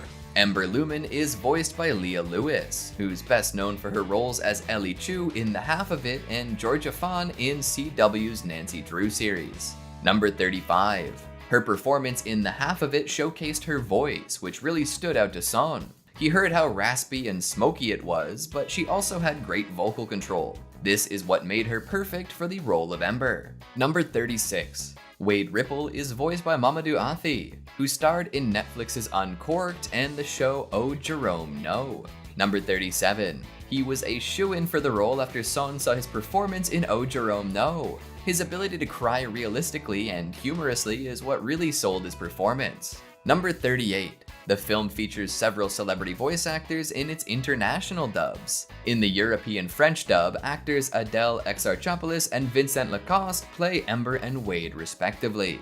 Number 39. Pixar regular Ronnie Del Carmen provided the voice of Bernie, Ember's father. Number 40. Kai Ava Hauser, a non-binary voice actor, plays Wade's non-binary sibling, Lake. It's nice to see casting that aligns with the identity of the character. Number 41. Lake also has a girlfriend, and the girlfriend's name will surely perk up the ears of animation lovers. Her name is Ghibli, a clear reference to the beloved anime production studio, Studio Ghibli. Number 42. There are a few less big names than one would expect in this Pixar flick. One cast member who may stand out to some is Joe Pera, a comedian best known for his Adult Swim series Joe Pera Talks With You. Pera voices Fern Grouchwood, an overgrown Earth elemental. Number 43. Of course, I'd be remiss if I didn't mention the talents of Catherine O'Hara, Canadian superstar and Schitt's Creek alum who voices Wade's widowed mother. Number 44. There's also a cute little mascot-like character named Claude, played by Mason Wertheimer. He's been described as a Jiminy Cricket type, seeing something in Ember that she doesn't see yet herself. Number 45. The film was announced in May of 2022, with the general themes being introduced, and Son was announced as the director. Number 46. In September of that very same year, during the D23 Expo, a first look at the film was shown, featuring a scene where Ember and Wade are walking through the park. Wade tries to impress Ember by making a rainbow across the water. Number 47. The film debuted at the 76th Cannes Film Festival on May 27, 2023, and received praise for its animation, musical score, and emotional depth. However, some critics found its storytelling underwhelming. Number 48. The film was released in the United States on June 16, 2023. Number 49. The film's release was delayed in the United Kingdom and Ireland to July 7, 2023. Making it one of the few modern American films to be delayed from a UK release. Number 50. This is Pixar's first true rom-com, and it takes cues from romantic films like Guess Who's Coming to Dinner, Moonstruck, and Emily. Number 51.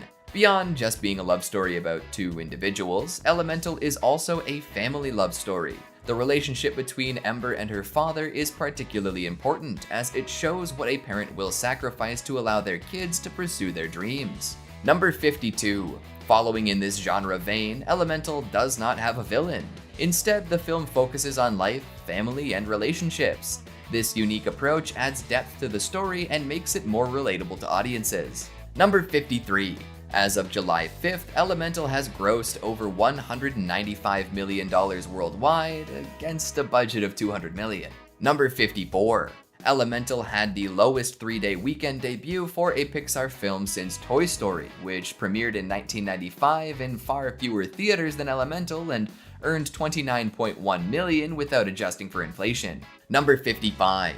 Element City, the setting for Elemental, is a thriving, colorful metropolis home to interconnected communities of people made of the 4 elements of classical lore: water, fire, air, and earth. The city is designed to reflect the diversity and vibrancy of a real-world immigrant neighborhood, much like the Bronx, where director Peter Son grew up. Number 56. The design of Element City was inspired by cities and architecture all over the world, including Venice and Amsterdam. The team researched port cities to understand how a country welcomes people in, and other immigration hubs around the world. They also looked at buildings in Brazil with earth designs and buildings in the Middle East with watery shapes. Number 57. The production team spent many hours watching point-of-view city tours on YouTube to get inspiration for Element City, as they were unable to travel to cities like Venice and Amsterdam for research due to the COVID-19 pandemic.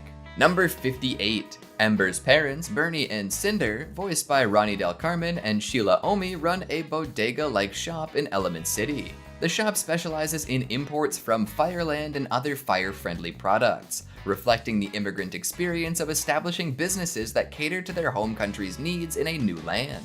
Number 59. Some examples of fire products at the store are kids' juice boxes, which are actually small kerosene cans with metal straws, and lighter fluid baby formula. Ember delivers bags of wood chips, not potato chips, and Fireplace sells sparklers. Buy 2, get 1 free by the cash register. Number 60. Director Peter Sohn used to imagine the periodic table as a series of apartment buildings with individual apartments in which Cobalt would live next door to Nickel. This childhood imagination influenced the creation of Elemental. For example, the Wetro schedule features a similar shape, and a park in the film called Periodic Park has a grassy grid that's reminiscent of the periodic table. Number 61.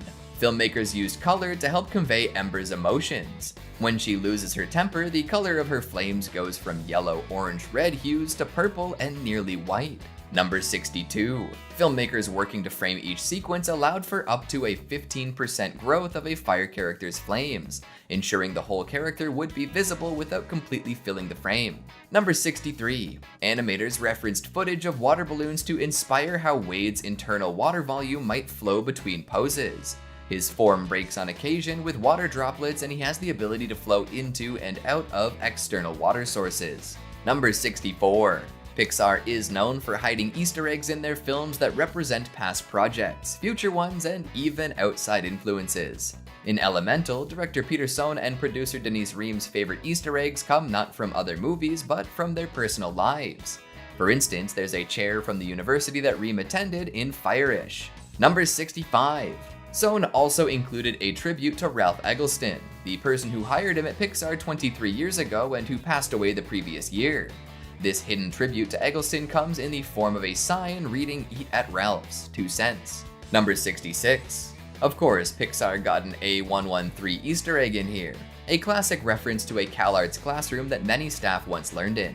Elemental's reference to A113 comes in a unique form, as the movie uses the periodic table to help pull it off. The Wetco transit sign for Element City includes 3 symbols for different train lines: A, H, and AL, with the first in a circle and the latter 2 in squares. H is the atomic symbol for hydrogen, which has an atomic number of 1 on the periodic table. Al is the symbol for aluminum, which has the atomic number 13. Therefore, the sign is coded A113. Number 67. Elemental includes another classic Pixar Easter egg by showing the Pizza Planet truck. The iconic vehicle debuted in Toy Story and has become the studio's signature hidden detail, as a version of it has appeared in every movie. Number 68. The planet on the Science Club poster during a flashback of Wade's past is an Easter egg referring to Pixar's next film, Elio. It closely resembles the concept art revealed at the D23 Expo. Number 69. There's also a secret Elio character included as one of Elemental's Easter eggs. Producer Denise Ream confirmed in an interview that there is a character from the upcoming movie hidden somewhere in this movie. Number 70. There are plenty of Elemental pun Easter eggs as well. This comes naturally since much of the film takes place in a bodega-like store, and the majority of these puns are themed around fire or wood-themed products. Number 71. The air elemental characters at play in Elemental might seem somewhat familiar to Pixar aficionados, as the air people in many ways resemble the look of Gus, the main cloud featured in Sohn's short Partly Cloudy. Number 72. At the movie theater in Element City, there's a poster for a movie called The Good Elephant, a parody of Peter Sohn's movie The Good Dinosaur. Number 73.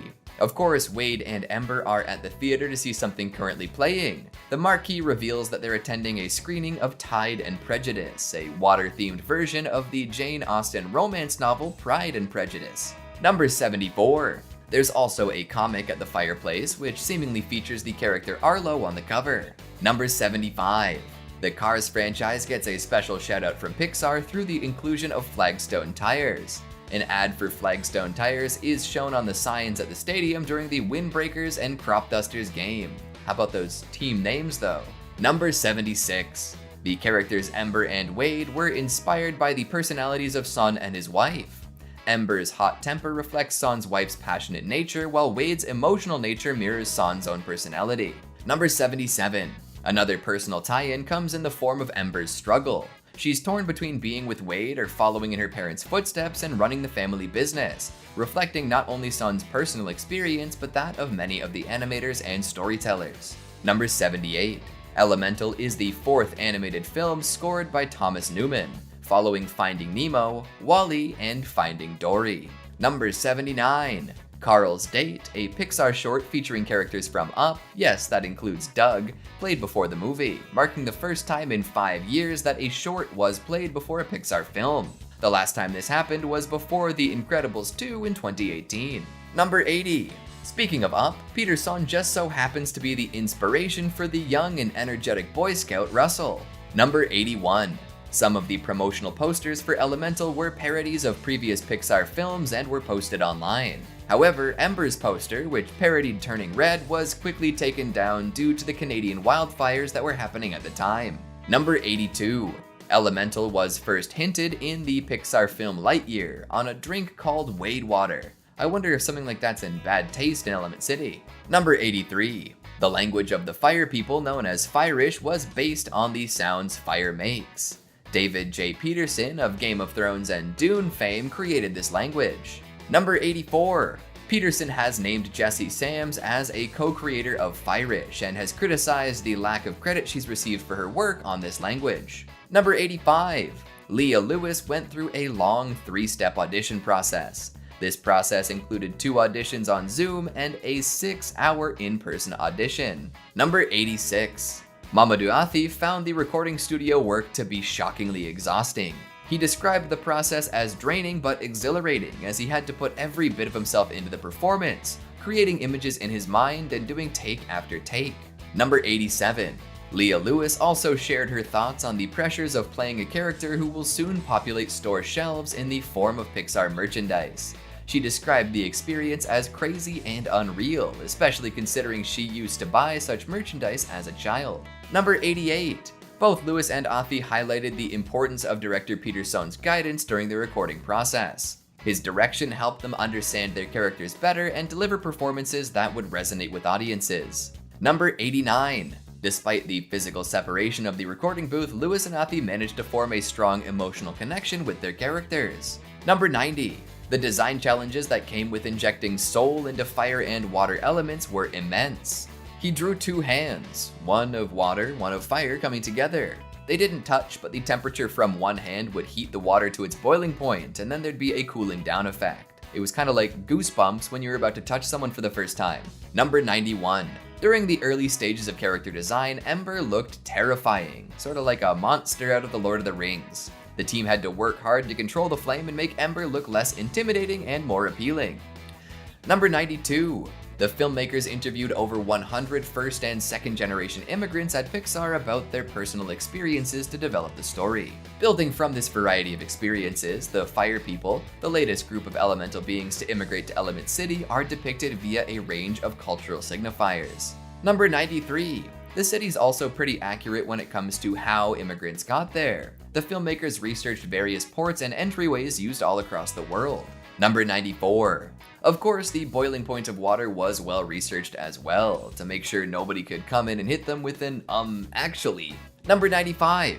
During pre-production, it was suggested that Wade and Ember have a baby made of steam. A fun idea for sure, and one that opens up a lot of possibilities for other elemental hybrids, but it didn't end up making it into the movie. Number 96. With all of the talk of the 4 elements, some folks might assume that Elemental was partially inspired by Avatar: The Last Airbender. Fans of Aang and the gang would be a little disappointed though, as Son has dismissed any such connection. He loves the show and watched it with his kids, but feels the 2 worlds are very different. No martial arts in Elemental. Number 97. There are sports though. The most popular yet fictional game in Element City is called Airball. Number 98. Lots of different technology was designed to make Element City feel even more complete. Production designer Don Shank says design elements inspired new technology, which inspired new design. Gotta love when inspiration gives way to more inspiration. Number 99. The look for the movie ended up landing on a delicate balance between physics logic and cartoony appeal, says Shank. Number 100.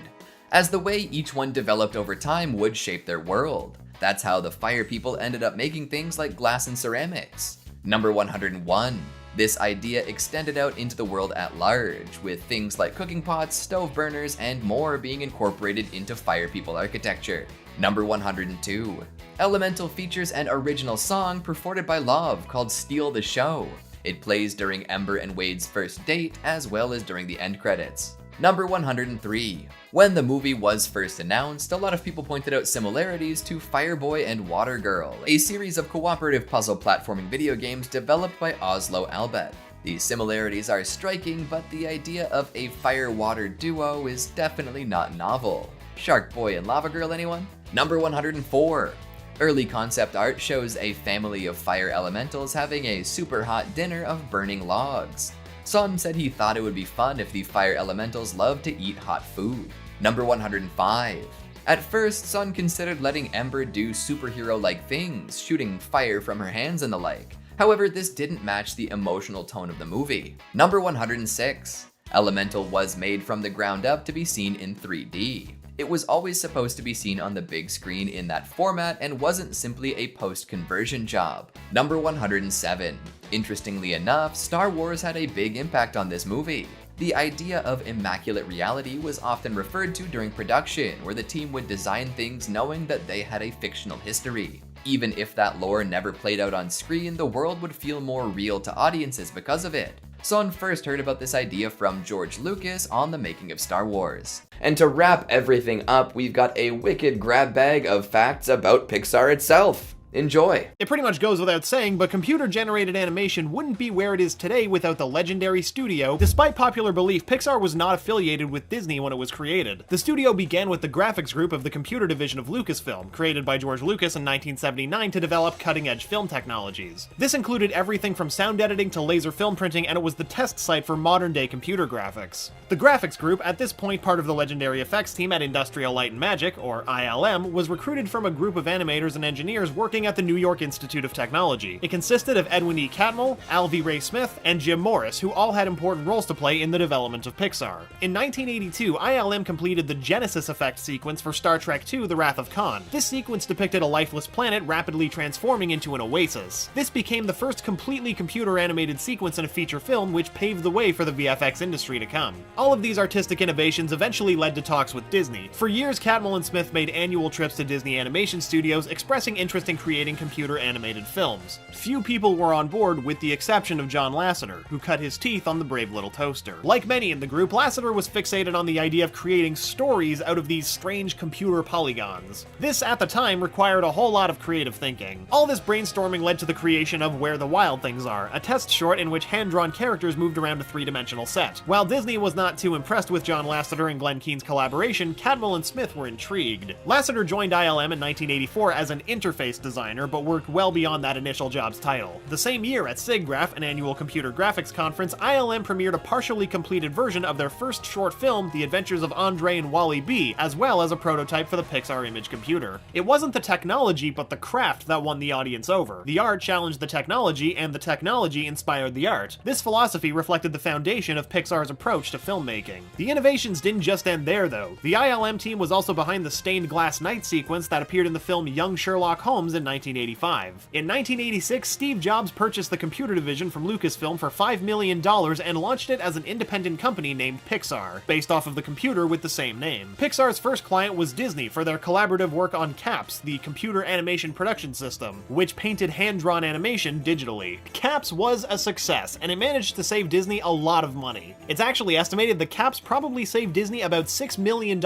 in development costs for The Lion King alone. That year also saw the completion and release of Luxo Jr. The film became the first three-dimensional computer-animated short film to be nominated for an Oscar, receiving a nomination for Best Animated Short Film. Luxo Jr. went on to become the mascot for Pixar. He's seen during the opening credits of all Pixar films since 1995's Toy Story. Pixar's second short film, Red's Dream, was also completed and released in 1986. A large portion of the film was rendered entirely on the Pixar image computer. The film debuted at SIGGRAPH and was met with praise. However, despite its warm reception, it still cost Steve Jobs a whole lot of money, and this would become a recurring problem for the Pixar team. Nevertheless, 1988 was still a big year for the studio, as their proprietary animation system was completed and put into use. The system was known as Marionette to the public, but in-house it was called Menvi. Menvi is short for Modeling Environment. Pixar's proprietary rendering program, RenderMan, came out shortly after. Both of these tools were utilized by Pixar in their third short film, Tin Toy. A partially completed version of Tin Toy was released to the public, and the finished film went on to its official debut at the Ottawa International Animation Festival later that that year. Tin Toy would be the first CGI film to win an Oscar for Best Animated Short Film in the 1988 Academy Awards. While this brought a big spotlight to Pixar as a company, they still weren't making enough money to continue their independent filmmaking. In 1989, Pixar began making commercials as an alternate revenue stream. Their first commercial was an ad for Tropicana orange juice called Wake Up. The ad was directed by Lasseter and produced by Ralph Guggenheim. The pair would go on to have the same roles for the development phase of Toy Story in 1995. Eventually, Andrew Stanton and Pete Docter were brought on to work on additional commercials. By the end of 1990, Stanton and Docter had finished the shorts Quite a Package for Trident and Boxer for Listerine. If you recognize those names, you've got a good eye, or ear, or both. Stanton went on to direct and write Finding Nemo and WALL-E, receiving an Oscar for both films in the Best Animated Feature category. Stanton also directed 2 episodes of Stranger Things 2, which was released in October of 2017. In 1991, Disney and Pixar announced an agreement to make and distribute at least one computer-generated animated movie. Pixar would go on to create Toy Story for Disney, the world's first computer-animated feature film. Initially, Toy Story was going to be a sequel to Tin Toy. In fact, it was going to be a 30-minute special called A Tin Toy Christmas. Disney later passed on the idea, but aspects of it, like a soft pink bear named Lotso, would eventually be adapted into other projects. It seems impossible to imagine Toy Story with any other title, but it was just one of many names that were tossed around. Would you have watched the movie if it was called The Cowboy and the Spaceman? Or Toys in the Hood? Yeah, we didn't think so. Tom Hanks is another staple of the series, but when Tom Hanks was too busy to voice Woody, he had his brother Jim step in to take care of it. Man, I wish I could call on my brother to replace me for stuff. Joss Whedon played a role in the writer's room for Toy Story and wrote one of Lasseter's favorite lines, "You are a sad, strange little man,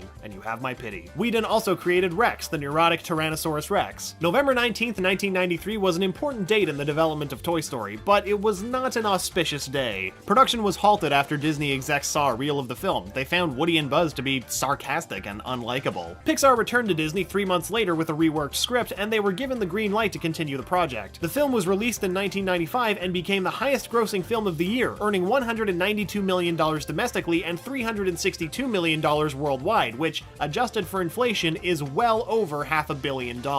Toy Story was nominated for an Academy Award in 1996 for Best Original Song, Best Original Score, and Best Original Screenplay. While the movie didn't bring home an Oscar in any of those categories, John Lasseter was honored with a Special Achievement Oscar from the Academy of Motion Picture Arts and Sciences for the creation of the first feature-length computer-animated film. In 1997, Disney and Pixar announced a new deal for the two companies that said they would produce 5 movies over the span of 10 years. Many of these film concepts originated at Hidden City Cafe in Point Richmond, California during the summer of 1994. The outlines and sketches that were written on napkins would go on to become A Bug's Life, Monsters Inc., Finding Nemo, and WALL-E. Hidden City Cafe was actually featured in the background of Monsters Inc. and on a license plate in Toy Story 2. Unfortunately, the cafe was closed in 2012, but lives on through many Pixar movies. Pixar also shouts out its employees' children by listing them in the credits. If you look closely, you'll see the names of any children born to members of the production team during the year preceding a film's release. Lee Unkrich, a director for numerous Pixar films, has said, quote, "If you ask any of us which movie we were making when one of our kids was born, we'll be able to tell you instantly. It's like our family lives are permanently woven into the movies. Thus, the production babies were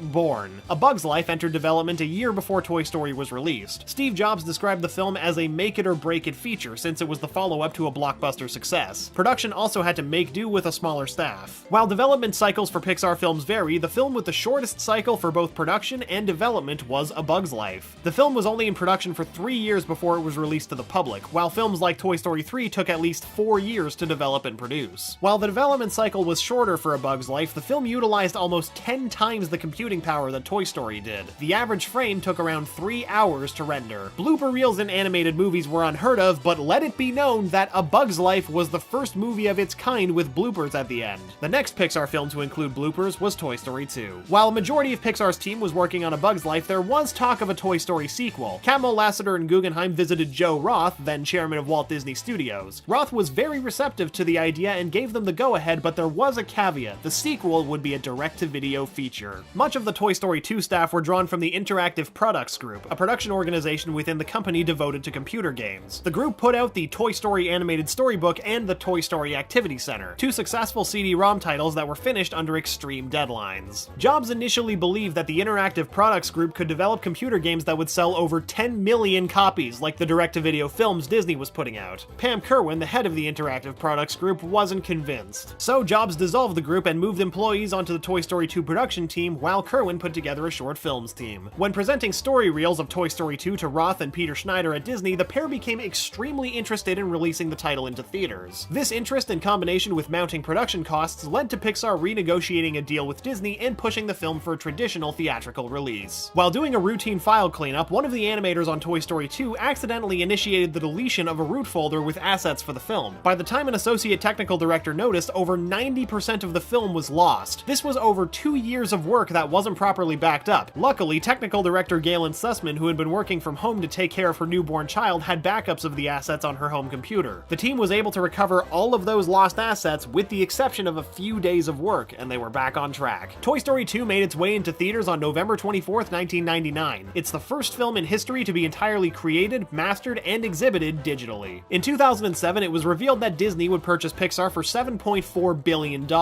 At that point, Steve Jobs became a board member at Disney as he was the company's largest single shareholder with a stake of about 7.7%. Lasseter returned to Disney and was made chief creative officer for the company's combined animation studios, while Edwin E. Catmull, Pixar's president, would become president of Pixar and Walt Disney Animation Studios. Prior to Disney purchasing Pixar, Disney was moving forward with Toy Story 3 without Pixar's involvement. The agreement the two companies had signed in 2004 gave Disney the rights to all characters that were created by Pixar and gave them the right to make sequels to any Pixar films. The story would have seen Buzz sent off to Taiwan for repairs, with the other toys going out to find him. Production was ready to go, but Lasseter axed the development, dissolved Circle 7 Animation, the division tasked with production of the film, transferred most of the employees to Walt Disney Feature Animation, and started the storyline fresh. Pixar Animation Studios was built to weather an earthquake and other natural disasters and remain functional. The building was designed by Rutherford and Chakeen and has a seismic isolation system that consists of a combination of 125 high-damping rubber bearings and 82 slider bearings placed between the steel-framed ground floor and the foundation. Pixar animators are allowed to decorate their office space however they desire. In fact, the company pays for the basic infrastructure such as walls, basic desks, chairs, computer equipment, and so on. Anything else the animator wishes to do with the space will come out of their own pocket. One animator added a whole second floor to his office. Andrew Gordon, an animator, took this to a whole other level when he found a small door in his office that led to a hidden room behind an air vent. Andrew Stanton walked into Gordon's office at one point and found that it was empty, but the small door was open, and so he crawled through. After discovering Gordon in the hidden room, it was decided that it would become a speakeasy that was thereafter referred to as the Love Lounge. The speakeasy has been visited by many celebrities, and their signatures decorate the walls. Roy Disney, Tim Allen, and Steve Jobs visited the bar, but Jobs thought of it as a meditation room as he abstained from drinking. When Gordon was promoted and moved to a different office, his new space had another room conveniently hidden next to it. This time, the secret room was accessed by lifting the head of a William Shakespeare bust and pressing a button underneath. This provided access to the Lucky 7 Lounge. Maybe it's that creative environment that makes Pixar's films so good. While doing research for Finding Nemo, the animators found that the dull eyes of some of the fish were not conducive enough for character expression. Ever resourceful, they found another animal to model the sea critter's eyes on. Man's best friend, the dog. Pixar isn't infallible, though. For Finding Nemo, Megan Mullally was initially cast as Dory based on her voice from Will and Grace, which was very much high-pitched. When Mullally came to record her lines, the crew realized that it wasn't her normal voice and requested her to raise the pitch. When she refused, she was let go. Finding Nemo also had an unintended side effect on the environment. The clownfish in the movie were so well liked that demand for the species as pets increased exponentially. This led to excessive capture and sales of the popular fish, which in turn caused a 75% drop in population of clownfish around the Republic of Vanuatu. At one point in time, The Incredibles could have been released through Warner Brothers Animation. Brad Bird, the writer and director of the film, released his previous animated film, The Iron Giant, through the studio, but the WB Animation division dissolved before the idea could flourish. The Incredibles was a film that certain members of Pixar didn't think was feasible. Parts of the technical team thought this will take years and cost $500 million. The film was to feature humans, fire, and a massive number of sets, which were all considered too difficult for computer-generated animation at the time. However, Bird asked for animators that were considered black sheep and experimented with animation techniques that weren't exactly traditional to Pixar. The team was able to put their theories to the test and were able to deliver a movie that had 3 times the number of sets and all of the difficult to animate portions. The film actually spent less money per minute than Pixar's previous film, Finding Nemo. Pixar films were all rated G until 2004's The Incredibles. The film received a PG rating for action violence, which makes sense considering the whole superhero aspect of the movie. The Incredibles was the last Pixar movie officially released on VHS, though there have been sightings of a Cars VHS release which was supposedly exclusively available from the Disney Movie Club in 2007. A113, which refers to John Lasseter, Brad Bird, Pete Docter, and Andrew Stanton Quentin's former classroom at CalArts is an Easter egg hidden in every Pixar film. Can you find all of them? While it would seem safe to assume that the Toy Story series is the bread and butter of Pixar, Cars has generated over $10 billion in merchandise sales alone. While working on concepts for Cars, animators drew over 40,000 sketches of automobiles for the film. Cars 3 was Brian Fee's first foray into directing for Pixar, but he's worked on multiple projects over the years. He's worked in the art department for the first 2 Cars films and also has credits on WALL-E, Ratatouille, and Monsters University.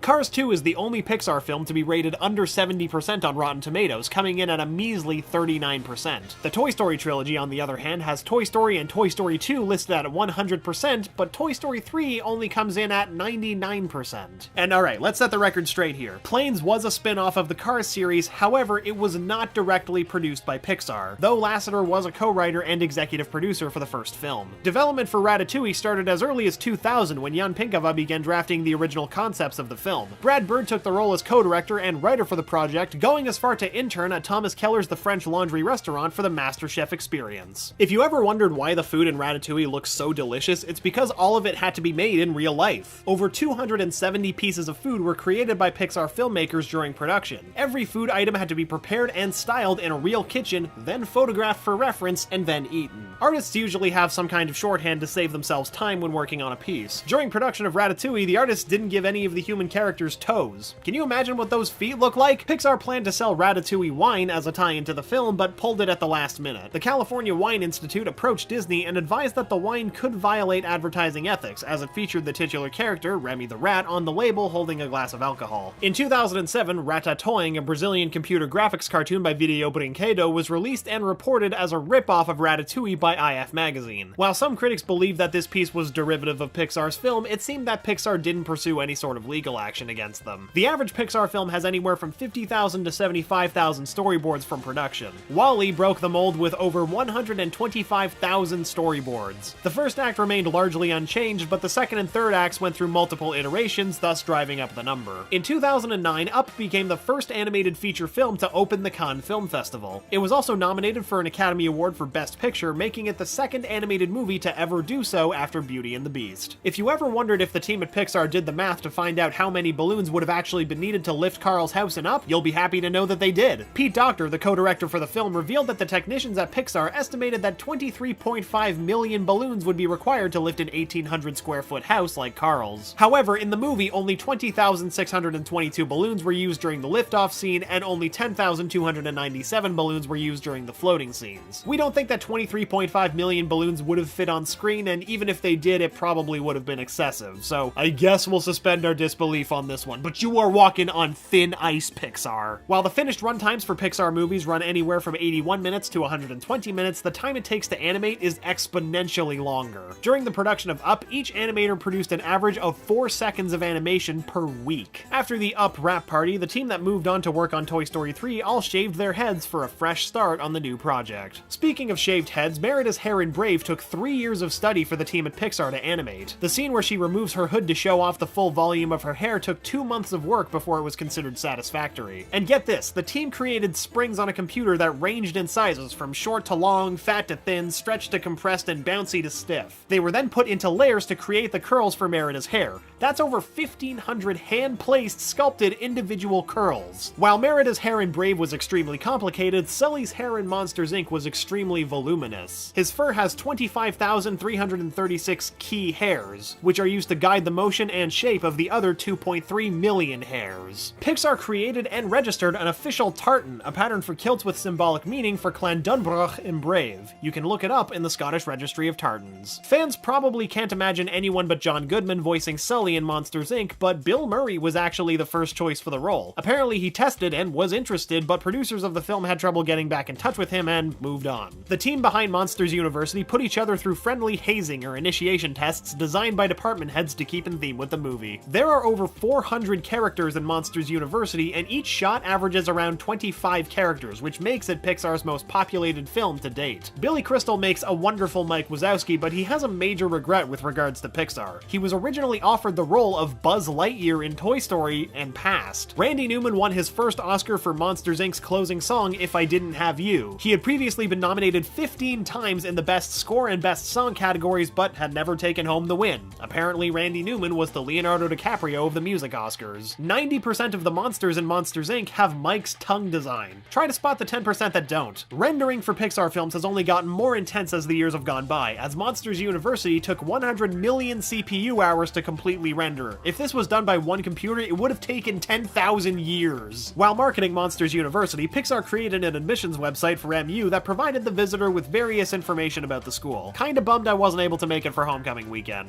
Inside Out had a team of about 45 animators working on the film. This was about half the amount of previous Pixar films. Pixar wanted to ensure that certain story beats of Inside Out resonated with international viewers, so they remodeled and reanimated certain scenes. One instance was when Riley didn't want to eat broccoli as a child. After polling Japanese children, Pixar found that many Japanese children disliked eating green bell peppers. The team went in and adjusted 3 separate scenes for this change. The clown nightmare, Jangles, was a tribute to Joe Ranft, the late director of Cars and longtime Pixar employee. Joe Ranft passed away in 2005. Pixar released a feature film every year from 2006 until 2013. The cycle was broken in 2014 when delays in production of The Good Dinosaur pushed the film back to a 2015 release. Both Inside Out and The Good Dinosaur were released in 2015 within 5 months of each other. Newt was a Pixar film announced in 2008 for a 2012 release that focused on the last 2 blue-footed newts that were forced together to save their species. Long story short, it never made it to the big screen. The long-standing reason for the cancellation was that the premise was too similar to Blue Sky's Rio, which was released in 2011. Ed Catmull brought up another reason for Newt's cancellation in 2014 during an interview with Fast Company. He noted that the premise just wasn't working, and Doctor, who took over directorial duties for the project, had a better idea gestating. That idea blossomed into Inside Out. When Pixar approaches a new project, the team embarks on a research trip to gather as much data on the subject matter as possible. This can range from going to Paris for food research to depressing visits to a dump for Toy Story 3. We can guarantee that the employees at Pixar are never bored. In April of 2010, Pixar opened an expansion,